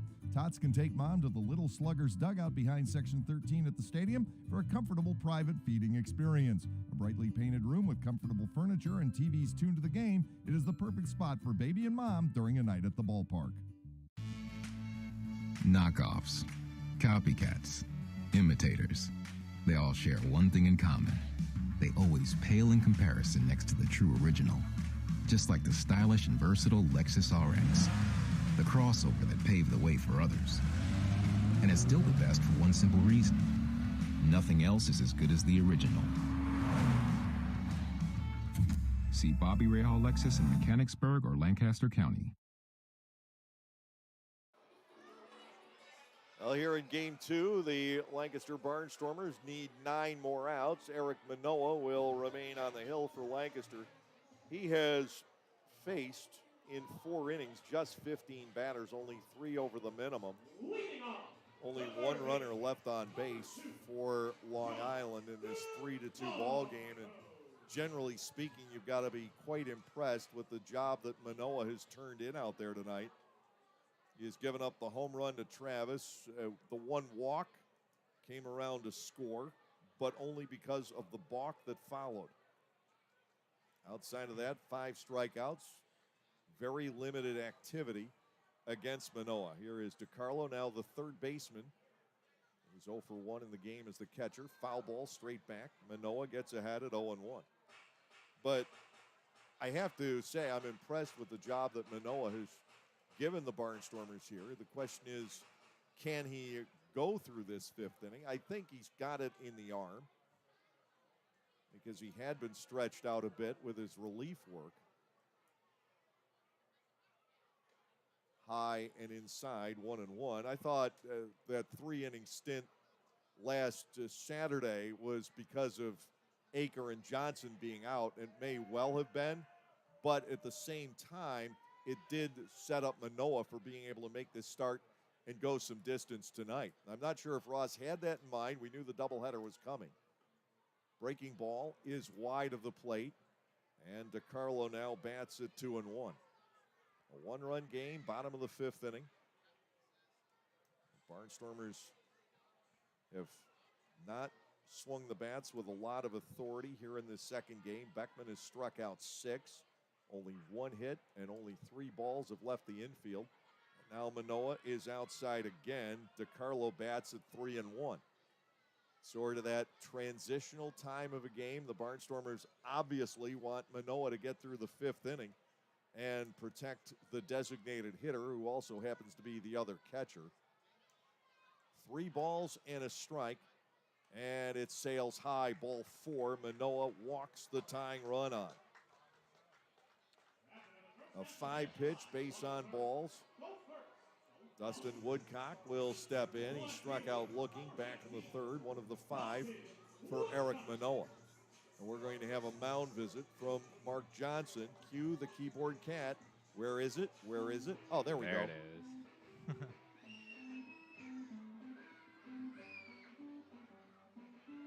When I talk about the keyboard cat, most people aren't familiar. You can find this video on YouTube if you type in keyboard cat. It is there.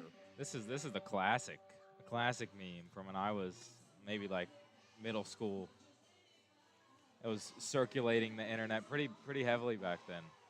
And I It's good don't to see know if it's made a that's, comeback. I don't know if that's the official name of the video or not, but if you type in keyboard cat, it will come up. Yeah, keyboard cat, piano cat, Jazz cat. Jazz cat. I think there are a couple of other videos that will come up under Jazz Cat too, but Keyboard Cat, that's the one you get. Mm-hmm. Joe DiCarlo has a couple of stolen bases. You can't assume he's not going here. The batter is Woodcock, 0 for 1 here in game 2 after going 3 for 3 with 3 ribbies in game 1. Manoah to the high set. DiCarlo will stay in place, swing and a miss. No balls and a strike to Woodcock. L.J. Mazzilli, the second baseman for game 2, waiting on deck. Barnstormers haven't done much to challenge Mazzilli. A lot of walks, a lot of strikeouts with the Barnstormers at the plate in this second game, which is kind of par for the course for Beckman anyway. He doesn't give up that many hits. Ball high and inside, 1-1 on Woodcock. Manoah trying to settle down here, look for the double play ground ball. I mean, you don't want to let the Ducks get away with 4 errors. It's that simple. You make 4 errors in a game, you should probably lose it. Yep. 1 ball and 1 strike, high fastball, 2-1.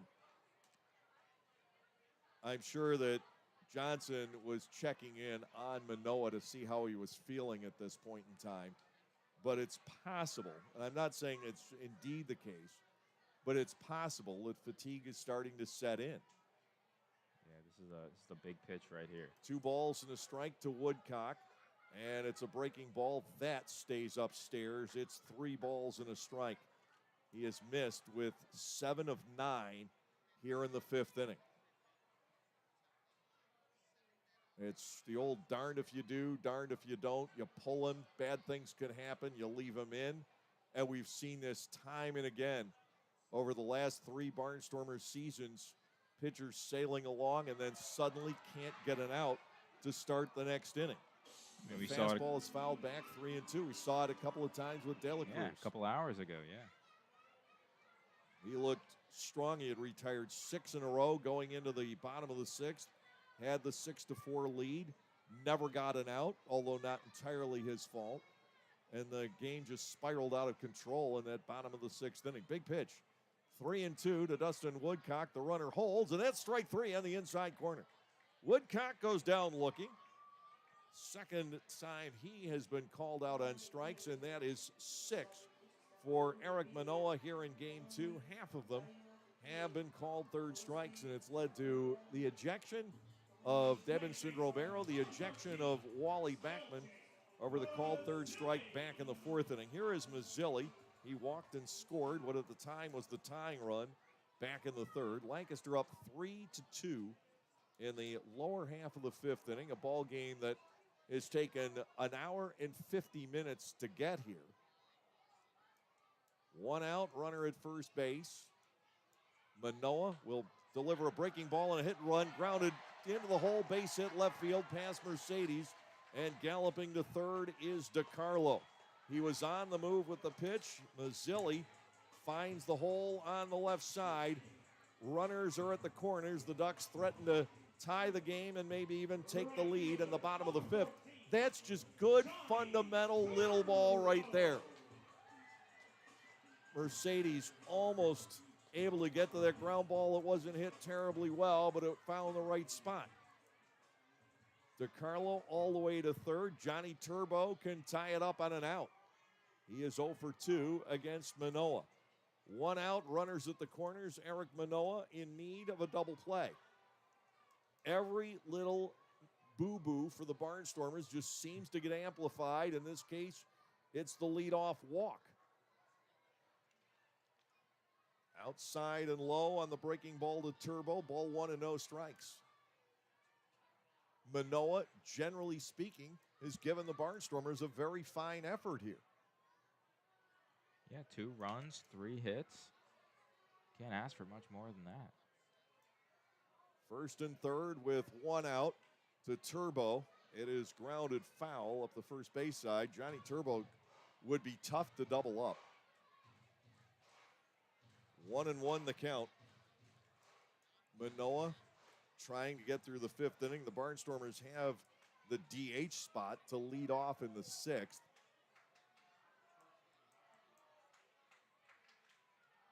1-1. Manoah works.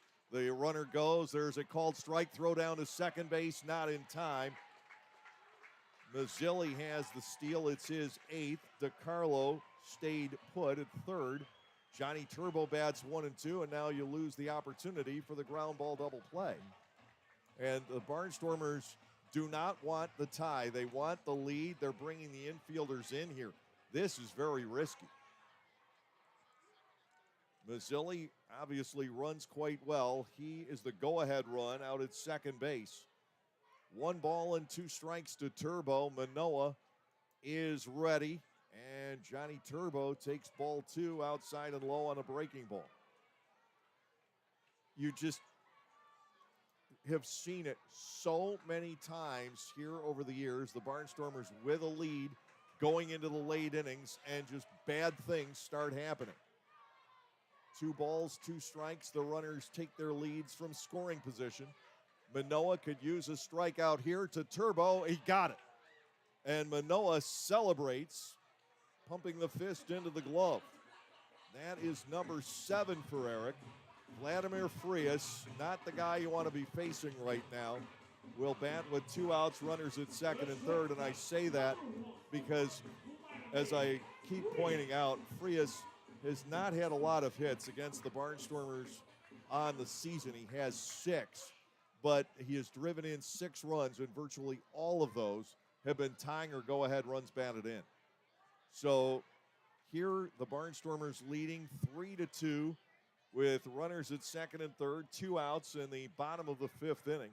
You can't use the open base and pitch around Frias because you've got De Aza on deck. So you've got to come after Vladimir Frias right now. Tying run at third, go-ahead run at second. Manoa to the plate, and it's popped up. Will it stay in play? Cordero into foul territory. Will he have enough room?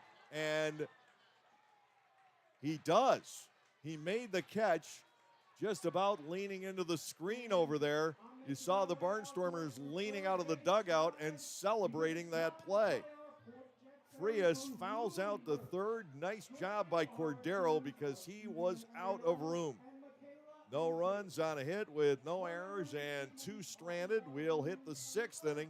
The Barnstormers continue to lead the Ducks by the score of 3-2.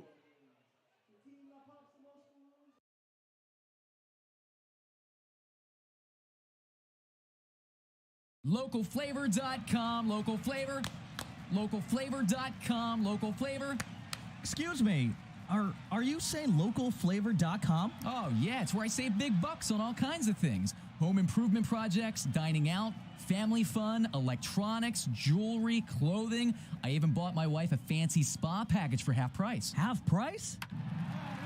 Yep, you know all the deals you find in Clipper Magazine. I love Clipper Magazine. Well, they're all on localflavor.com, too. And you can get them right on your phone thanks to localflavor.com's mobile app. Here, take a look. Well, this app is amazing. Look at all these restaurants, amusement parks, car washes, fitness centers. This is worth sharing about. Exactly. Localflavor.com online, the Local Flavor mobile app, and Clipper Magazine together. It's like a triple play. Do the cheer again. I'm in. Localflavor.com, local flavor. Come on, everybody! Localflavor.com, local flavor. Localflavor.com, local flavor.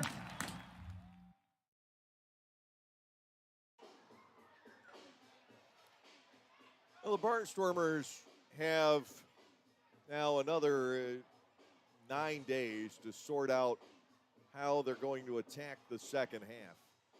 They'll play 9 games in that span. And we'll see if Ross Peoples makes any personnel moves, if he makes changes to the starting rotation. You still got Dom DeSabatino out, but he, from what I understand, isn't far away from being able to be activated. And you just wonder how the rotation will set up for the second half of the season. Eric Manoa has looked excellent as a starter tonight here in Game 2. And it certainly gives Ross Peoples something else to think about. Scott Schumann should be back, I'm told, for the Lexington series. And you've still got Josh Graham in the wings at whatever time you can activate him. A lot could develop. I'm not saying that it's going to develop, but a lot could develop here in the next 9 days to get things set up for the second half. I still believe this team needs one more bat. I don't know where you'd find it at this stage. I think the pitchers are here to take the Barnstormers away if they can avoid these slip-ups at the start of innings. Here's Anthony Peroni leading off the 6th, and he'll be facing a right-hander in the other closer, Sandy Baez. will get some work in. Baez to the plate, and that pitch across for a strike. It's 0-1, and the Barnstormers are going to be seeing pitches coming in a lot harder than they did against Beckman. 5 innings, 4 hits, 3 runs, 1 earned. With 5 walks, 6 strikeouts. He hit a batter and threw a wild pitch. Peroni at no balls and a strike. The next delivery pumped onto the outside corner. That is a second strike. It is 0-2. And I just envy these teams that have had the back end of the bullpen available all year. Case in point, Southern Maryland with Briseño and Lados. And Webb and Baez have pretty much been available to Wally Backman all along. Baez in his 22nd appearance. He's 2-1 with a 2.05 ERA and hard to hit. Peroni finding that out right now. Trace Lair's on deck. He's walked both trips this game. He and Colton Shaver could get together and have a patience festival. That one bouncing off the plate and getting away from the catcher Rye. 1 ball and 2 strikes. 3-2 Barnstormers, top of the 6th. I don't know that we'll see Eric Manoah come back out for the bottom of the 6th inning, and then the question becomes who closes? Because we really haven't seen it since Graham went down. The Barnstormers have either been in games where they've blown out the opposition or been in games that have been close. So there hasn't been close and trailing for the most part. Tyler Sullentrop has had the only 9th inning save opportunity, and he couldn't quite hold on at Southern Maryland. Outside and ball 2 to Peroni here, 2-2. But we may see it tonight. And I, right now, am not sure. I think we might see Johnson for the 6th, Tunnel for the 7th. That's one possibility I'm keeping in mind. And that's if Manoah comes out, and I'm not sure that he's going to. 2 balls and 2 strikes to Peroni, and he'll take ball 3 from Baez, filling the count. The Barnstormers have seen a lot of pitches here in game 2. They have hit only a couple well, including Dugan on the catcher's interference back in the first inning. I still can't believe that. He had a ball to the warning track when his bat was tipped. But since then, he has not come close to Cody Beckman. Peroni batting 3-2 against Baez. The payoff is also outside. And after falling behind at 0-2, Peroni draws a leadoff walk in the Barnstormers' half of the 6th inning. Trace Lair will come to the plate, and there's at least a reasonable chance he'll be looking to bunt here. Lair is 0 for 0. He has scored a run. He's walked twice, has a stolen base. So offensively effective, to say the least, even without a hit here in game 2. 3-2, Lancaster leading. It has not exactly been a pretty picture here in game 2, but at least it's competitive. Anthony Peroni out to a lead. Here is the set. Lair shows no indication of bunting, and he takes a ball inside and low. Baez has missed with 5 straight. He had walked 21 in 22 innings coming in, so this is not foreign territory for Sandy Baez.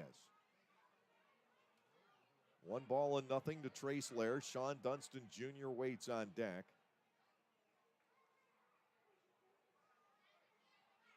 Beckman had his way with Barnstormers' left-handed batters after the top of the first. Ball 2, missing low to Lair, and that's 6 in a row out of the zone. You'd love to see the Barnstormers take advantage of this chance. Baez's first 2 pitches to Peroni were perfect, and the next 6 out of the zone. Infielders set up, double play depth. Peroni out to a huge lead, 2-0, and Lair goes for it, fouling it off. 2 balls and a strike. There are a couple of different schools of thought there when you're in this situation. One is force the guy to throw a strike because he's been wild. The other is jump on it because you're expecting a fastball down the middle to get something across.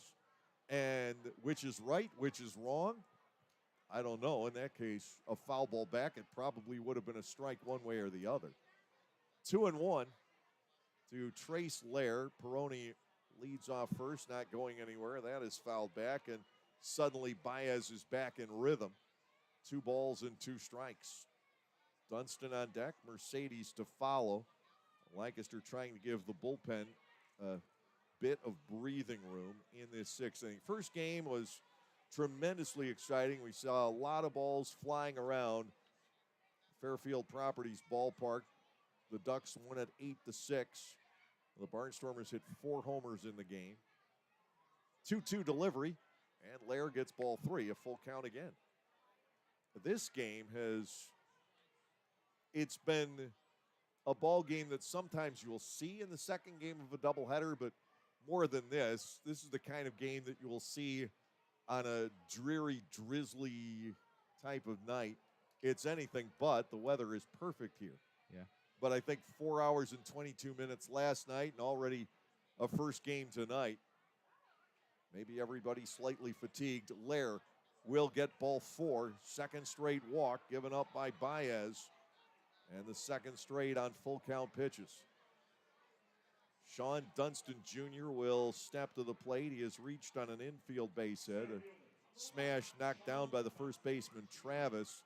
And then he was looking for somewhere to throw, and Beckman left first base uncovered. Here is the pitching coach, Mark Wiedemeyer, out for a visit. He took over for Rick Tomlin a couple of weeks back. Can't make the change. Baez has not faced 3 batters. Dunston, meanwhile, called over by Ross Peoples for a bit of a strategy session. First and second with nobody out. Is Dunston bunting here? The Ducks are going to assume he is. And that could open up the infield. Peroni and Lair are the runners. Barnstormers really need to take advantage of this chance that has been presented to them. The club 1 for 5 with runners in scoring position here in game 2. The Ducks are also 1 for 5. And they missed out on a huge chance in the bottom of the 5th inning. Dunston at the plate. He squares around and draws ball 1 inside and low. The one thing you risk, the way Baez has been throwing, if you've been tracking the pitches this inning, is Dunston getting hit when he squares around to bunt. Ball 1-0, that pitch was not far away. And you're a bit more vulnerable when you're in that position. Ball 1-0 to Dunston. He's going to square again. And this time, the strike is recorded on the inside corner at the knees. 1 ball, 1 strike, 3-2 Barnstormers in the lead here in the top of the 6th inning. After Long Island took the opener 8-6.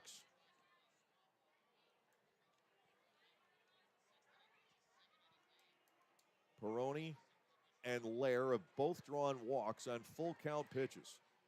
The Barnstormers intent on moving them ahead. Dunston is squared around twice. He will a third time. He gets ball 2.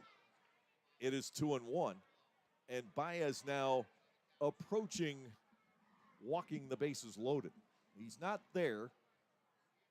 He trails Dunston 2 balls and a strike. And I wonder if Sean will square and take here. If it were 2-0, it would be definite. 2-1, not necessarily, because the Barnstormers do want to get this ball down. He does square. He pushes the bunt over toward third. It will go through to DeCarlo, who gets off a pretty good throw and cuts down Dunston. Sean Dunston Jr. with the sacrifice bunt. The out is recorded 5-3. Peroni to third, Lair to second. Melvin Mercedes is 1 for 2 here in game 2. He'll come to the plate with a chance to stretch the lead. The Ducks now will play the infield in, and I can't see Ross Peoples turning Anthony Peroni loose until the ball gets through the infield.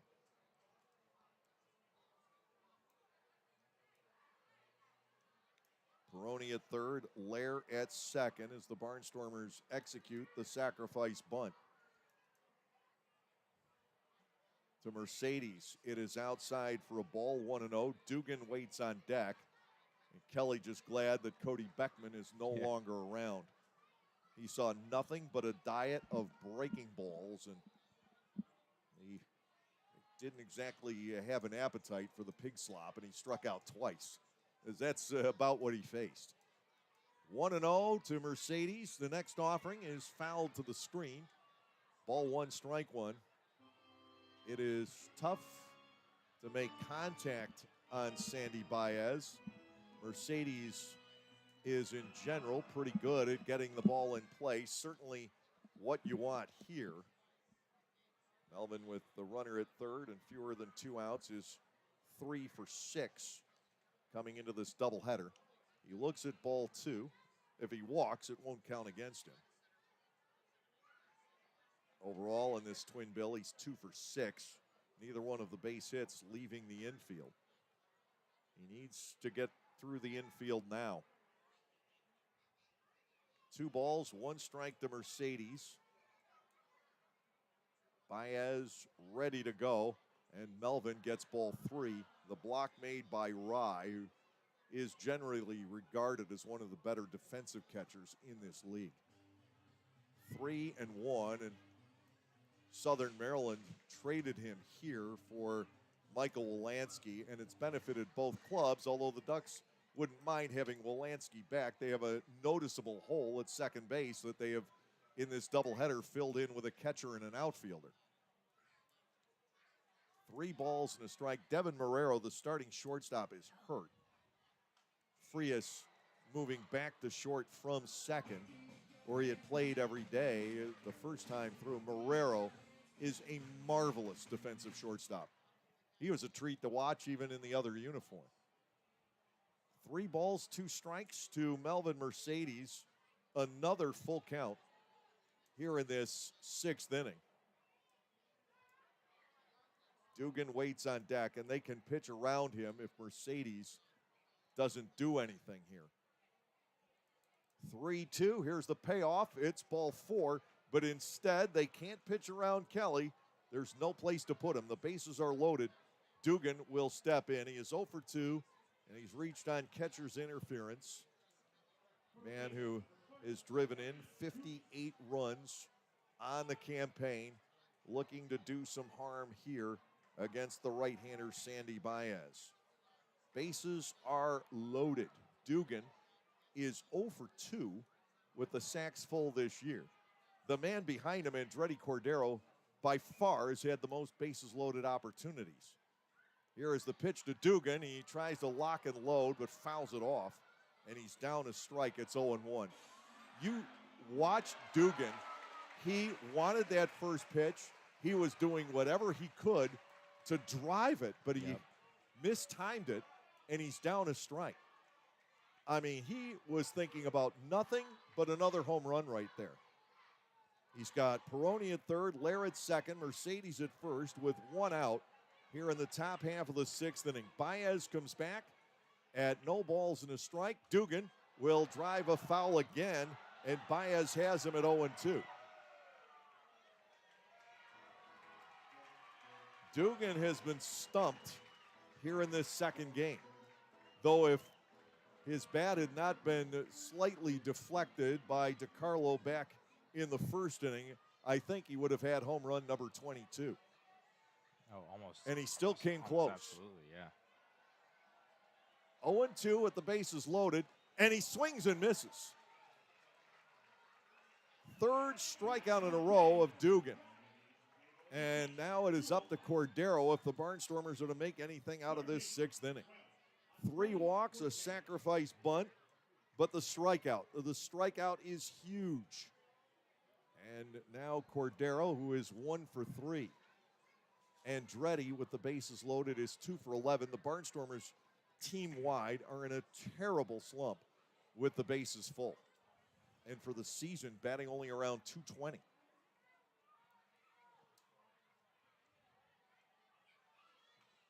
They couldn't pitch around Dugan, but they still got him. And now to Cordero, breaking ball. He goes for the first pitch, pops it up behind the plate, and running out of room is Rye. It is 0-1. But that's Cordero. To a T. Sometimes it works out, sometimes it doesn't. The Barnstormers really have not been forcing him to throw strikes in this inning. Yeah, but in that scenario, you're right. Yeah, you absolutely. You got to at least see what he's throwing. He's been borderline erratic, walked the first two, or walked all three of them. Conversation going on about signs. Freddie DeJesus says no timeout. The Ducks have one left. We're in the top of the sixth, 3-2 Barnstormers. Lancaster has drawn 8 walks here in the second game of this doubleheader, but they haven't been swinging the bats well. In game one, the Barnstormers left only 3 runners and scored 6 times. Lancaster has already stranded 7 in this second game. 1 strike, the count to Cordero, trying to come up with a big hit here in the top of the sixth inning. Baez comes back and misses away. It is 1-1. It has been a long half inning, and the Barnstormers have not yet swung and put a ball in play. 26 pitches into it for Sandy Baez. 1 ball, 1 strike to Andretti Cordero. Baez with a breaking ball. It's chopped the third and an easy force out for DiCarlo at the back. Lancaster cannot deliver. 5 unassisted on Lair. No runs, no hits, no errors. 3 left in this inning. 10 for the game for the Barnstormers. And we'll go to the bottom of the sixth. Lancaster up 3-2. Like craft beers? Then the best place to be in Lancaster is Clipper Magazine Stadium. That's right, celebrate baseball or just a night with your friends at the Broken Bat Deck down the right field line. The Broken Bat features more than 20 local craft breweries plus product from a local winery. Food including Otto's Meatballs is sold off a pub-style menu. So get together, hang out with your friends, or make some new ones. Enjoy a night of craft beer sampling along with a Barnstormers game. Get out of the heat and dive under the sea this summer with Disney's Little Mermaid at Dutch Apple Dinner Theater. Join Ariel on her adventure from the sea through the human world. Based off a 1989 animated film, Disney's Little Mermaid will keep kids young and old entertained. Performances are Tuesday through Sunday with matinee and evening show options available. Each performance also includes a buffet-style meal prior to the show. Call Dutch Apple Dinner Theater at 717-898-1900 or visit us at DutchApple.com to reserve your tickets today.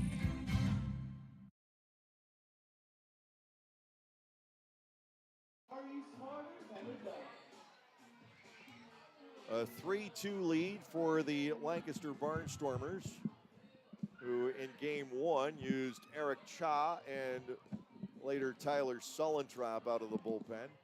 This looks like Chase Johnson to me. I made that mistake once tonight, so I don't want to necessarily go there again. Manoa did a fantastic job in this spot start. 3 hits and 2 runs in 5 innings with a couple of walks and 7 strikeouts. Lou Ford having a business chat with Freddie DeJesus. This will eventually be Lou's club. We're not sure when. It might be 5 years off. But I can't see anybody else but Wally Backman replacing Lou Ford, or other than Lou Ford replacing Wally Backman, I should say, at the helm of the Long Island Ducks. And there have been times I've seen fans posting that, well, why don't you get rid of Ross and bring in Lou Ford? Fat chance on both fronts, I might add. But even if you become dissatisfied with the job Ross is doing, and I don't think there's cause to do that, but even if that's the case, you're not prying Lou out of Long Island. He makes his home here. He knows, I got to believe that the job is his when Backman, whenever he would retire. Here is Alejandro De Aza, and he takes a ball upstairs from Chase Johnson to start off the bottom of the 6th inning. 3-2, a very narrow lead for the Barnstormers. It was the bottom of the 6th where game 1 got away. And now inside to De Aza. It is ball 2. What is going on with the Barnstormers relievers tonight? Here we go again. Cha didn't get an out. Sullentrop did. He got 3 outs on 2 batters, but by then the damage was done. 2 balls and nothing. De Aza will see ball 3. Johnson inside on every pitch against De Aza, who has struck out twice here in game 2. Sam Travis, the first baseman, waits on deck. Johnson is 1-5 on the campaign. He threw a shutout inning last night. Here's a 3-0. De Aza looks at a strike. Johnson gets it to 3-1. Chase with a 4.11 ERA. It's his 24th ball game. 35 innings, 31 hits. He's walked 14, struck out 35. Target set by Shaver. 3-1 pitch is ball 4. And the tying run heads to first base to start off the 6th inning. Manoah gave up 3 hits, 2 runs, walked 2, struck out 7. Here is Sam Travis, who hit the home run off of Manoah back in the 2nd and then popped out in the 4th inning. The Barnstormers couldn't make anything out of 3 walks in the top of the inning. Infield will set, double play depth. Johnson looking to get Travis to roll one over here.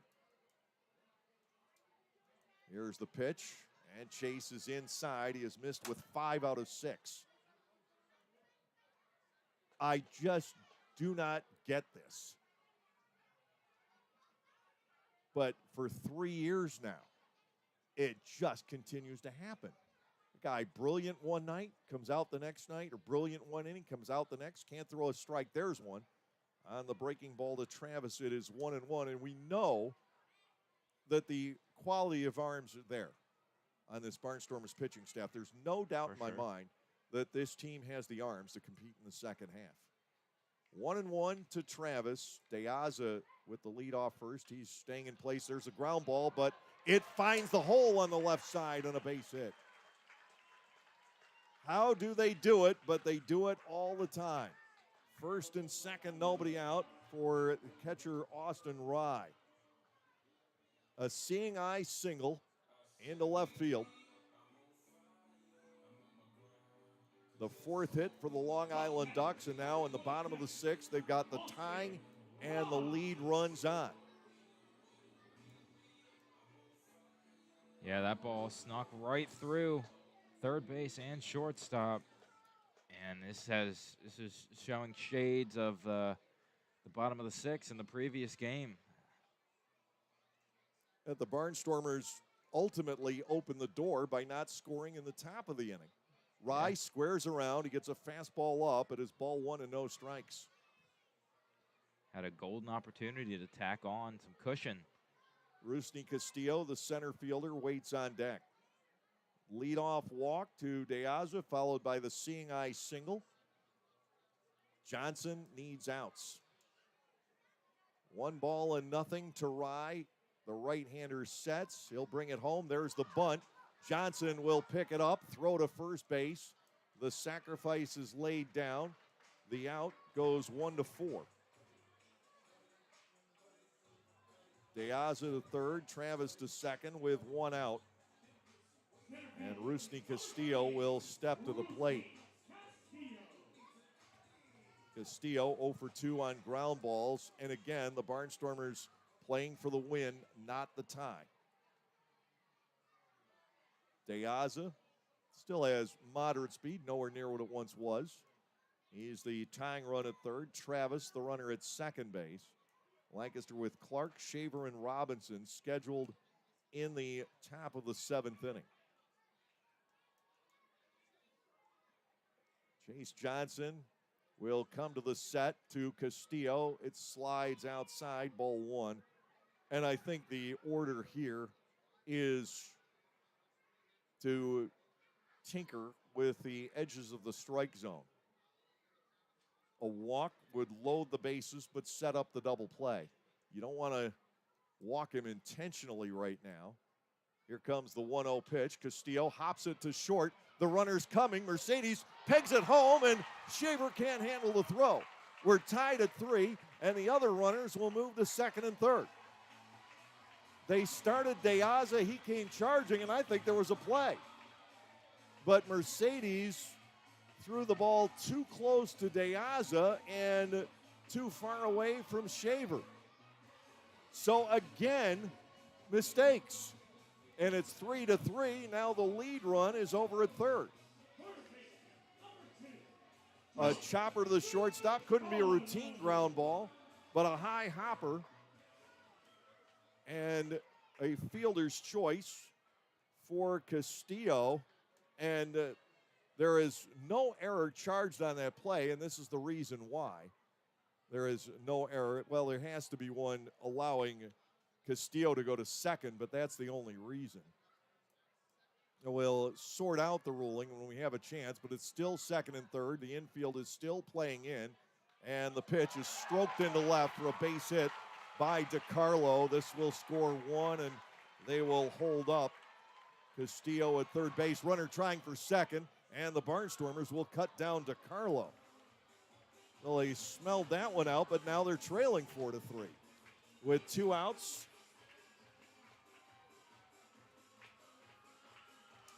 And Dustin Woodcock stepping in. Chase Johnson may very well come out of the night 1-6, and you wonder how. He's got great stuff. Yeah. But things really go wrong when it seems like whenever he's out there, he either shuts the side down, but if you ask the defense to make plays behind him, they don't seem to. 4-3 Ducks, and it's basically here we go again. First pitch to Woodcock is inside and low. The runner at third is Castillo. We're going to sort out the scoring rulings for you here.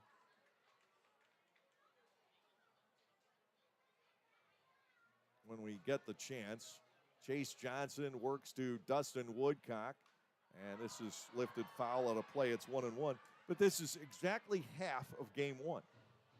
In game 1, the Barnstormers were up 6-4 going into the bottom of the 6th, gave up 4. Here they're up 3-2. They've given up 2. Everything's in halves. And that is up until now. Mirror images. But DiCarlo comes up with the big hit to put them into the lead. The Barnstormers fail to make the play at the plate, and I think they did have the chance.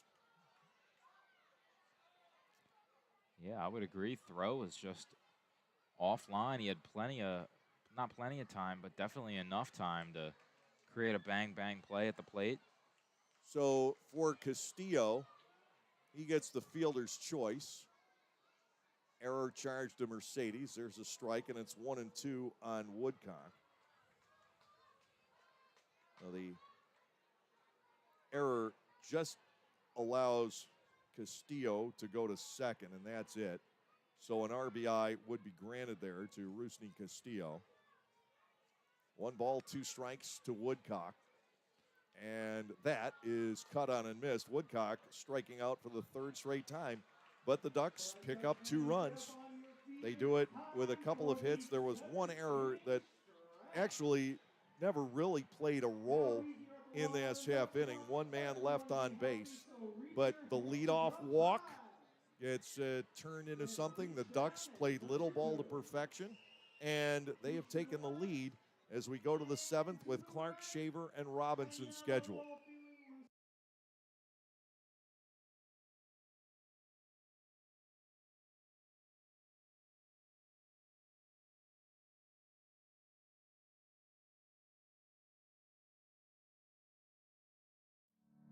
Hi everyone, Adam Gochenauer from Gochenauer Appliances, and I'm excited to tell you about a new addition to the Gochenauers family this summer season.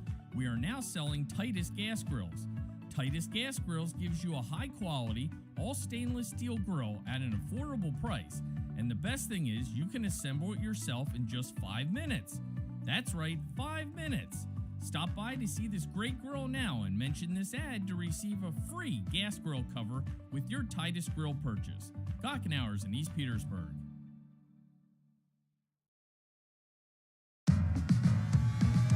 Pennsylvanians are creating their own soundtrack. Thanks to PA Lottery scratch-offs, excitement's back. Pennies, nickels, dimes, or quarters, no matter your choice, scratching's always in order. With big top prizes and second chance drawings, thrills await. They're out there calling if it's excitement you seek and you're looking for action, play the PA Lottery. And keep on scratching. Must be 18 or older. Please play responsibly. Benefits older Pennsylvanians every day. Nick Goody, a right-hander that the Barnstormers have not seen previously, will be asked to close things out. Right now, Sandy Baez in line for the win. Goody, not the biggest of fellas out there, 5'11" and 190. He has pitched in the major leagues. He is 30 years of age, close to 31. He is 0-1 with the Ducks. He has saved 2 in 6 appearances. 8 hits in 7 innings. He's walked 1, and he has struck out 11. Long Island leading by the score of 4-3. As for the second consecutive game, the Barnstormers have not been able to protect the lead in the bottom of the 6th inning, and they had a lead get away in the 7th inning last night. Those leads, they're slippery. It's like trying to hold on to an eel. Ladarius Clark leads off here in the 7th. He is 1 for 3 in game 2. But the Barnstormers, by not scoring against Baez in the 6th inning, gave the Ducks all the momentum in this game. You needed to get extra runs there. 0-1, the count to Clark, with Shaver and Robinson to follow. Lancaster now in desperate need of a run. 4 homers in game 1 and no extra base hits in game 2. A strike taken. Clark is down 0-2. I mean, the Ducks were able to execute well, after the leadoff walk, and the Barnstormers weren't. It's the key word, is execute. No balls and 2 strikes. The count to Ladarius Clark. And the offering, he goes down on 3 pitches.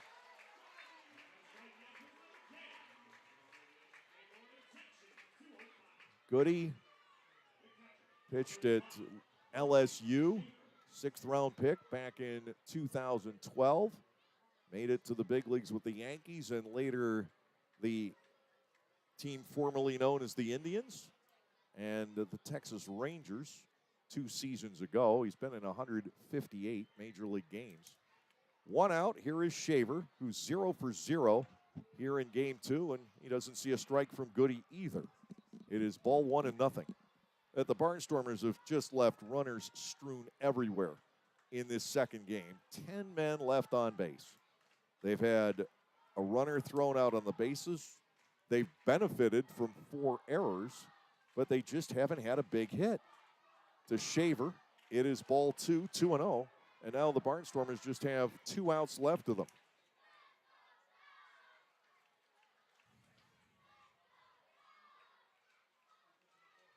Fortunately, it is not yet the second half.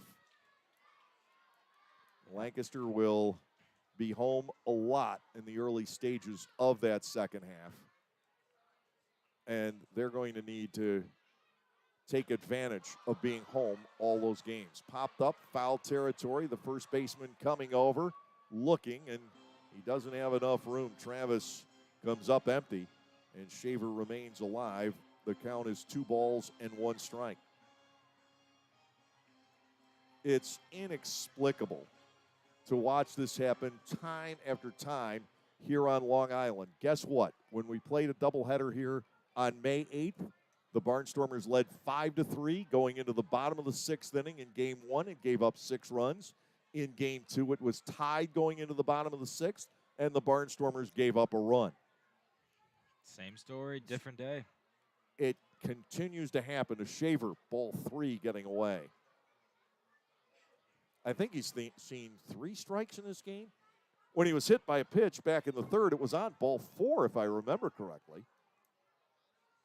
Yeah, I mean, he hasn't seen many.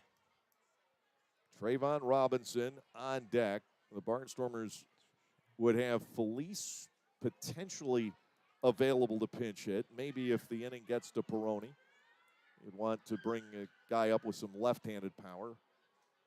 1 out, 3 balls and a strike to Shaver. Lancaster trailing by a run. The defense in the no doubles for the Ducks. And to Colton, it is ball 4 outside. He walks again. That is the 9th walk picked up by the Barnstormers here in game 2. The tying run goes to first. Trayvon Robinson comes to the plate. 0 for 3 here in game 2. 0 for 5 with a walk in the doubleheader. And now we're going to see Felice into the game, but he's coming as a pinch runner to pick up a little speed over at first base. We know Robinson will bat, and barring a double play, Peroni will bat. The Barnstormers are now down to, if we get to the bottom of the 7th inning, Peroni will catch.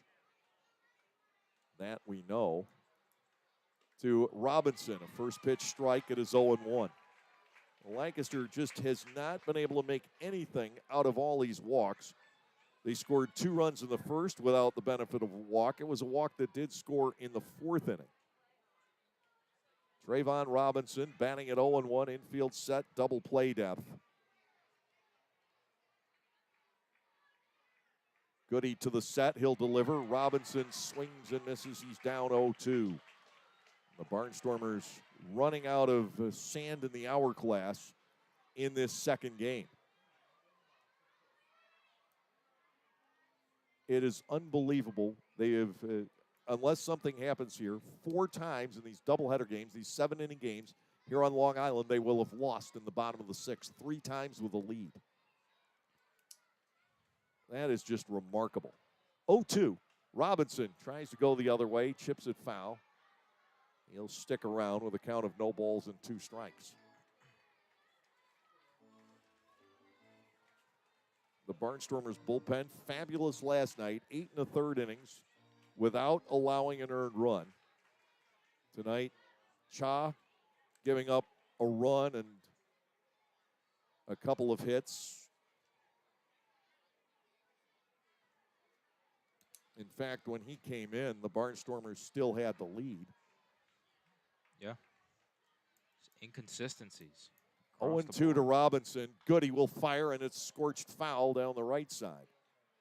Robinson making some solid contact, but getting the ball in that 90-degree wedge has not been easy for him. First time up in this game, he hammered a ball down the left field line that hooked foul. No balls and 2 strikes to Robinson. Peroni waits on deck. Tying run at first here in the 7th inning with 1 out. 4-3 Ducks. Goody's pitch. Robinson fouls this one straight back. And it's still 0-2. Trayvon not giving way here. He's sticking around. He's close. If he can straighten one out, he's right on top of it. This would be a good time for him to break through, break out of his slump. Goody was in the Mexican League earlier this year. He went 2-1 for Monclova, but decided to come home to the U.S. Foul ball back. The count continues, no balls and 2 strikes. I mean, he pitched very well. He struck out 24 batters in 15 innings. Last year, he was with the Yankees and the Nationals in AAA. 4-6 with a 4.53 ERA, so still not bad. And even there, a lot of strikeouts. Robinson continues to bat at 0-2. Nick Goody into the motion, the pitch. Trayvon hits a fly ball to left center. This will be routine. The play made by Woodcock, and it's up to Peroni. Yeah, it sounded like he hit that one on the end of the bat or close to the hands. Didn't sound too good off of it, but it was right on top of it. Peroni fly to the track back in the 2nd. He has grounded out and walked since. He grounded out on a 3-0 pitch back in the fourth inning. And Long Island is 1 out from sweeping this doubleheader despite a lot of their own mistakes. How do you get away with 9 walks and 4 errors? But if Peroni doesn't do anything, they will do just that. Foul ball to the net. It is 0-1. It just boggles my mind that a team can get away with that in a 7-inning contest. 9 walks, 4 errors, a hit batter, a wild pitch. It just blows my mind. Definitely don't see it every day. 0-1, the count to Peroni. The Barnstormers just cannot consistently find a winning formula. You would have thought after last night they'd be locked in here. Peroni, fly ball, right center field. This will end it. Claiming it is Turbo for the final out. The Barnstormers go down, no runs, no hits, no errors, 1 left. The Long Island Ducks sweep the doubleheader, and the Barnstormers are now a season worst 11 games under 500 at 23-34. The clock is ticking before the second half gets started. The Barnstormers come out hot in the second half. These games can all be forgotten. Ultimately, they're meaningless, but you've got to get a winning combination together, and the Barnstormers just are having such a hard time finding it. They lose the doubleheader tonight. We'll be back with a very brief recap in just a moment. Our final score, 8-6 in Game 1 in favor of the Ducks, and 4-3. We play halvesies in Game 2. It's no longer about answering the most emails or pulling the most all-nighters. It's about prioritizing what's most important. Hey Lexus, give me directions to Eagles Peak Hiking Trail. Calculating route. That's why the Lexus NX has an interface engineered to understand you and an available 14-inch touchscreen that's simpler and more intuitive. The Lexus NX. See Bobby Rahal Lexus in Mechanicsburg or Lancaster County. Availability and accuracy of navigation system depends on many factors. Data charges may apply. There is a weekend in July where the baseball world revolves around a village in upstate New York. Baseball Hall of Fame induction weekend in Cooperstown is an unforgettable experience full of family-friendly activities and priceless moments. Make your plans today for July 22nd through 25th for the induction of Bud Fowler, Gil Hodges, Jim Cott, Minnie Minoso, Tony Oliva, Buck O'Neill, and David Ortiz as the class of 2022. Visit baseballhall.org today for the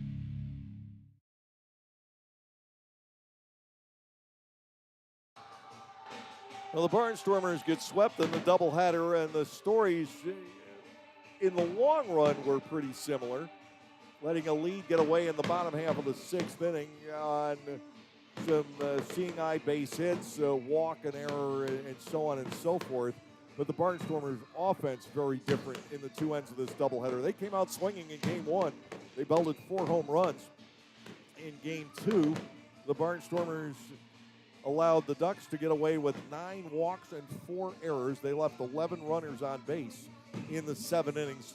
4 hits, just one of them clearing the infielders. But when all is said and done, it is a doubleheader loss here at Long Island. And I hate to say it, I feel like I'm beating a dead horse, but you keep watching the same game in many ways over and over and over again when the Barnstormers are on the road. These close games, they have the lead, they're in it in the late innings, and 1 or 2 little mistakes, and the roof falls in.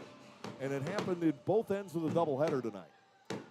Yeah, you said it. This end particularly, I mean, Eric Manoah did his job in the 5th inning, 3-2 to Woodcock, threw a strike, got out of the inning, and then the Barnstormers had all they needed in the top half of the 6th, but had 3 walks, loaded the bases, and then the rest of the lineup just comes up short.